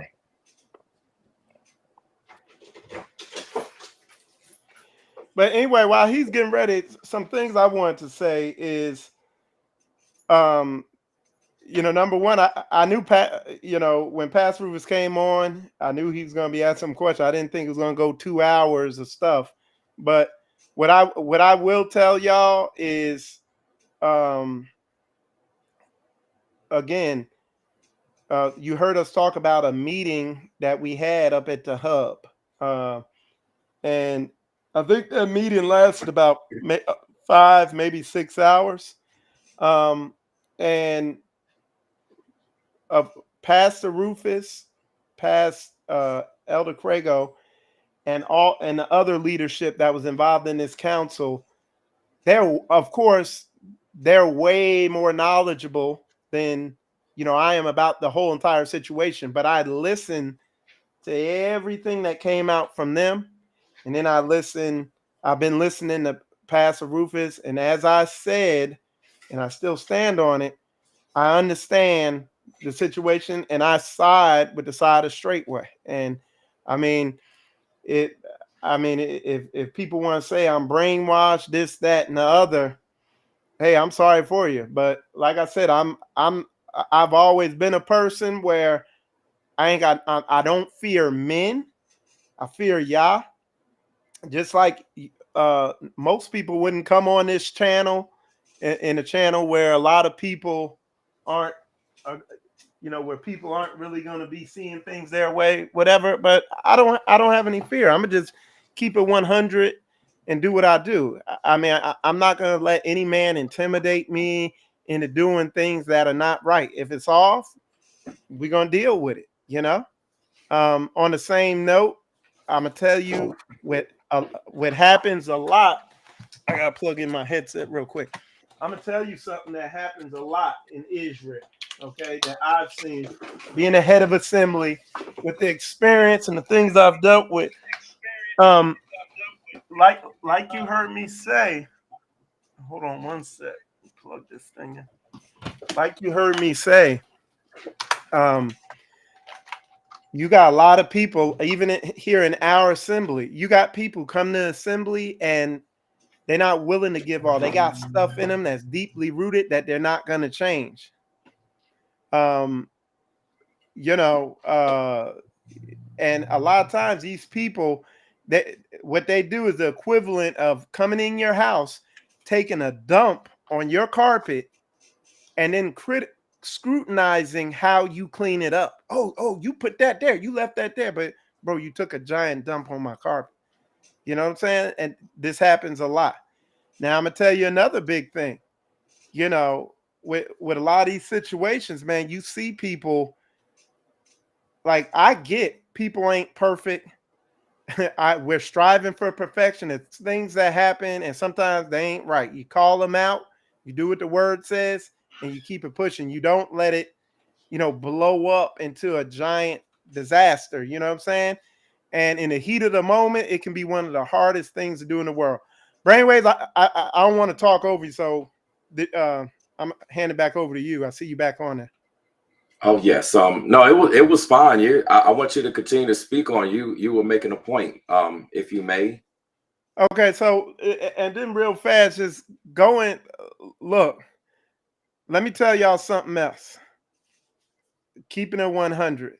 Okay, Straitway ain't perfect. People ain't perfect. We have issues here. That with the difference between Straitway and out there is we do handle it. We do deal with it. The situation with Pastor Rufus, like I said, you heard a lot of that, and you heard, if you got to quote me on saying something, I would say go listen, get the other side of the story. You know what I'm saying? Get both sides. You see, Pastor Rufus is very, like he understands. Yeah, let me put my headphone in.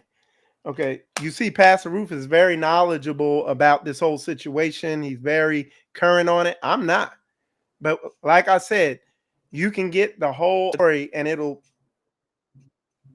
things will be painted a different way. Just like the New Breed situation, because Brainwaves, I wanted to say this. After really listening to what Ringo's saying, I can understand both sides, and both sides' stance on the situation that happened between them. But it goes back to what I'm saying. We deal with situations like that and worse all the time here with the Saints. But the difference is, once all the emotions calm down and everything, we get to the book and we do what the word says. And that's what's enabled us to stay together and work together as saints and be a team and everything like that. Something else I wanted to talk about, Brainwaves, is the accusation that Pastor Dow stole someone's wife and that Pastor Dow is an adulterer. And people are bearing false witness on that, because the facts of the matter are, Eric Gonzalez came on that show that Floridian Rollo, New Breed, and all those other people were on. He came on that show, and he said that he gave Nelly a bill of divorce. Okay, now that's what he said. Now, what people are saying is, oh, Pastor Dow went and manipulated her and coerced her into doing it and all that.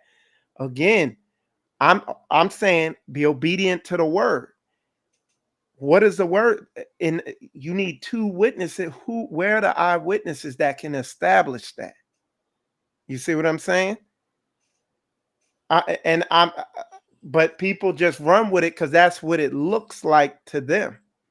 Now, what I did, I went to him in person and asked what happened. And he told me what happened. And then I listened to Eric Gonzalez's stance of what happened. And I listened to him. And literally, I didn't hear any contradictions. They didn't get married or nothing happened till a year after she was divorced. But the way a lot of people come on here and talk is they come on here and they say, oh, Pastor Dow was married to her before she got divorced and all this stuff. You see what I'm saying? And for the sake of being in line with the word, hey, it might look some type of way, But if you go to that man and that man tells you that, and that's what it is, and there ain't no witnesses, hey, that's between him and Yah. But what a lot of people are doing, they're damning their own souls because they're bearing false witness on stuff that they haven't went and got the other side of the story on. And this is book. So I wanted to hit on that. Did you have anything on that, Brainwave? I mean, that's a big point, and actually, I kind of want to hit on several things. Okay. What I want to actually hit on is, and I talked about this earlier before I had to step out, and I'm back. I know a lot has been said on both sides, and I hadn't been around to be able to mediate. There were some times I actually was going to try to say something, and I lost signal since I was driving and everything. But what I do want to say is, as crazy as this may sound to people watching, I actually like what's going on. And let me explain why I say that. Me too. I believe that we've gotten to a place that we hadn't been, or at least we haven't been for a moment. And we're actually at a place where, in some form or fashion, maybe some of you will take it this way, maybe others will not take it this way, but we've actually been able to sit down and talk about what's been going on, where we are. Brainwaves, could I hit something real quick concerning what I just said? Because I saw somebody put in there. Listen, y'all, I'm trying to tell y'all, because I see somebody put in here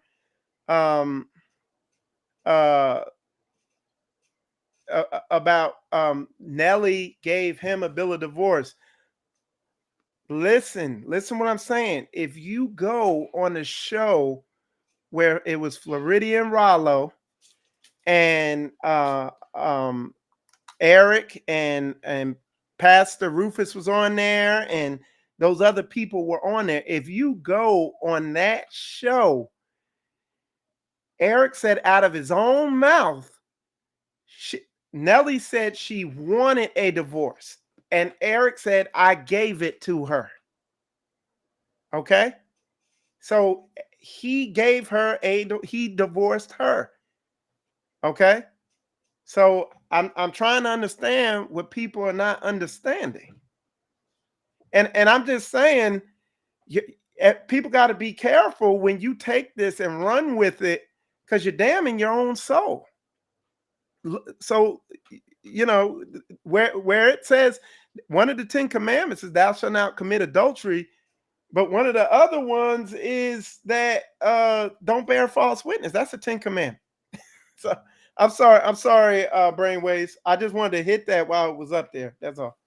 Oh no, it's all good. Like I said, you all are here, so when I do my shows, whoever is on, they essentially have the floor. I try to do less speaking, but back to what I was saying is that I know there's a lot of opinions, there's a lot of perspectives, there's a lot of he say, she say. We're at a place, in spite of all of that, where we at least have a dialogue. And this is something that I really like, because we as brothers, we as sisters have to at least be in a position where we can have some type of dialogue, to where we can work something out to some extent, even if we agree to disagree at the very least. You know, it just depends on what we're talking about here. But we should be at a place where we can at least speak to one another. And this is something that has not been seen out here. One, in social media. Two, we can say in the Israelite community. And three, we can just say in the community, period. You pick a community. This is what's been going on. So what I like about what's happening here is we're at least at a place where we can sit down like men. Hopefully men. I know maybe some of you might beg to differ based upon the conversations earlier, but at the very least, we're able to talk. And this is something that hasn't happened in, I don't know how long. I lost track. I'm trying not to actually think about the exact time. So this is a good thing, because this is something we don't see. And, you know, Brother Michael Israel, he held me accountable to this. You know, when the whole Ringo and New Breed situation, you know, he called me, and, you know, I mentioned that I did have a form of mediation into the matter, But he did hold me accountable. He said, well, hey, if you feel this way about the situation, if this is what it is, then at the very least mediate. And one thing that I know that the Most High uses me to do is be a mediator. Now, again, my apologies for not being active earlier. I had things to do and I did not want to end the stream. I wanted to keep things going. So here we are. Again, my apologies for that. Any, wrongdoings that people may see, hey, I take ownership of that. Have no problem admitting that. But I'm glad that we're at this point, because this is something that I also have to be accountable of.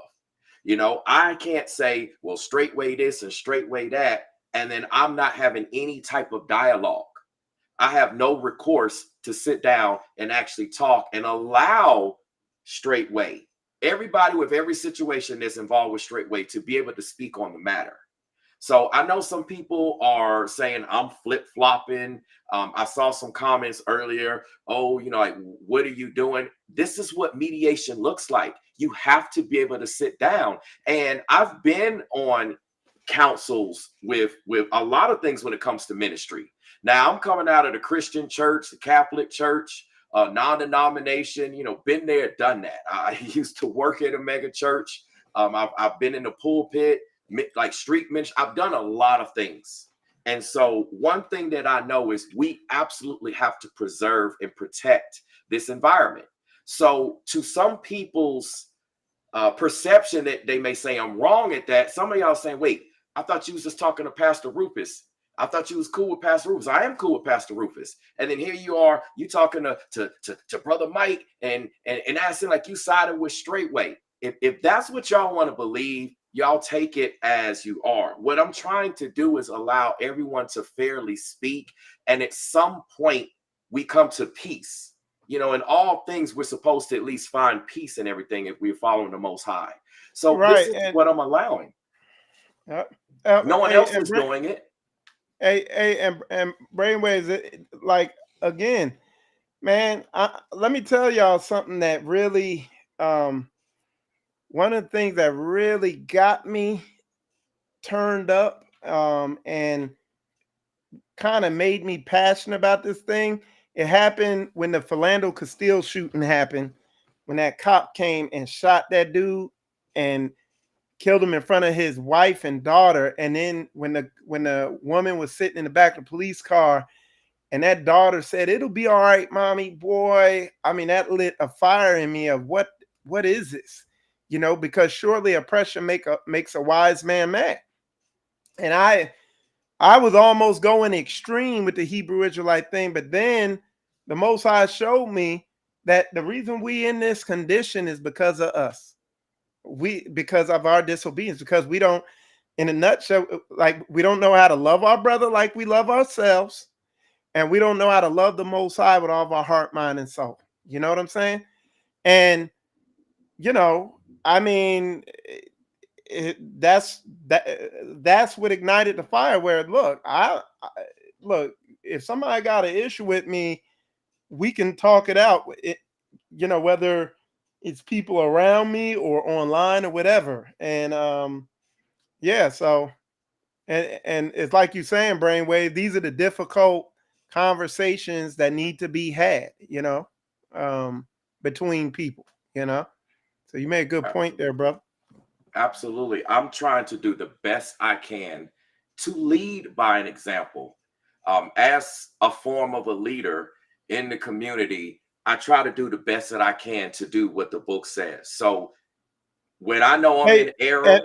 And Brainwaves, on something, on a statement you just said about being a leader, I just wanted to add in that, I don't know if people realize it, but like recently, over the past year or two, like, YouTube has really grown to the point it just overtook Netflix as it has more viewership than Netflix. And it used to just be, hey, you're a YouTuber. Literally, you, to a degree, you got to almost, like, when you're at, like, you got a pretty good sized channel. When you get to these sizes, you literally got to conduct yourself like a celebrity, or like you said, like a leader. You got to really take account to the moves you're making, because now it sways a lot of people and everything like that. So, yeah, but that's a good point you made on that. And I want the people, I know you all have seen this since the moment we got, this is the first time that Brother Mike and I have actually spoken. Shy of, the videos or what have you, we actually are speaking. And what I'm seeing is, and I know there can be some disagreements with the Pastor Rufus situation. What I'm seeing is Brother Mike's dealing with me. It's fair. It's just. He hasn't called me any names. He hasn't raged out on me, said anything, done anything. And like we're sitting here face to face, man to man, and I'm being treated the way that a man, especially a man of Yah, should be treated. And I believe that I'm treating him the same way. So when you have that, you have to honor that, because that's how the Most High would Right. have us. We can't Right. love the Most High if we can't love our brother. And Brother No. Mike, he is a man of the Most High, regardless of any flaws. I'm a man of the Right. Most High, regardless of any flaws. Let's take the sin out of the picture, because I think that that's what's getting us in trouble. Well, he did this and she did that, Right. and this person's like this and like that. At the end of the day, and remember, David had a lot of, so we can start going into through examples of the Bible of a lot of men that were quote unquote in sin and did a lot of iniquity, yet the Most High had favor in them, yet their heart Right. was in alignment with the Most High, in spite Hey, of. Brainwave, I wanted to answer a question somebody put here. Is that cool? Absolutely. All right. Somebody asked, Michael Israel, with you not even knowing Dow at the time these accusations happened, do you believe it's right for you to speak on this situation while you say bearing false witness? Yeah, brother, what when I came into Straitway, I, like anybody else, or like you heard me say earlier, I questioned everything. So when I came in, all this had happened, and I got online. I was looking online. I was watching all the videos that Eric Gonzalez put out, and listening to everything, and researching everything, and questioning everything, questioning Pastor Dow about the situation. And so again, I heard Eric Gonzalez's side, and then I got Pastor Dow's side. And then with that, I was like, okay, I get it. I understand. So I didn't go in with a one-sided approach. Now, as far as your question, am I qualified to speak on this? Yes, I know Pastor Dow. I talked to him about this. When this resurfaced a couple months ago with Ringo, I went to Pastor Dow. And you want to know what I asked Pastor? I said, Pastor, if this is all lies, why don't you go on there and just lay it all out and dispel all the rumors and everything like that? And he's like, I ain't got to give them no answer. And if you know Pastor, again, most people haven't really been around a man like that. But if you know Pastor, he says what he means what it says. And a lot of people will take it the wrong way. So I was like, but I was like, look, they saying all this stuff and it's bad press. He's like, I ain't got to give them no answer. And I was like, okay.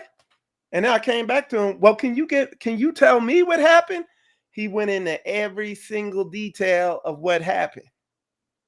You see what I'm saying? And went through the whole thing. He literally don't care. He said he addressed it 10 years ago. He not dealing with it again. Now, me, I understand media. I understand, what people think and all that. You know what I'm saying? But that's just the type of man he is. He's not, but people swear he's lying. He's trying to hide something. If you believe that man's hiding something, call the number behind him. Go on out there. Talk to him. Meet him. I mean, we just did a meeting in Dallas. We put the address out there to the public.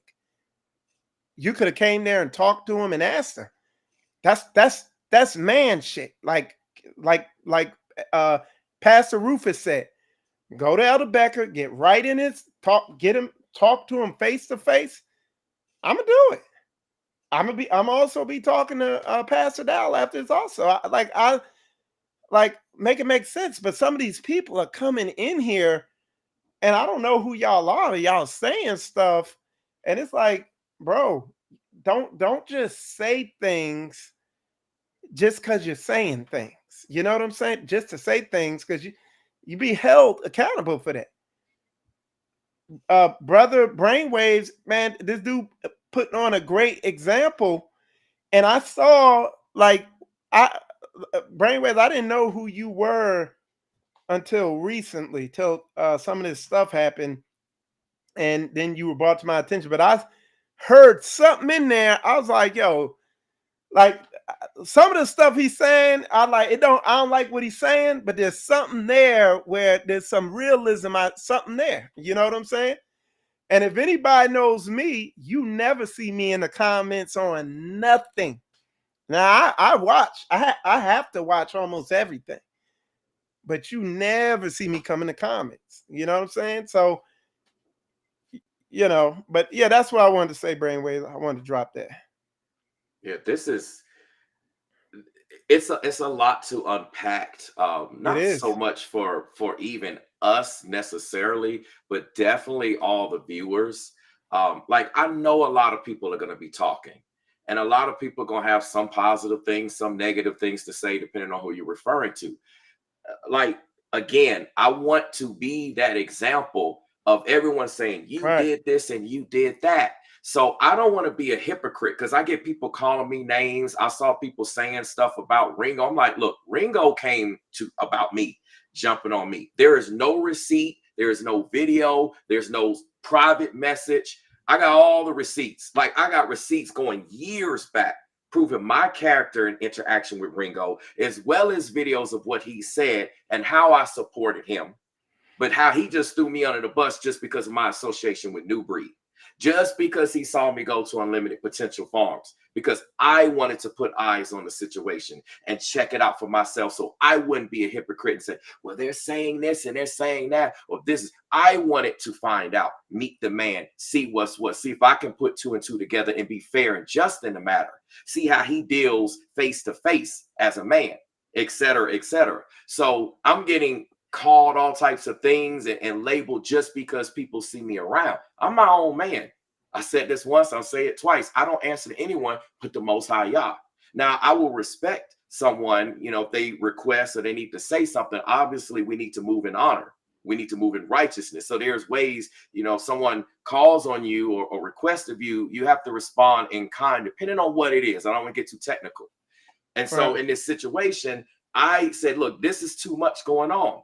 And this is why I wanted to bring Brother Michael on, as well as anyone for that matter, currently at Straitway that wants to talk about anything. Because and I want y'all to take this in consideration. None of us are perfect. Think about the things that you've done.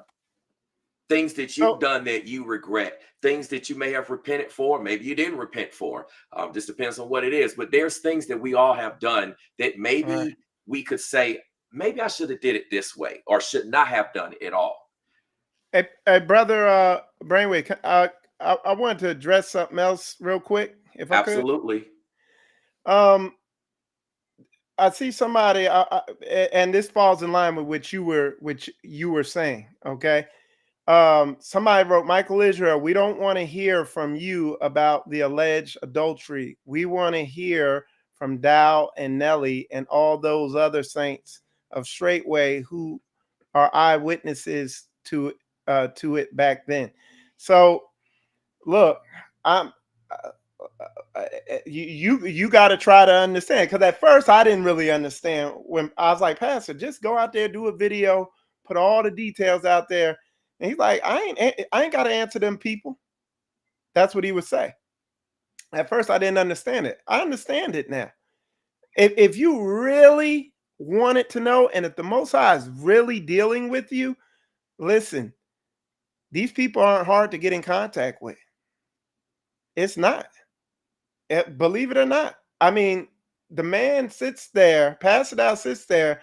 There's a phone number right behind him. It's not that hard. Now, you're not going to call that phone number and it's going to be Pastor, hello? No, they're going to take a message. And if you're serious, if you just want, because people will call up there and just be malicious. But if you sincerely being led and you're wanting to know, hey, is this the place? Look, You literally can watch my footwork on my videos. You could go back 5-6 years when I met Pastor Dow. You know what I'm saying? He invited me out to the land. If you serious about Straitway, it's not that hard to go out to Straitway. But what I'm trying to tell people is be careful saying things because it looks a certain way, but you didn't follow the biblical protocol and get both sides of the story. You see what I'm saying? So I just want to make that point. You know what I'm saying? Because and look, this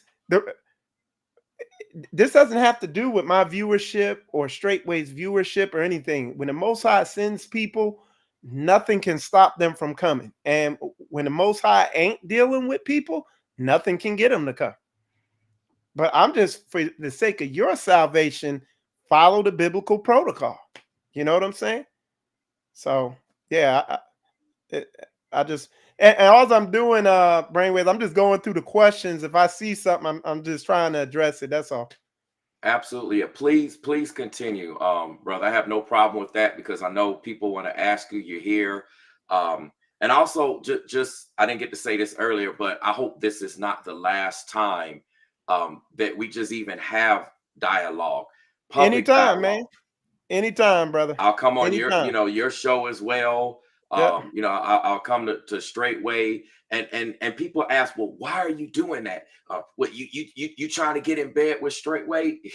Again, it's all about perception. If that's what you want to believe, so be it. I can't control what a man or woman wants to believe. If that's what you want to believe, so be it. What I'm doing is I want to show people that how can I sit up here and say I'm holding brother Michael Israel accountable for anything. I don't care if it's just the smallest things, like, you probably don't want to say that, brother. It could just be something silly, something real small.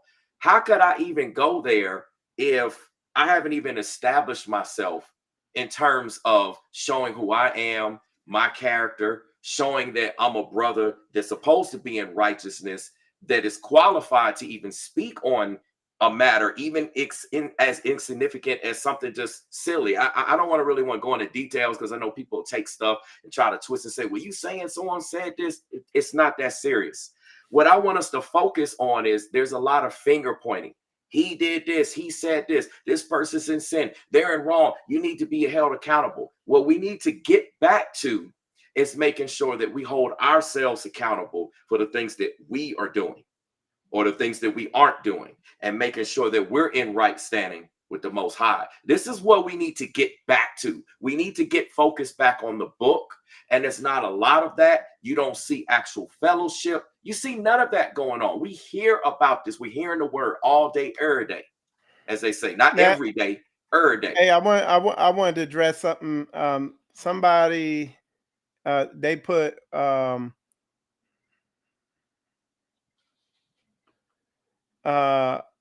okay, somebody said thou has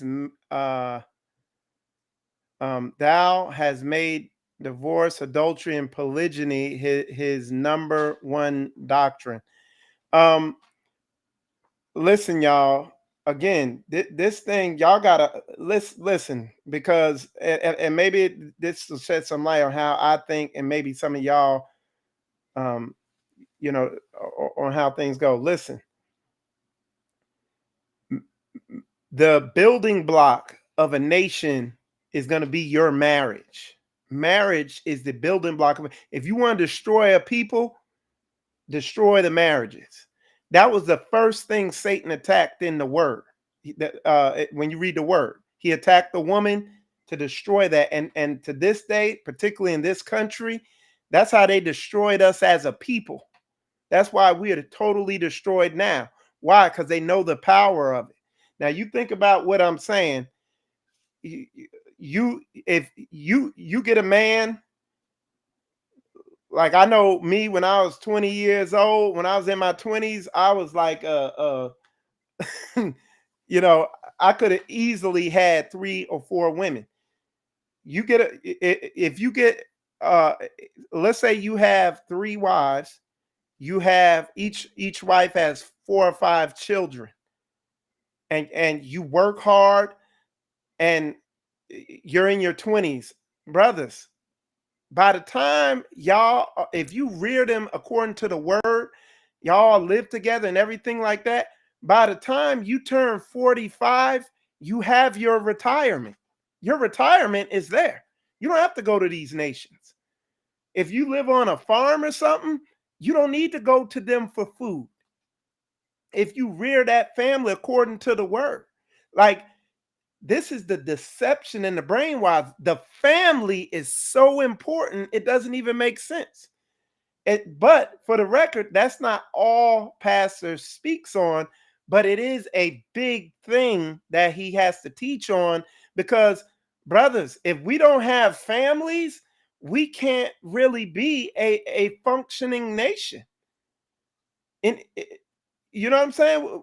The reason why we're so reliant, part of the curse is, the reason why we're in the condition we in is because of the state of the family.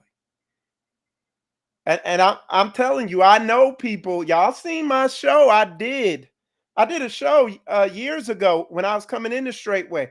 I had Arnold Murray on my show. He's a third generation um, polygynist, and I know he likes to stay low key, so I'm not going to disclose nothing. But I would just say this: his family, his children are large enough that if I disclose how he's moving and how he's operating, it would boggle your mind. Literally, but I will say this: if people understood the importance of the family, because all through the book, it's all a model of a family, and it pushes family. Literally, when you look at the whole Bible, it's literally a model of a family and everything. If you a family is it's a weapon of mass destruction to these other nations. And our people could make a family quick and continue making it. And literally, if people get this, in one generation, a whole nation could literally raise up within like a 20-year period. You could have a nation pop up out of nowhere.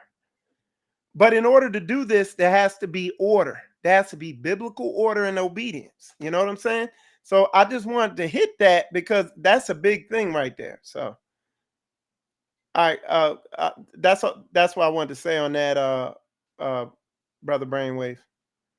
That's and let me piggyback off of the family aspect. So brother Michael already covered one aspect of family. Another aspect is, at the end of the day, and this is what we have to realize, we're supposed to be brothers and sisters. Those of us that claim we love and we believe in and we follow the Most High Yah, then by definition, that makes us family. That technically makes us brothers and sisters. Just by a simple definition. It's not complicated. It's not. All right. Again, Hey, brother Brainwave, I wanted to address something else. Somebody put they got a good statement or question here. They put, Michael, Straitway has kept many people from their families. And again, you're going to have to come. Don't just throw stuff out that looks like it's some type of way, because I can tell you, I'm boots on the ground. I'm in here. And I've seen situations that people might say, oh, they keeping them from their family. Brothers, I'm sitting here telling you, there's a lot of situations we've seen in here where men just simply don't have their house in order. Okay. And I ain't gonna put nobody out there, but I guarantee if I went and I told y'all the eyewitness situations that we've seen happen here, you would do an about face on that statement. Now, somebody else said that Pastor Dow, I'm trying to find it because the comments are coming in. It says, Michael, it says, you guys have RG Steer's ideology. And RG Steer is a guy that Pastor was a part of his thing. when it was found out that this dude was a pederast touching children and stuff like that, pastor left. But RG Steer had communities. Okay. So if that's what you want to say, that we have that ideology, then yes, we do have communities. Pastor learned a lot from him as far as building a community. So if you want to say that, yes, but we follow book. We could Bible all the moves that we're making and that we're functioning in. You know what I'm saying? Yeah. Well, they're asking some All good right. questions. Somebody asked about the Bryson Meir and the Pastor Mears situation. And I did a video on that. And I'm going to tell you what I said in that video. I'm going to reiterate what I said. I said as much as I could say in that video, but even if, say, it was Ringo or New Breed or something, they fell into serious legal trouble like that, I wouldn't speak on it. And this is my brother, Pastor Meir, and I'm not, until this whole thing is over, I'm not really saying anything because I don't want to, say the wrong thing or whatever like that. So, but what I can say is I'm read in on that situation to a degree, so I understand, a bunch of stuff concerning that situation. And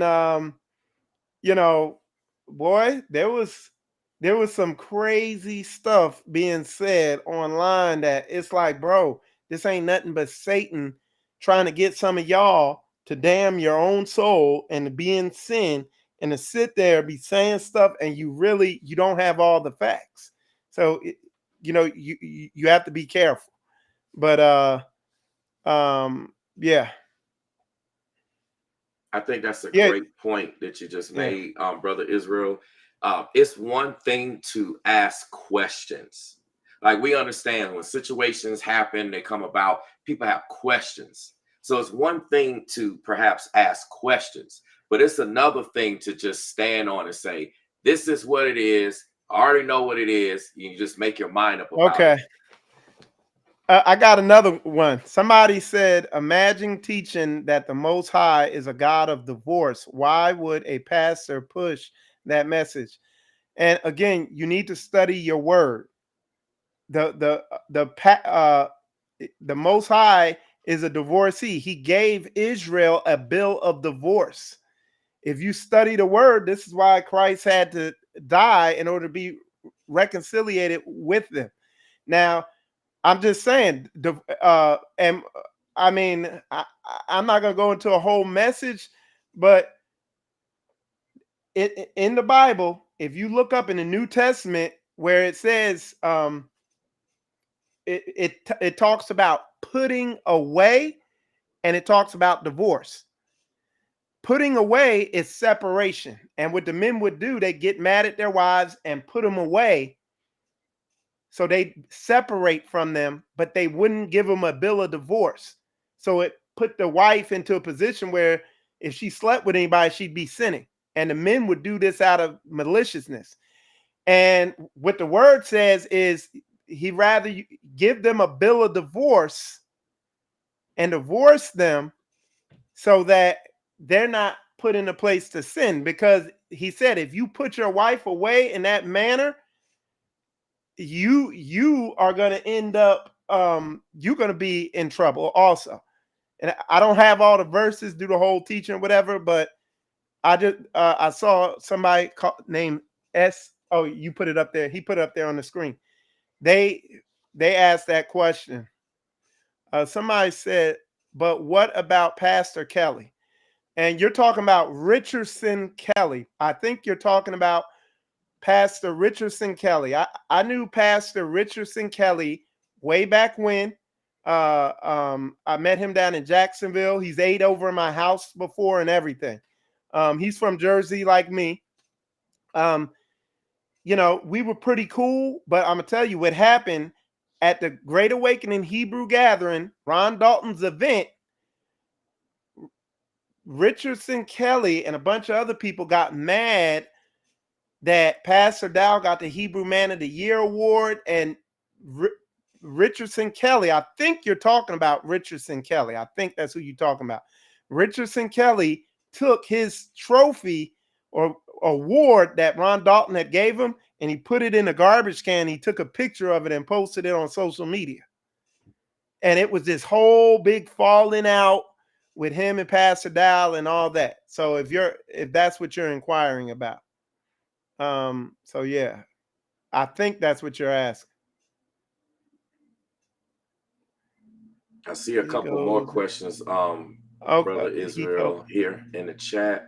Yeah, if you find a good one, just throw it up there. You know, like I said, they're scrolling. Okay. Here's one. It's about the whole divorce scenario. Lala says, I thought the wife was bound to her husband until he died. And again, if somebody could post it in the comments or whatever, there's a scripture about divorce in Matthew, and somebody could find it and post it, and it talks about, and what it is, when you read it, it says if they be it talks about divorce, but then when you look, it uses divorce in the two verses or whatever twice, but what they did when they translated it to English. If you look it up, go to the Blue Letter Bible. If you look that word up in the Blue Letter Bible, one of the words where it says divorce is putting away in Greek. But what they did, they put divorce on it. So in the Greek, which is what the Bible was, the New Testament was translated from, that word is putting away, and then the other word is divorce. So if you go to Blue Letter Bible, you will see that in there. You know what I'm saying? And then it also talks about, because of the hardness of your hearts, he allowed people to divorce and everything like that, because you know what I'm saying? And like I said, he gave the northern tribe of Israel a bill of divorce. You can read about that in there too. Like I said, I just jumped on the show, so I don't have all my Bible verses in front of me to really go through and break it down. But you can kind of Google some of that and find a lot of what I'm talking about. So good question. And Brother Israel, I did put the scripture up on the screen. It's in Matthew 19, verses 3 through 9. So as you were actually speaking on it, everyone should be able to see the scriptures on the screen about it. So let me it says Pharisees also came. It says, and he answered and said unto them, have ye not read that he which made them at the beginning made them? Where is it at? The putting they away say part. unto him, why did Moses then command to give a writing of divorcement and put it in her hand? So that's talking about divorce. And he says, listen, next it says, he saith unto them, Moses, because of the hardness of your hearts, suffered you to put away your wives. So putting away means separate. Okay. But from the beginning, it was not so. And I say unto you, whosoever shall put away his wife. Now, again, putting away means separate from her, except it be for fornication, and shall marry another. So what they would do, they would put the wife away, meaning separate, not divorce, separate. And then can you put it back up there, because I can't see it. I'm sorry. There you go. Yeah. So they would put their wife away, because except it be for adultery, and marry another woman. So they would put her away and then marry another one, and now that woman would be sitting there burning with lust, but that man would have another wife. He'd be good to go. It said except it be for fornication, shall and marry another, committed adultery. So they're calling that adultery, but that's putting away. That's not divorcing. Okay. And whoso marrieth her, which is put away, again, she's separated. She's not divorced, but doeth commit adultery. Okay. So, and like I said, you got the verse there. What I would do, don't just go by what I'm saying. Look it up. Look them words up. Look it up in the KJ. Is that a KJV, brother? Yes, it is. Okay. And just read it in context. Read the whole chapter, and read the whole thing and look it up in the Greek, in a concordance or something, or in Blue Letter Bible, and then you'll get it. Hey, brother Brainways, you could take it down. There you go. So yeah. And that's so I'm seeing if there's any other questions. Let's see. Let's go see if I can catch up. This one is about Straitway and Pastor Dow's perception of family. Brother said, Michael Israel, Dow told a sister named Tammy if she goes to see her mother, he told her don't come back. He said this just recently. I don't. I'm just being straight up. I don't know. I didn't see that. I would have to get the whole context and see what it is and look into it. You know what I'm saying? So, I think that's fair. Yeah, to not, and that's what we're supposed to do. We shouldn't comment on things if we don't have a complete understanding of what's going on. If we hadn't heard the picture or have everything that's available at the time, then we should avoid actually speaking on situations. I did actually hear, I think it was on one of Pastor Dow, it was during a Shabbat service. I can't remember which one. I don't know, one of the last couple ones or something like that. I can't remember exactly. He spoke on it, but he did mention that Sister Tammy's family, the mom was, she was wicked, and it's a lot that goes on. Oh, okay. So I vaguely know one situation where there was a sister, and she was there on Straitway, and the mother, for whatever reason, called the police and told this lie that something was going on over there, and the cops came out there. You know what I'm saying? Which can be dangerous, So there was a situation like that, or along that lines, So maybe it's that, but like I said, I didn't hear about all that.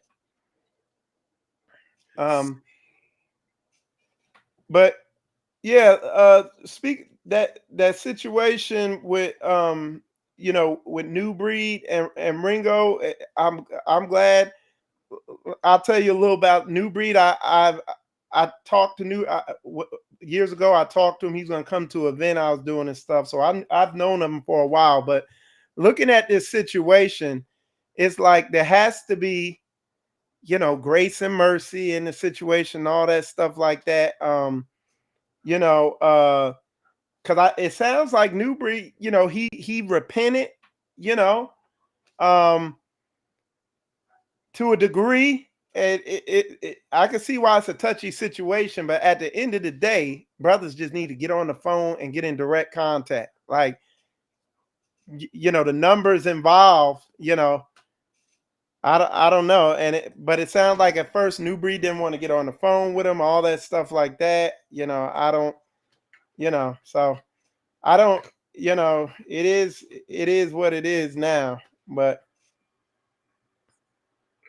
This is an example. This is why we are talking right now. This is why you see us talking right now, because we don't want to repeat things that we've seen. I don't want to be a hypocrite of encouraging and repeating things. It's one thing if you witness something, or even if you were a part of it, but once you know that something is not correct, and definitely the way that both of them have been handling this situation is just not correct. It never should have went public. It should have been behind the scenes. Even if they felt some type of way, then that just could have been a issue quietly behind the scenes. It never should have gotten to this point, but unfortunately it did. It's out here. I don't know if Ringo's gonna stop. I mean, he's just making video after video after video. A lot of the points that Brother Israel said, he's literally playing right into it. It's exactly like what came out of Straitway. They said that this was gonna happen. These things are So taking yeah, place. and I wanted to speak on that. So this is the big thing, okay, with Ringo. 1 minute he was totally cool with Straitway and everything like that, and then literally overnight he started doing videos, and I started hearing about it, and then I started hearing more about it, and then it was like a whole month worth of just video after video after video. And it's like he never reached out to Pastor. He never reached out to him. He never got anybody to go see him, anything. And it just went on and on and on. And and it was like, wow, that's amazing. And I mean, and heavy lies. Like one video he put out was with a girl who was a part of our assembly. She had some mental issues, and she was just completely lying. Because I think the girl was bipolar, and she was good, and then all of a sudden she just poof. And literally, I mean, Floridian Rollo, let's go put that video on his channel, and then Ringo said, "Hey, give me that video," and Floridian Rollo like, "Yeah, I'll send it over." Send it over to Ringo. Ringo put it mainstream and was talking on it like it was fact. And bro, that's wicked, man. You can't, like, bro, you got a huge following. And to go on there and just do like 8-hour videos on unverified stuff, man, that's gonna catch up with you, man. Like, you gotta, people, look, you gotta be careful when people are rolling like that and operating like that. And again, I know you like, even like, things got to be provable, observable, repeatable. You know what I'm saying? There got to be like some eyewitness testimony to some degree on both sides. Real talk. I just keep on. When I did my video about New Breed and Ringo, I think I saw Ringo's video first, but I listened to enough of New Breeds to get both sides and see what was going on. I didn't just run with Ringo said, you know. And I mean, at the end of the day, you see it things that both of them got going on that they need to deal with. And look, getting sharpened, because I'm gonna just keep it 100 with y'all. Like, getting sharpened, there's gonna be friction, and it ain't comfortable. So people have a natural jerk response, me included. And do I get sharpened? Yeah, I get sharpened. I be in Straitway, like I be getting rebuked by, and I'm over in assembly, and there's stuff I do in assembly that ain't right, that I got to deal with and grow in and develop. And I do. I grow from it. And it's not fun. It's not always fun, but the fruit that comes forth with the brotherhood is priceless. You see what I'm saying? And so I just wanted to say that. Oh wow, this is a big one, and as soon as I read it, Brother Israel, I could tell it's already a misunderstanding just reading the question. So I'm gonna put it on the screen. Hopefully you should be able to see it. If not, I'll read it out to you. Okay, why did Dow not support UP Farms? Again, what's his name? Ringo TV came out, and for a month straight did 2 months straight did videos. We let them do the videos for a month before we began responding, because we didn't, we were like, hey, people always say stuff about us. Most of the time we don't even address it. So we just, hey, let him say what he say, whatever. But then we could see it was becoming malicious, and he had it seemed like he had ill intent about what he was trying to do. So we began addressing it 2 months straight. Then about a halfway into doing these videos, um, uh, New Breed got involved. He was doing videos. Now he wasn't doing nearly as much as Ringo, but he was going in. And so they were doing their videos, and literally they came together with the UP Farms thing over all this stuff because of all them going at Pastor, making these accusations about him being an adulterer and stuff he had did.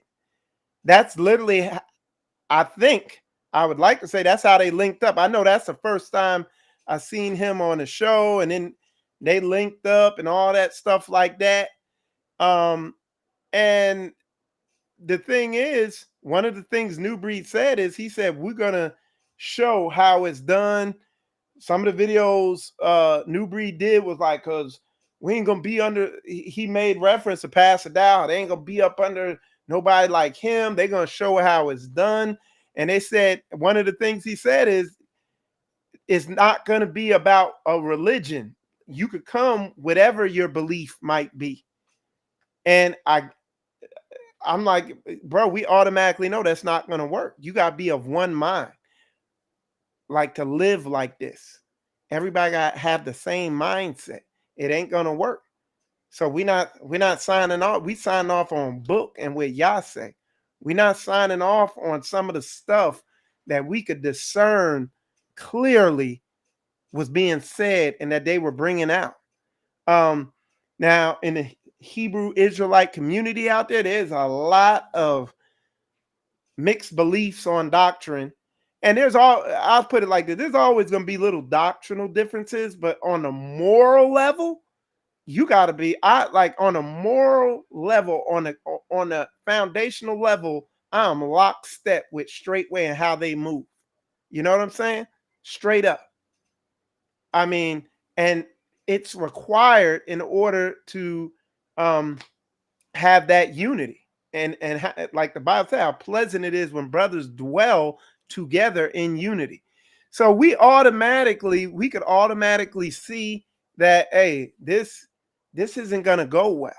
And I mean, again, we've been here, like Pat's been doing this 30 something years. I've been doing it about 5 years now. I am not on land, but we do live communally. Okay, we don't have a big piece of land though yet. We're working on it. So we can discern what the word says. And because we live together, and I'm gonna explain why I'm saying, and then I'll take that question. SOL just popped up there after that. But I can explain why we understand stuff the way we do. When you do what the Bible says and you live around your brother and have all things in common. Like when I was down in Jacksonville, Florida, we had like a 1,600 square foot, 3-bed, 2-bath house. And we had about 3 families and a bunch of other brothers living in there all together. Me and my family stayed in one room. Me and my wife slept on the bottom bunk. My 2 children slept on the top bunk. We had another family in another room, another family in another room, some brothers who slept in the living room, and we were all like-minded, and we dwelled together in unity. And the Bible and the verses in the Bible pop off the book when you're actually living like that. You really understand what selflessness is. You really understand what these scriptures are saying. So living like that, being in situations like that, when you see people going on these endeavors to do things, you can see it clearly as day way out. You know what I'm saying? Somebody asked, are you lockstep with Mir? Yes, I am. Yes. But like I said, I'm not speaking on that situation because, again, it's a legal situation and I'm not saying anything until afterwards. You know what I'm saying? Just out of,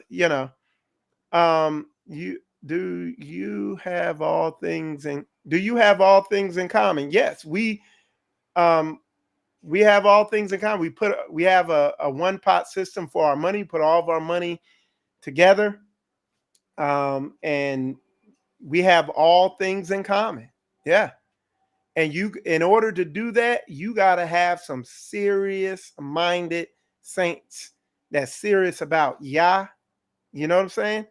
And again, when you begin moving, living, operating like that, this Bible takes on a whole different meaning. You get a level of understanding of the Bible that you would not get sitting there just ever learning and never really walking this thing out. So to your question, yes, we have all things in common. I mean, we don't share underwear and stuff like that, you know what I'm saying? But you understand what I mean, you know what I'm saying? So yeah. And like I said, it ain't all, you know, it ain't all peaches and oh, it's all perfect over here. We have issues, as the Bible said you would. But again, you learn to trust in what Most High put in that word. You learn to trust in that in dealing with these issues. You see how efficient and effective the wisdom that y'all put in that Bible, you see how efficient and effective it is. It's a blessing when you stick to it. And I'm going to tell you a heavy thing, man. One of the big things, I'm going to tell you one of my biggest, and I know Pastor Rufus doesn't see it this way, but I'm telling you one of my biggest wake-up calls I've had is it tells you, servants, be subject to your masters with all fear, not only to the good and gentle, but also to the froward. For it's thankworthy if a man for conscience towards God endure grief, suffering, and suffering wrongfully. And that is such a heavy scripture to me because when you live communally with brothers and sisters, there's times where you just, for the sake of the brotherhood, and for the sake of peace, you got to take the meek, humble route. Just go, hey, I could do this, but you know what? I'm going to take this route. I'm not going to, do, even though I can. And I have brothers that deal with me like that, and I deal with my brothers like that. And like, look, you can talk about it, but when you see it, then you understand it, because we get it, man. Living here, man, you get to know everything about your brother, and one of the big things you learn is he ain't perfect. Just like Brainwave said, he ain't perfect, and I'm not perfect, but we're striving towards perfection. And like I said, Michael Israel, I'm not perfect. I got my issues. I make my mess ups and all that, but I'm striving towards this thing. You know what I'm saying? And once you begin walking this out and living this way, man, you begin to have a desire for it. Somebody said, Mike, do you agree that Pastor Dow has changed for the worse over the years? No. But I'll tell you what I do. I moved up here. I live close to the hub, and I deal with Pastor a lot. Okay. And I'm going to say this. When I came to Straitway, I was pleading with the Most High because I was dropping my daughters that I love. I was dropping them off at school, and I knew it was messing them up spiritually, morally. My wife had to go to work. I knew it wasn't good. And now, if you watch my channel, I'm gonna be coming out with a video now. Like, my daughters are homeschooled. The women here teach them and educate all the children. One of the sisters here was a nurse. She just did a midwife course with them. And these girls is young. Some of the girls is like 10 years old, and they will break down stuff about the female reproductive system and make your head spin. And just to watch their spiritual growth and development and all that. And then I look at Pastor Dow, because I deal with him very closely. I do. I'm not close like Pastor Rufus was to him, but I deal with Pastor closely. And I appreciate what he galvanized, what he forged out, and in the Straitway model that he has. What I do see with Pastor Dow is, dude, he's tough. Like, and I don't think, I could guarantee most of y'all have never been around a dude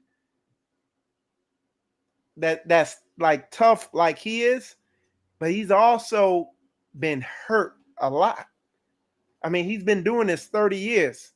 And brothers and sisters, I'm trying to tell you, like, I've been doing this for 5 years, and like bro, this thing is real.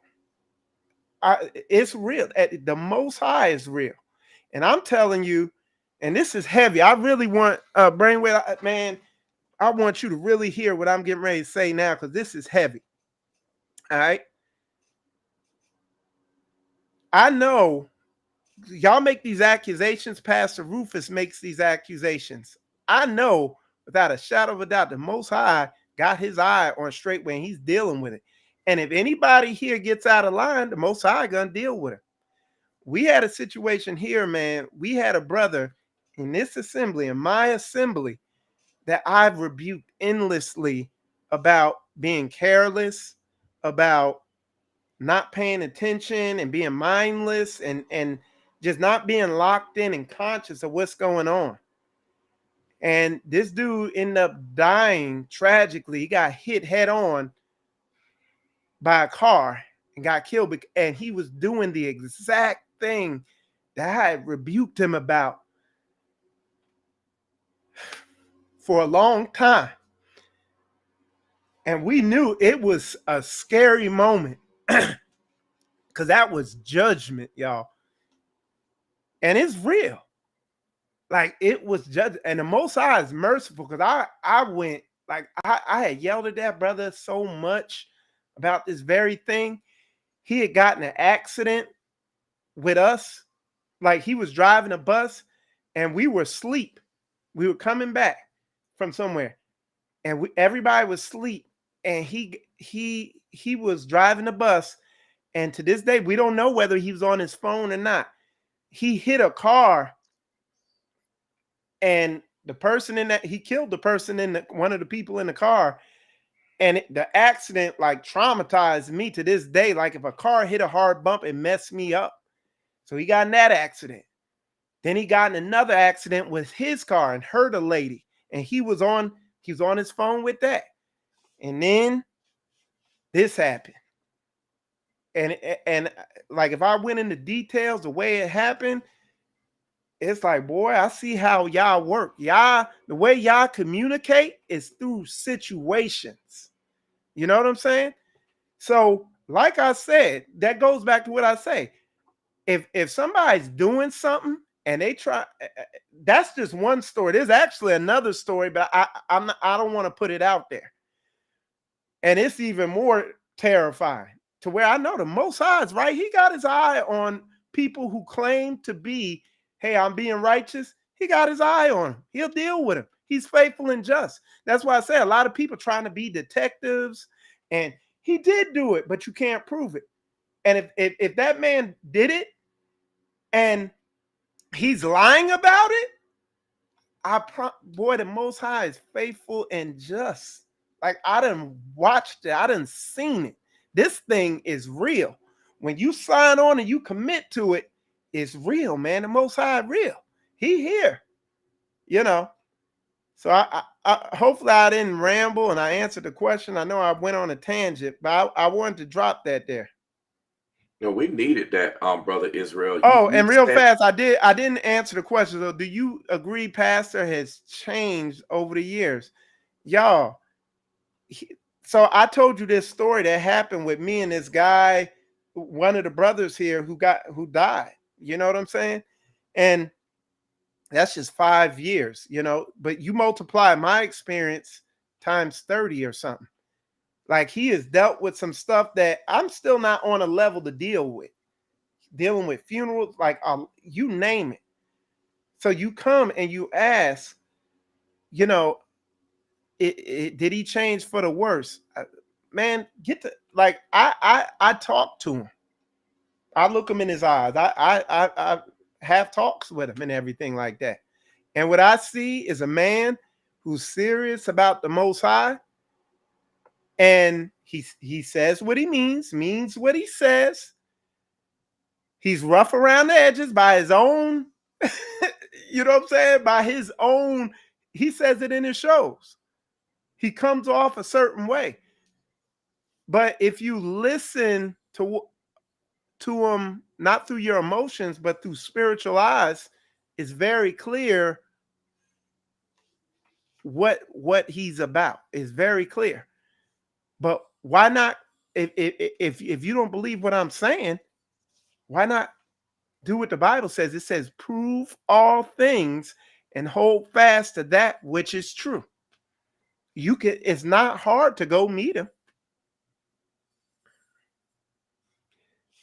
So somebody asked, are they still pooping in buckets at Straitway? No.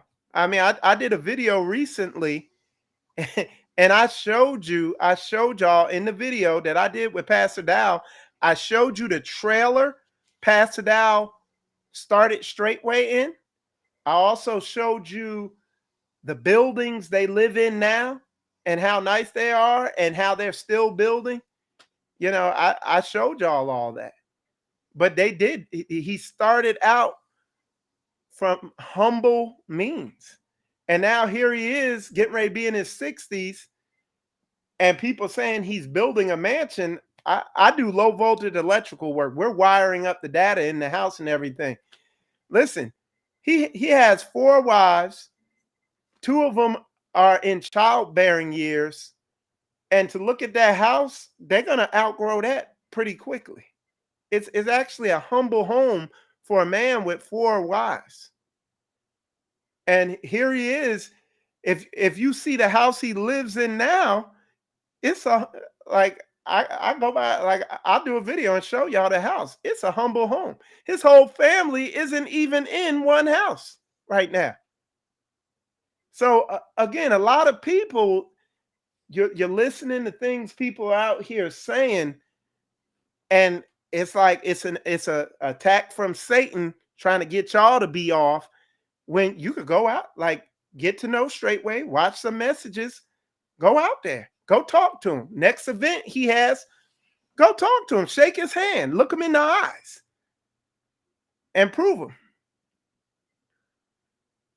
Somebody said, JR, he not going to answer. He skip over that. What did I skip over? Can somebody tell me? I agree. Oh, here it is right here. He said, Brother Brainwaves, can you scroll down a little where, I could do it. I could do it here. All right. JR asks, I'm not ducking no smoke. I agree. The Most High is judging Straitway with Nelly, Rufus, the mirror situation. That's what he's saying. But JR, I want to ask you, have you been out to Straitway? Because when I go out there, it's going, like, me and the brothers, we go out for the last month or so. We go out there almost every weekend to do work and stuff like that. It's the most peaceful place to go. We look forward to going up there. When we out there on Straitway, y'all, it is so peaceful. I actually brought this situation up to one of the saints that live on Straitway on what's going on out there on social media. And he had no idea what was going on. He just loving Yah, serving Yah, waking up, living his best life with the saints. So to say that it's judgment and all this stuff is going on, I don't see it. Like, in this home assembly here, this has been the most peaceful my life has ever been, because we have created a righteous environment for our women and our children to grow in. and we watch our women and our children grow more and more righteous every day. It's a blessing. So to go and say that, hey, it's like when you look on social media paint Straitway, it looked like it's Armageddon over in Straitway, and like we in Compton and it's Crips and Bloods or some shit, and it couldn't be further from the truth. That's why I say a lot of these people, they need to stop listening to these people on social media that's lying to them. And some of these people being proven to be liars on social media, and they need to get boots on the ground. They need to go meet somebody in person. For the longest, it wasn't hard to see me in person. I was all over the place. But y'all listening to people who have no skin in the game, like they literally will, all their witness is their fingers. They just type something and that's that. So somebody asked, so you don't think mere freedom being taken away was judgment? Case not dropped, nothing. He bailed out. Interesting. Well, like I said, I don't know what that name is, but like I said, with the mirror situation, I did a video on my channel, and I'll reiterate again, because it's tied up and it's a legal situation, I'm not speaking on it until it's clear to speak on it, because I don't want to. And I would do that for any of y'all. I would do that for anybody. I don't want nobody caught up with no legal stuff, so I'm not speaking on it. But in time, everything will come out. You know what I'm saying?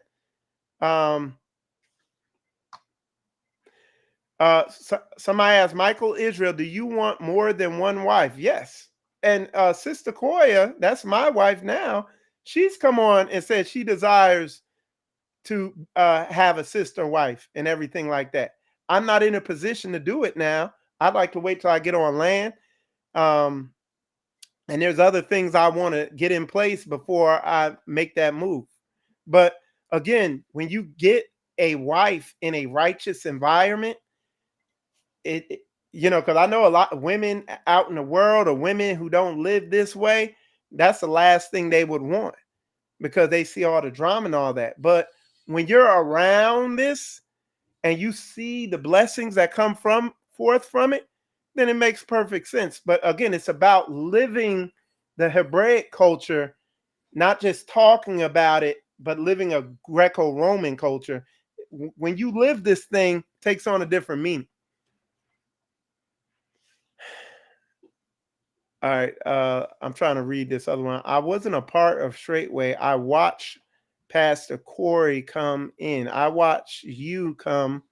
So when people ask questions, they ask from stuff they remember from way back. I followed Dow before you came, Michael. Okay, hallelujah. Okay. I want more than one wife myself. That's not against the Most High. No, it's all through the book, you know.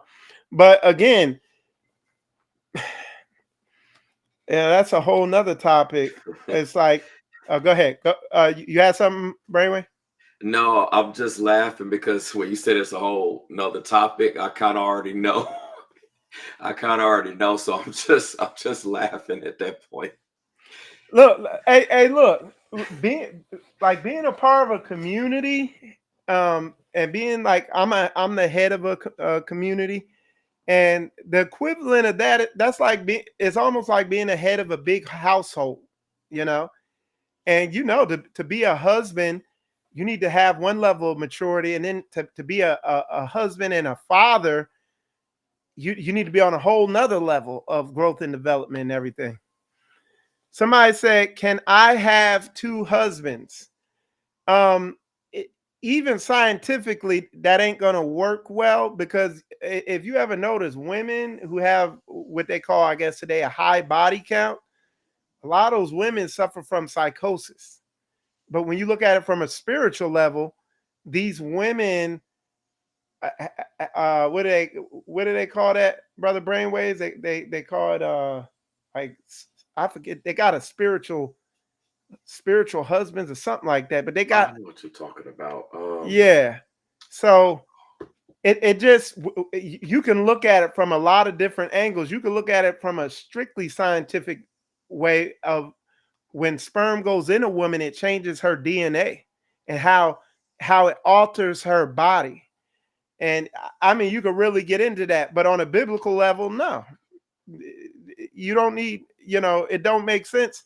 But then when you live this, when you live this out and have multiple wives, then you can really see it really makes sense. And when a woman's, most women are selfish. A lot of women are wicked because they're selfish. And something that's going to get that spirit of selfishness off a woman, nothing is going to be more effective of getting the spirit of selfishness off a woman than having multiple wives. Really having it so she could live her life. Let's see.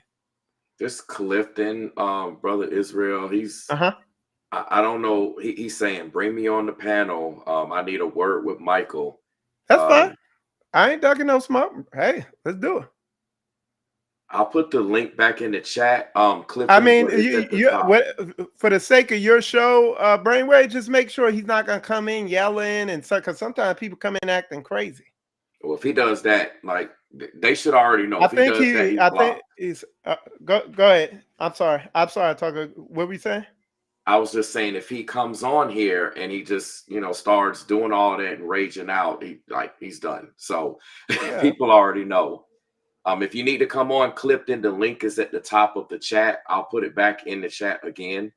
Again, be respectful. Y'all know the rules. Y'all know how it is. I know a lot of people feel a certain way. This is not the time to be coming on here raging out on brother Israel. This solves nothing anyway for anyone that would want to go about it that way. It just shows us who you are. I mean, it does do that.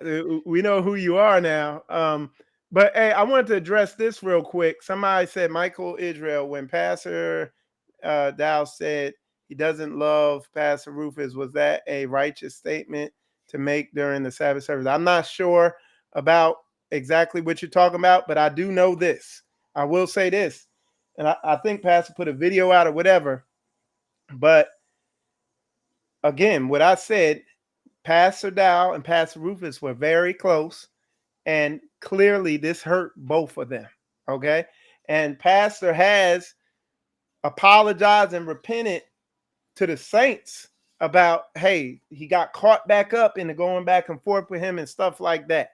You know what I'm saying? And again, I'm not sitting here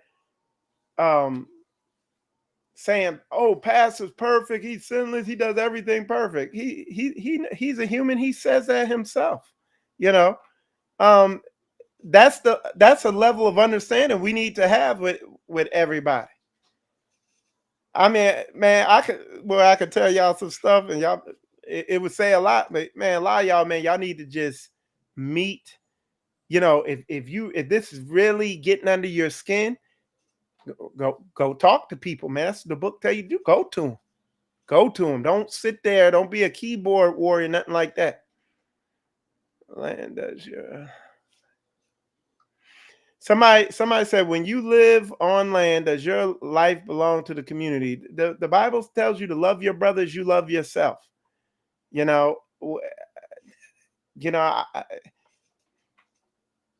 I don't. When you grew up, when you're a part of your family, does your life belong to your family? Like, what does it mean to be a family member in a family? A lot of y'all, and I know there's a lot of people, they come from dysfunctional families, so they don't even understand that. But the job of a member of any family is to support that family. But again, reading the Bible, if you read the Bible, you're going to see that and understand it. So you want to bring them on, Brainwave? I put the link in the chat, and okay. he hasn't responded. I know Jonathan, he said, thank you for answering my question, Michael Israel. I wanted to see, oh, I'm sorry, I want to see Pastor Rufus and Pastor Dow reconcile. Hey, listen. Nobody wants to see them reconcile things more than me, because you heard Pastor Rufus come on here and say, when I came into Straitway, it was him. He walked me through everything. You know what I'm saying? This thing, it hurt. You know what I'm saying?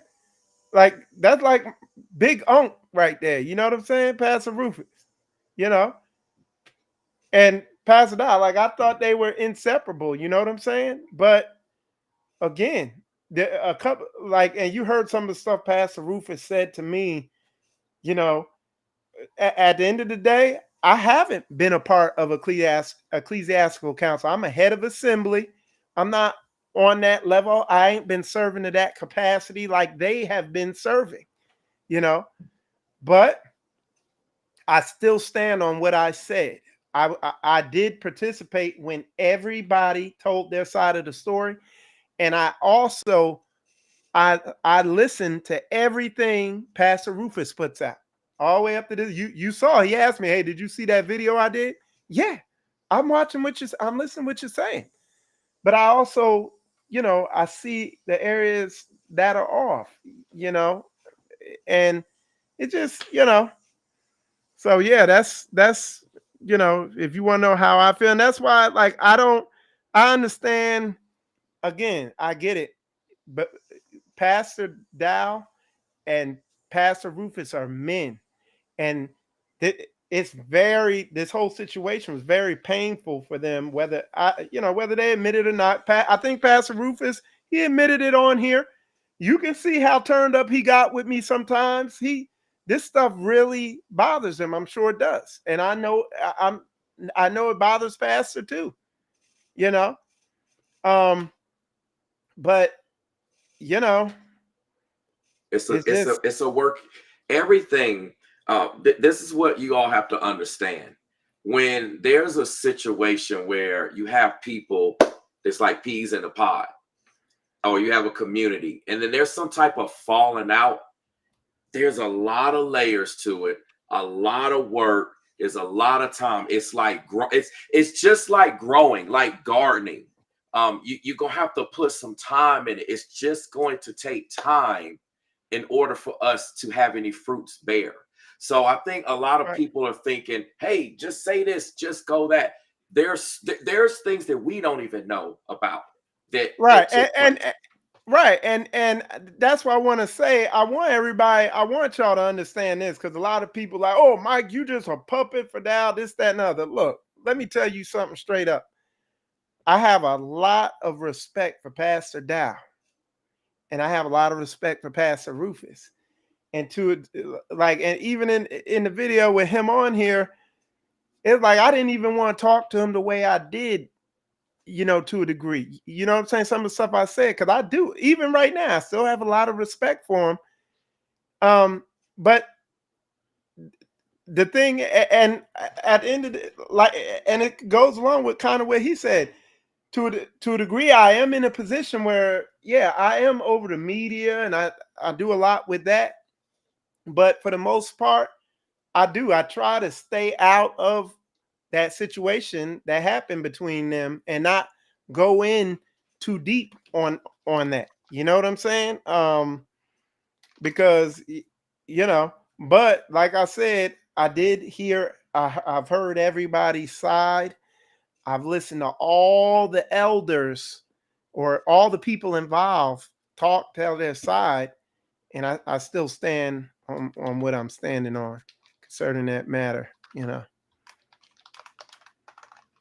Clifton says, all right, somebody, it's freezing. Okay, somebody asked, okay, I'll be more specific. Are you able to have your own vision that you want to strive, or do you have to only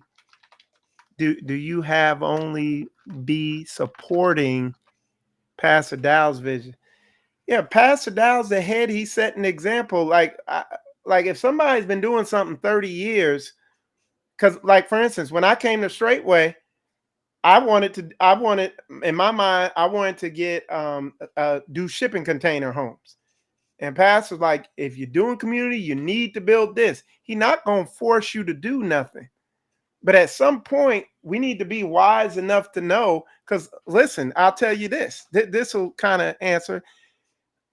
When I was in that predicament where I'm dropping my children off at school, I'm in debt up to my eyeballs.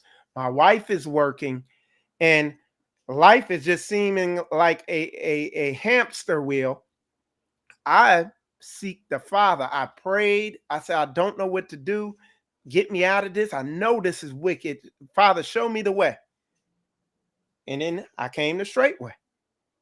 And I followed the example that has been proven for over 30 years. And it's working. And I see the fruit. So I fell in with it lockstep. Period. And guess what? As I've done that, I'm out of debt now. I am debt free. Everybody in this house is debt free. All the children in this house are homeschooled. Our women don't work. We get home cooked meals every day. We've grown spiritually over the past 5 years more than we've grown over the last 15 years. You know what I'm saying? So am I following his vision? Yes. Is Pastor imposing his vision on me like Hitler? No. No. You look, that's what I'm saying. Y'all not in this. I'm in it. Dude, if you became a part of it, like me becoming a head of assembly, I was blown away by the silence. I was like, I thought somebody would be coming down here giving me the roadmap. It's clear. Pastor, he wasn't reaching out. Nobody was reaching out. I had to reach out to them. Anytime I reached out, they were right there. They'd answer. And I literally just, eventually it became obvious after a couple months, oh, I just need to follow what they're doing. And I started doing it, and I started reaping the benefits of it.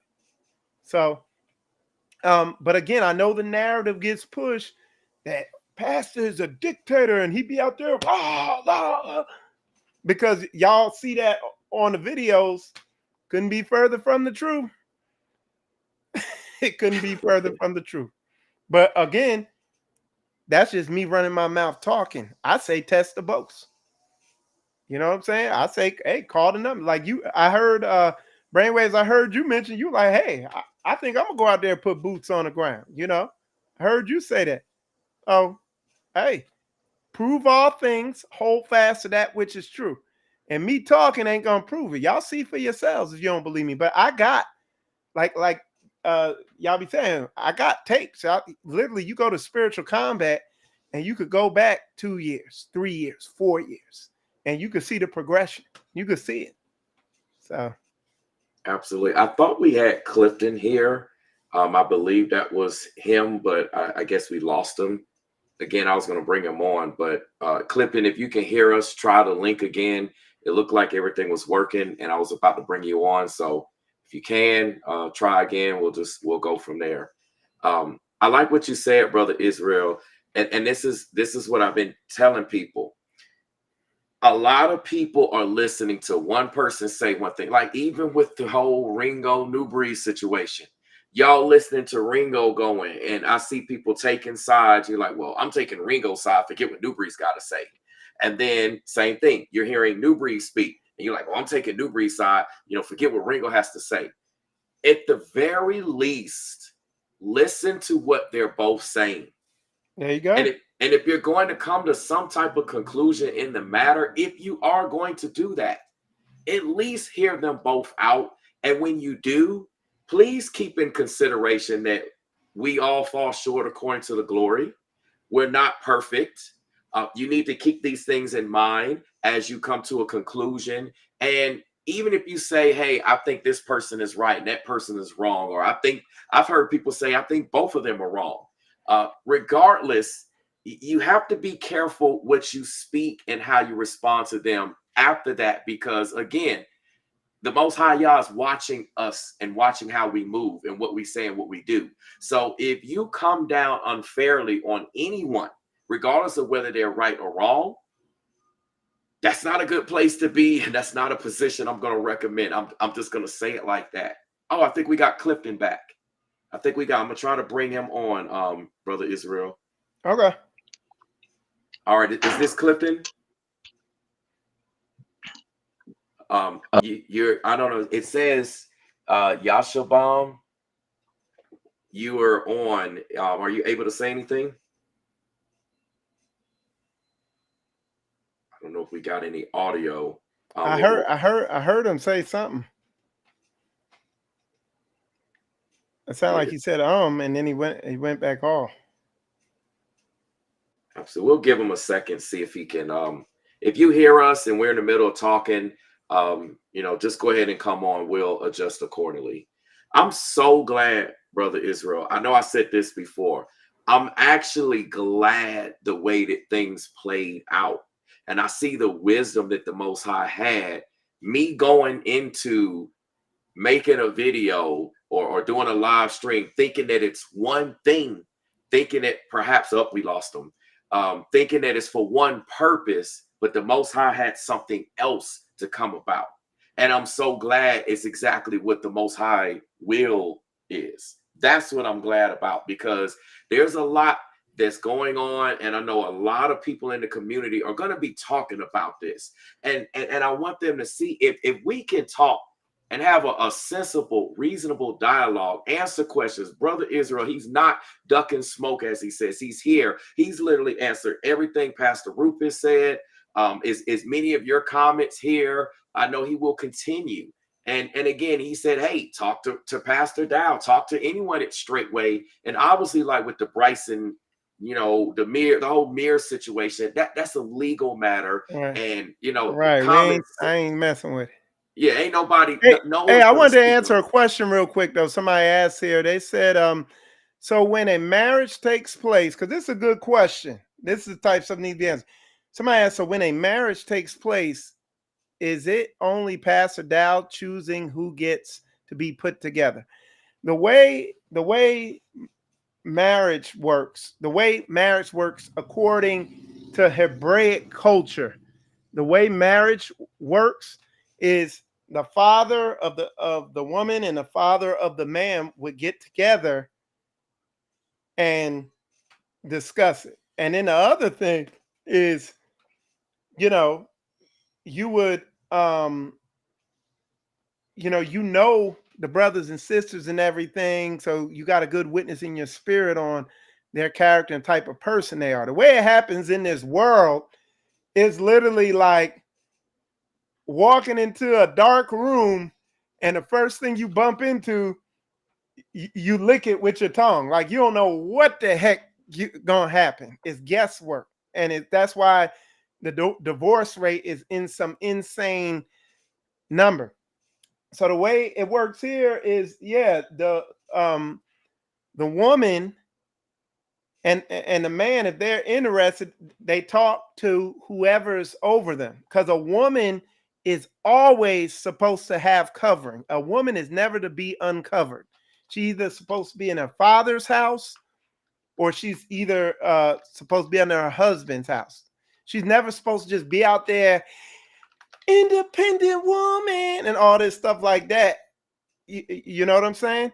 So yeah, it's making and like, if y'all know spiritual combat back in the day, I've extensively taught on relationship, masculinity, marriage, stuff like that, marital roles and stuff like that. And you're gonna, if you go the biblical route and have a marriage where, hey, you tell, like a woman tells her head, whoever her head is, it might be her father, or if you're part of an assembly and you don't have a father or anything, you tell that head of assembly, hey, I'm interested in that brother. Okay. He reaches out to the head of that community, whoever's over that brother, and he asks, hey, how is this brother right here? Oh, he can't keep a job. He struggles with love, his this, his that, all this stuff you would have never known until it was too late. and you're like, you might want to rethink that. But if that's what you want to do, you could do it. But we recommend, boom. So yeah, it's not no force dictated thing. But what happens, brothers and sisters come in here and they realize the righteousness and the holiness of the Hebraic culture, and they see how brutal it is out there in the world. I'm talking about, I like, you see it, man. Somebody look like the perfect husband, or the perfect wife, and then y'all lay together something, and then they give you something Clorox won't clean off, and then it's just misery from then on out, or something, or who knows. So this is the Hebraic biblical way of marriage and relationship, and what Pastor Dow says, the marriages that Straitway puts together, and when he says Straitway puts together, the people who use the proper channel to get in a relationship with people, they never have problems. They never split up. There's never a bunch of issues. Now, there's been people go to pastor. Hey, I was interested in this one. I'd hold off on that. Again, he will not order you to do nothing contrary to popular belief. And people have went against that. And you see what happens afterwards. I've seen it.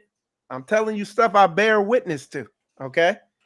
So hopefully that answered your question. That was a good question. Serve the people.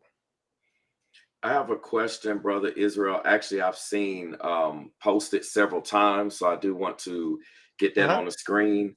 Scorpio Mama is asking, is it righteous to teach while drinking? And I believe she's referring to probably the Blog Talk radio sessions, if I had to put two and two together. So she's asking, is it a sin to drink a beer while you're reading from the Bible, or talking about the Bible, or teaching the Bible? I'm pretty sure that. Can you clarify? I never seen that. I never seen that Bible verse that says that. Now, it is a sin if you sitting there like, oh, and you drunk. It's a sin to be drunk. You know, the Bible tells you don't be drunk. But I see Pastor have a beer. He don't be drunk. I go to the feast, and I be up there when they are drinking. I don't drink because I used to be an alcoholic. So like, you give me a drop of alcohol, my pupils shrink, and I'm like, and and the Most High delivered me from that. And I told Most High, hey, I ain't drinking no more then. But I'm up there at feasts, and I don't see Pastor getting wasted or nothing like that.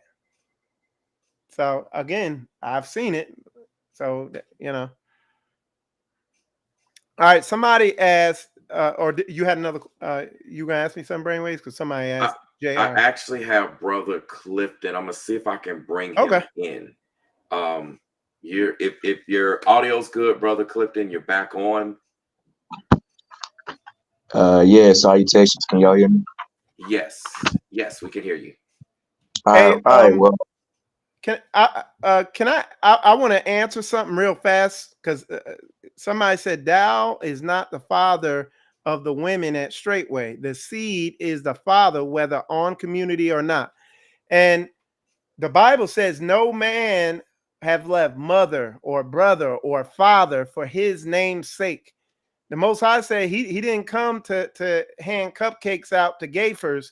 The Most High came to bring a sword. He came to turn father against mother and stuff like that. So when a woman comes into this and their father doesn't come with them, they submit to the leadership that's above them. So I just want to answer that. But that's all I got. That's correct. All right. Brother Clifton, go ahead, just in case so we don't lose you. Can you go ahead and share or ask or whatever it is that you had for us? I don't know if we've lost your audio again. He was there for a sec. He was. I don't know. It's no telling. I I just want to elaborate on what you said, Brother Israel, while we're waiting for him to come back through. That is true. Anytime a woman always has to have a spiritual covering. So it's just like you said, if she's not coming in with her father, so if her father doesn't want to have anything to do with Straitway, but she actually wants to have everything to do with Straitway, then she's leaving that covering, and then she comes under the next covering that's available. So that's how it happens. Where okay, now the women would be under the leadership in terms of covering, and then that woman or those women, once they decide to actually get married, yep, we lost Brother Clifton again.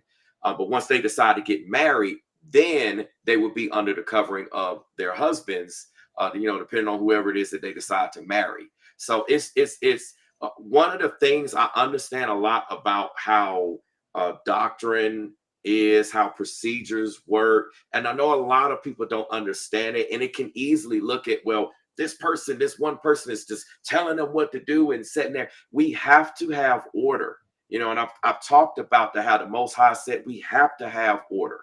We have to have some type of, not the world's governments, because when I speak on this, people take it out of context. We have to govern ourselves accordingly. There has to be structures, there has to be some type of laws, order, all of that we all abide by and we all follow by when we're in these communities. So from what I'm hearing and what I'm seeing and what I understand in terms of that, there's nothing out of context. Now, again, as Brother Israel said, if this guy, he not worth a pot to piss in, so to speak, I'm just making a long story short, and this woman decides to, hey, I still want to marry him or whatever it is, and they do what they do, hey, that's a situation and a decision that they made, but that's not in reflection of the leadership, because as you heard, they speak on these things and say, I don't think y'all should get married. But again, no one is dictating and lording over anyone in terms of them making those decisions. They have their free will. So that's actually on them. And this is what Brother Israel is saying.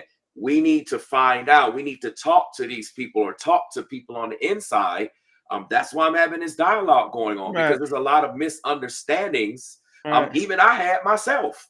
I have no problem admitting that. I want y'all to see that and hear that. I'm admitting I had misunderstandings. So instead of me being a hypocrite and being in sin and all of this, let me just be like, that's why I cut my whole show that I was planning on doing earlier short. I said, just forget this. Brother Israel's here. Let's just go ahead and get this thing going. And, here we are. So I want y'all to start thinking about that. When these questions, and Brother Israel brought this up so many times, he said, if this is burning within you and you feel like you need to follow through, like the Most High is laying it on you, the doors are open. The phone calls, the emails. I mean, hey, I'm doing what I can to even connect you all. And we'll continue to do so that you can get those answers and not assume and not go off of other people, other content creators, whatever platforms that are saying things without connecting to the source. So like I said, this is just how it is. And this is how we have to operate. We have to do better. And again, Brainwaves, it's awesome. I just want to say again, like it's awesome to hear what you did, that you reached out to New Breed and you took that step. I mean, that's what it takes. That's what it looks like. I also want to tell you, Brainwaves, make sure you get my email. It's on most of my shows. I do get my email. Send me an email so I have your our contact. Absolutely. I'm about to get off. I got some stuff I got to take care of, and just send me an email, and I'll give you my number, and we'll chat. We'll talk a little bit. Absolutely. I want you to see this, ladies and gentlemen, as we close, as Brother Israel has to go. This is what it's about. We've got to sit down one-on-one with each other, and we've got to just talk it up and chalk it up and do what we need to build. We hear building. We see Straitway putting an example of talking about building. And what I'm seeing, at least with me personally, y'all can take it however you want. Brother Israel has been straight up with me. He's been fair. He's been just. You heard him say, hey, send him an email so we can, be in contact. And this is what we have to work on. So let this be an example. Y'all can talk and say what y'all want, but don't be surprised when I turn it into some type of edifying content. I'll put it like that. That Right. hey, I'm doing something that a lot of people are not willing to do. And very quickly before Brother Israel goes, I'm also proud of New Breed. It's encouraging because after speaking to him and knowing, now I don't know if there's anything recent that has changed, but just at least prior to say this particular show, he heard my words. You know, there's certain things he said that he's going to incorporate and do. He apologized even publicly. He said stuff, and that's a great start.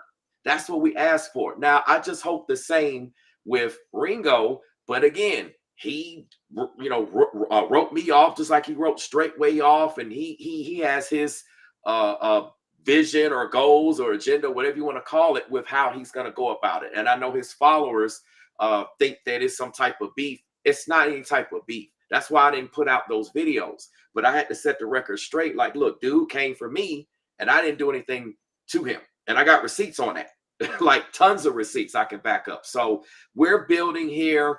Just remember that. I'm very encouraged about having this connection with Straitway. I'm pretty sure that you're not the only one that I'm going to end up speaking with, Brother Israel. And I hope that in this communication that it can show people that we need to allow them to speak on the matters and talk about it. And we need to hear their parts and actually think and not be biased.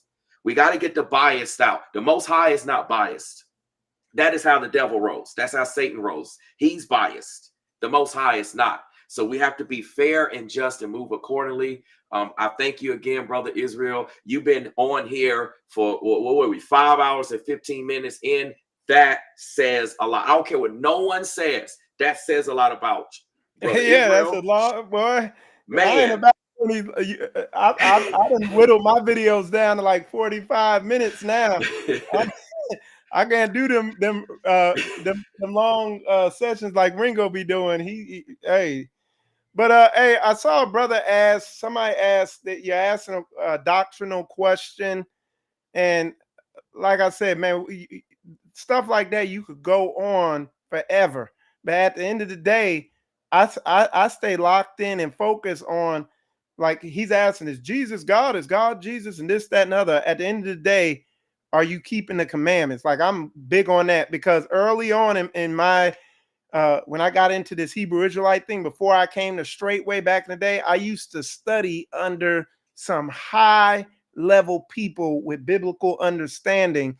And you never hear me really put it out, but I have a pretty deep understanding of the word. And there's a lot of stuff I just simply don't even put out there because people ain't ready to get that level of understanding. But at the end of the day, we don't need this deep level understanding of the word.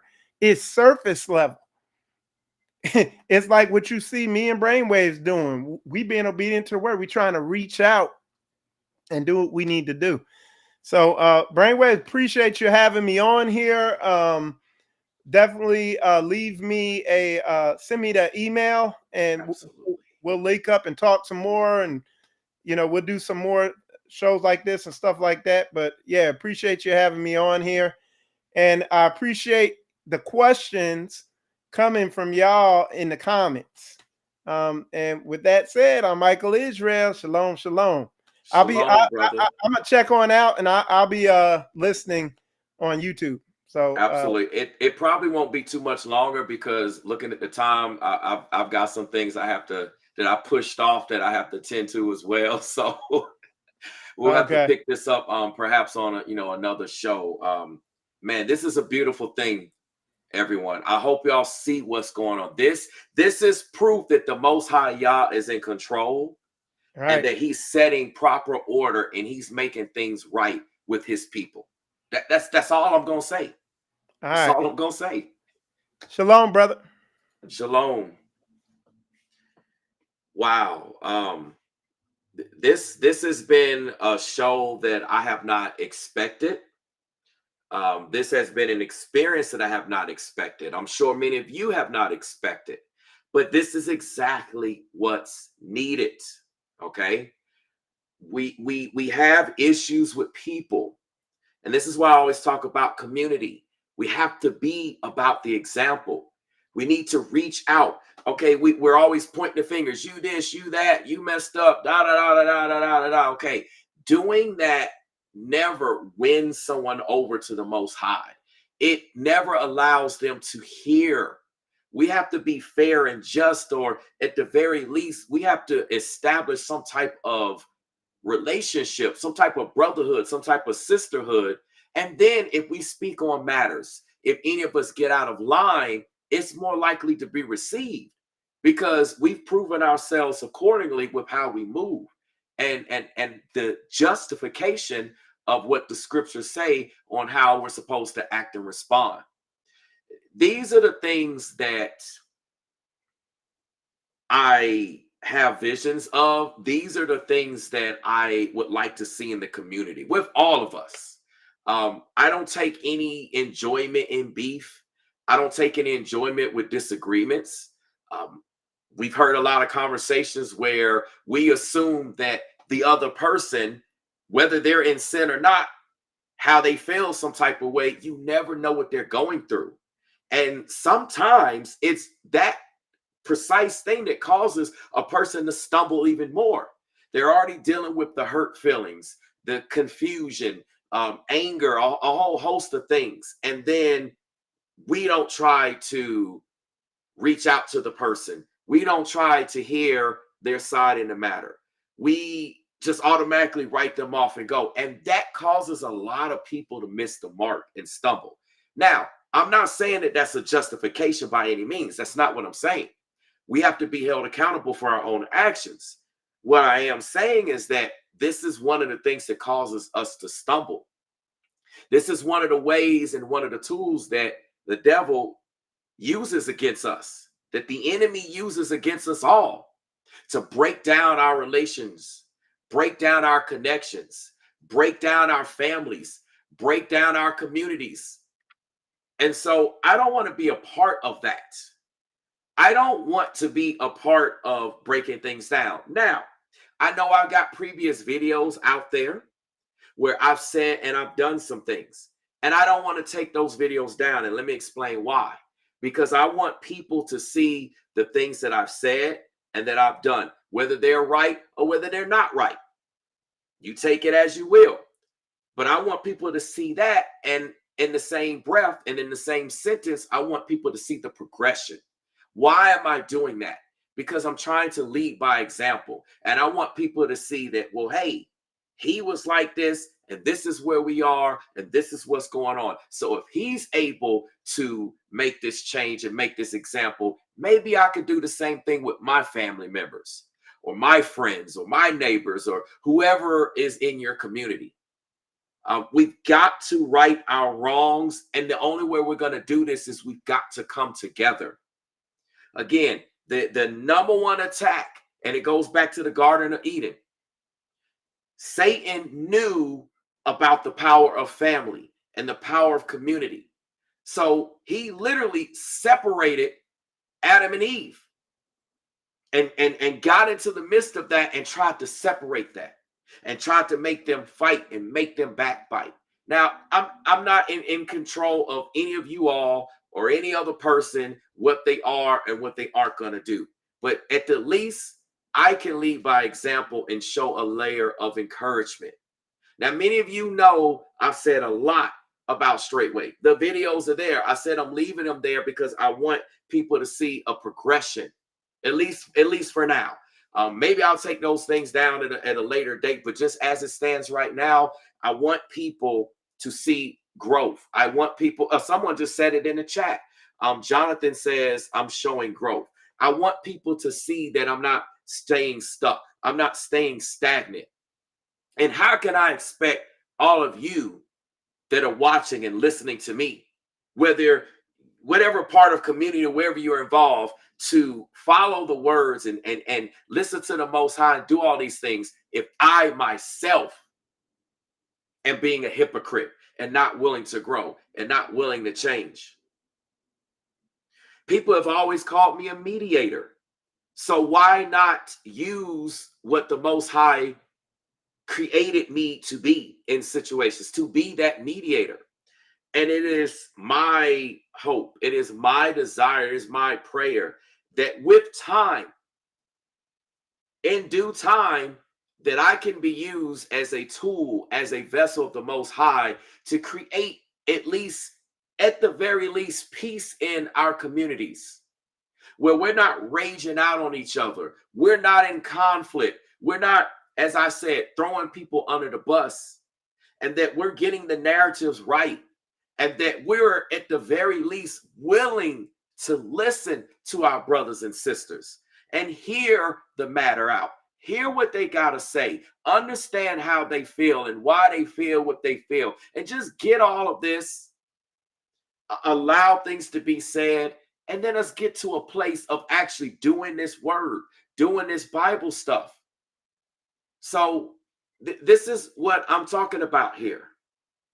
I mean, this is a lot to soak in for many of us, but I want you all to see that this is a start. And again, if you want to have an ability to bring about positive change, then you have to be about it, and you have to establish some type of fair, just, basic ground with the person, with the people that you expect change. And some of you may have that with people, and then they may not have ears to hear. So what you do is, in those moments, you take a step back, you fall back, and you say a prayer for those people or for that person. And you put it in the Most High's hands, and you let the Most High work. And it could just be a matter of timing and all types of things. So, I'm highly aware that because of this particular live stream and this show, it's going to be a lot of conversations being had. There's probably going to be a lot of content, a lot of questions, a lot of things that may come on Straitway's end as well as my end. It's going to be a lot that's going on, right? My job is just, I hate to see the division. And that's something that Brother Israel said in his last video to me. Hey, if this is on your heart, this is how you feel the Most High is putting you there, hey, be that mediator, try to be that solution. And that is at the very least what I'm trying to do. And ladies and gentlemen, I'm not going to sit up here and act like I'm perfect and I'm flawless when it comes to even doing that. But I'm doing something that a lot of people refuse to do. A lot of people refuse to talk to those that there is quote unquote friction, quote unquote tension, quote unquote conflict. That's not me. I'm willing to sit down and talk to anybody. The question is anybody willing to sit down and talk to me? And so that says a lot also about Brother Israel. I know we had a lot. I got nothing but love for my people, for the men and women of Yah. Like I said, we ain't perfect. We do stuff. The Most High is what we strive to be like. Okay, but in the process, I'm just doing my part.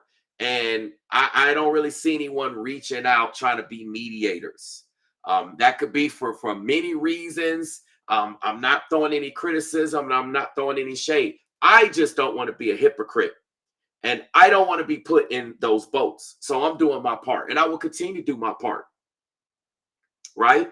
Man, this is a lot to think about, a lot to unpack. And I'm sure there's going to probably be a lot of videos and a lot of content, or content rather. I would not be surprised if things get twisted and get said. I would not be surprised, oh, look, he in bed with Straitway now and all this. Like, man, y'all, it's got nothing to do with that. And this is the same thing I've been accused of because of my associations with New Breed. Because I decided to actually talk to the man myself and link up with the man myself and be a man about my business and move accordingly. And people see associations, and I wanted to see what the land is about and get my understanding without assuming things, because it's so easy to assume, well, I seen this video, I heard this, I heard that. I actually want to see for myself if it's something that I'm able to see and to be a part. I'm not going to be a hypocrite and just point fingers, right? I need to be a part of things so that I can see and I can learn and I know for myself. But I got labeled things. I've got ostracized. I've got people that turned against me. And it is what it is. I'm blessed though, because I'm being persecuted for the Most High's sake. Now, I know some people are not going to agree with that. They're not going to see it. It is what it is. But I like to ask the question, what are you doing for the community? What are you doing to heal rifts in the community? What are you doing to provide clarity and right wrongs and allow brothers and sisters a space and a chance to actually be encouraged to heal? Like I was saying earlier, many people won't sit down and allow a person to even say their part and their side. And so again, this creates more hurt and more pain on their end. And then we're sitting back waiting for people to repent and waiting for people to get things right and to do better and et cetera, et cetera. But yet we're actually encouraging them to stay in a place. And this is a tool and a trick that the enemy uses against us. So I don't want to be playing into any of that. I'm doing my part. I'm doing my job. People can criticize. People can say what they want. The Most High forgives us for the things that we do. Okay. The Most High forgives us for the things that we do. So why not allow that same forgiveness, that same grace and mercy? Because again, we say that we follow the Most High. And we claim we're following the Bible. This is what we say. This is what comes out of our mouths. So we have to be doers of the word. Can't just be hearers. We have to be doers of the word. Faith without works is dead. So if we say we have faith in the Most High and His holy word, then we have to put works behind it. And so this is what I'm trying to do. This is the scripture. This is the Bible that I'm trying to do. And I'm very encouraged about everything as a whole that took place. A lot of you all have questions that were answered. You've gotten a lot of clarity. We even had dialogue between Pastor Rufus and Brother Israel. The brothers said they got love for each other. That's very encouraging, despite of what was said. And you all have to understand there's a lot of passion that's been taking place here with these situations. And the same thing goes in the community. It is just, again, my vision, my desire, my hope that the Most High can continue to use me to allow everyone fairly to speak on matters, to be able to perhaps come to some type of reconciliations and understandings. And, I'm just going to say this. It's one of two things. Either time is going to allow those reconciliations and healings and understandings to take place, if that's the Most High's will for the situation, or I'm going to say this, perhaps certain individuals or what have you may not be truly following and walking and practicing what they may preach if they preach the Most High's word. And it could just simply be that they're not actually following it. So I want to keep people encouraged despite any criticism and anything. And I'm going to do this with anyone in the community, right? This is not even just about Straitway. This is about everyone. We got to sit down and find some way to restore our community, because you all see what's taking place in the world right now. According to the world standards, according to the devil's standards, they don't want none of us talking. They don't want none of us seeing eye to eye. They want us all to be fighting and bickering about every single little thing. And that's not of the Most High. That's not biblical. That's worldly. That's pagan. That's satanic. Absolutely. But none of that is biblical. So we got to move accordingly, especially for those in this space. If we don't do it and we're known to be in this space, then hope and encouragement and examples are going to be lost for those that aren't in this space, or those that may be wrestling. Hey, maybe I want to get involved in this space, but I see all the tearing down and all the confusion. I see no growth. I see no one admitting to their wrongs, no clarification, none of that. How is that going to encourage someone else to come into this righteous space, this space of biblical truth, and be a part of that? If that were me, I'll be like, man, I don't want to have nothing to do with that. So we've got to move accordingly and set examples, and that's all I'm trying to do. So, I know people are going to say what they're going to say. They're not going to agree. They can criticize how I went about it, et cetera, et cetera. I did my part, and I did the best that I could. So what I want us to keep in mind is we're going to be going into the Sabbath not too much longer from now. Y'all know sundown to sundown. I'm just keeping it simple. Let's think about everything that has been said, and let's just move accordingly. Now, it is what it is. If those of you that don't want to move accordingly, maybe we got to give those people grace too. Maybe they're just not there yet. Maybe they just got to go through their motions, go through emotions, go through whatever it is that they got to go through, and then maybe they'll get to that place. But we hold a space and we hold grace as the Most High did for us, and as He is doing for us, for any of those people that fit that scenario. With that being said, I thank all of you for all of your time, all of your talking, all of your questions. We're 5.5 hours into this thing, and this is not what I intended to do. But hey, the Most High said, hey, get on this thing and keep this thing going. So with that being said, there will be more videos. There'll be more content. There'll be more follow-up. I'm really about this community thing. I don't care what people say. I don't care what group, what direction, what camp, what association, what person they want to try to throw me in. I'm trying to do the community thing. You need to ask yourself a question. For those groups, those individuals, those people, etc., that fit this group, they want to throw me, quote unquote, under the bus for attempting to do this community thing. Ask yourselves this question. What are they doing in terms of community? And I'm going to leave it at that. Let it be food for thought. I thank all of you. God bless y'all.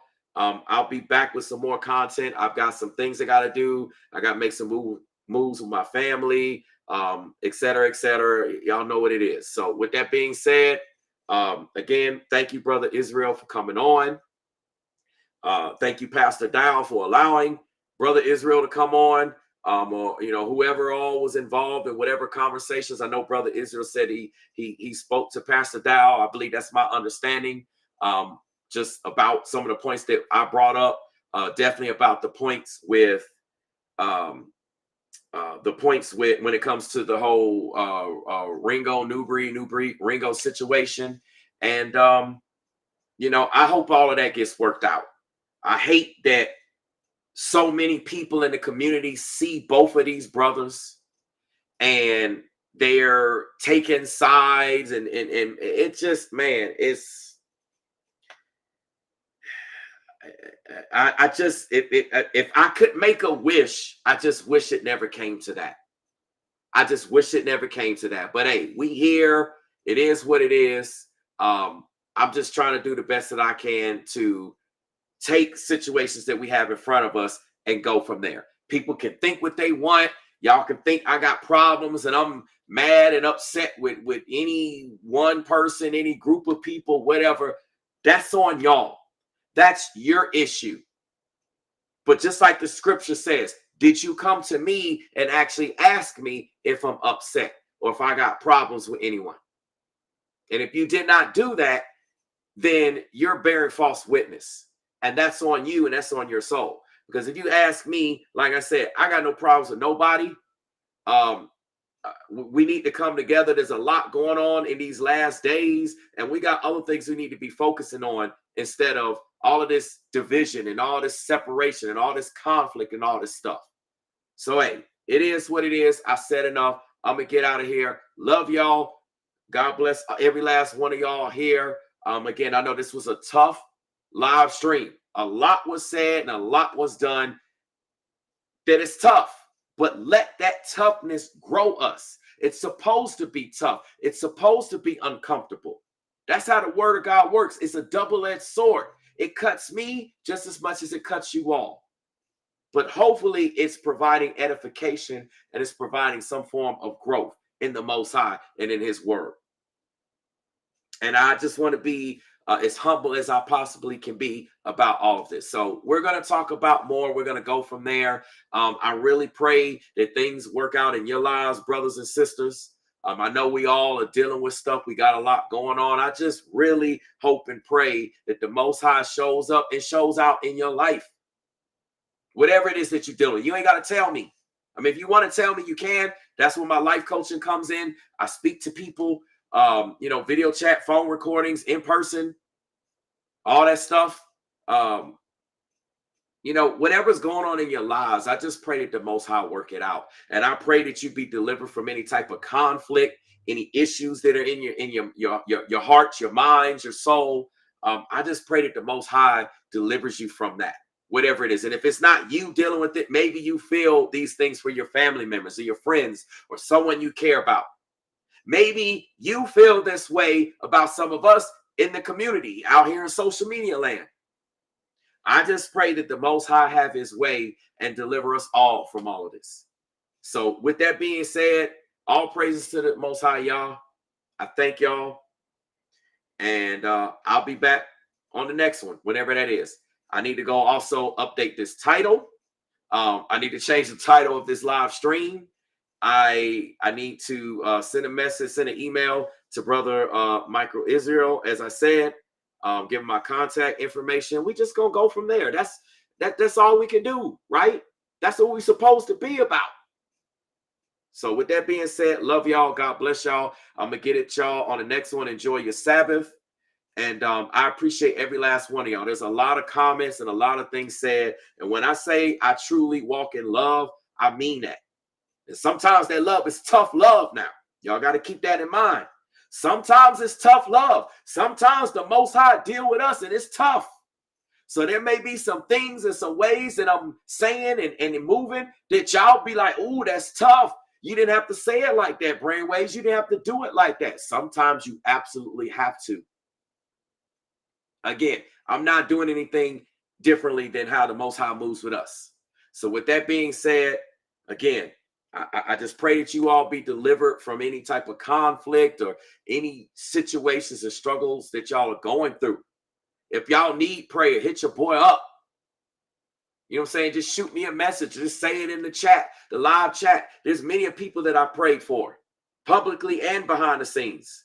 And I get a lot of testimonials from it. They get delivered from it because the scripture says prayers of the righteous availeth much.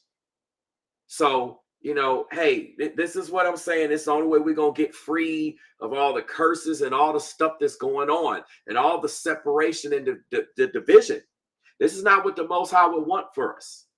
So on that note, y'all, just think about everything that's said. Please take some time to consider it. And on that note, love y'all. God bless y'all. I'll get at y'all on the next.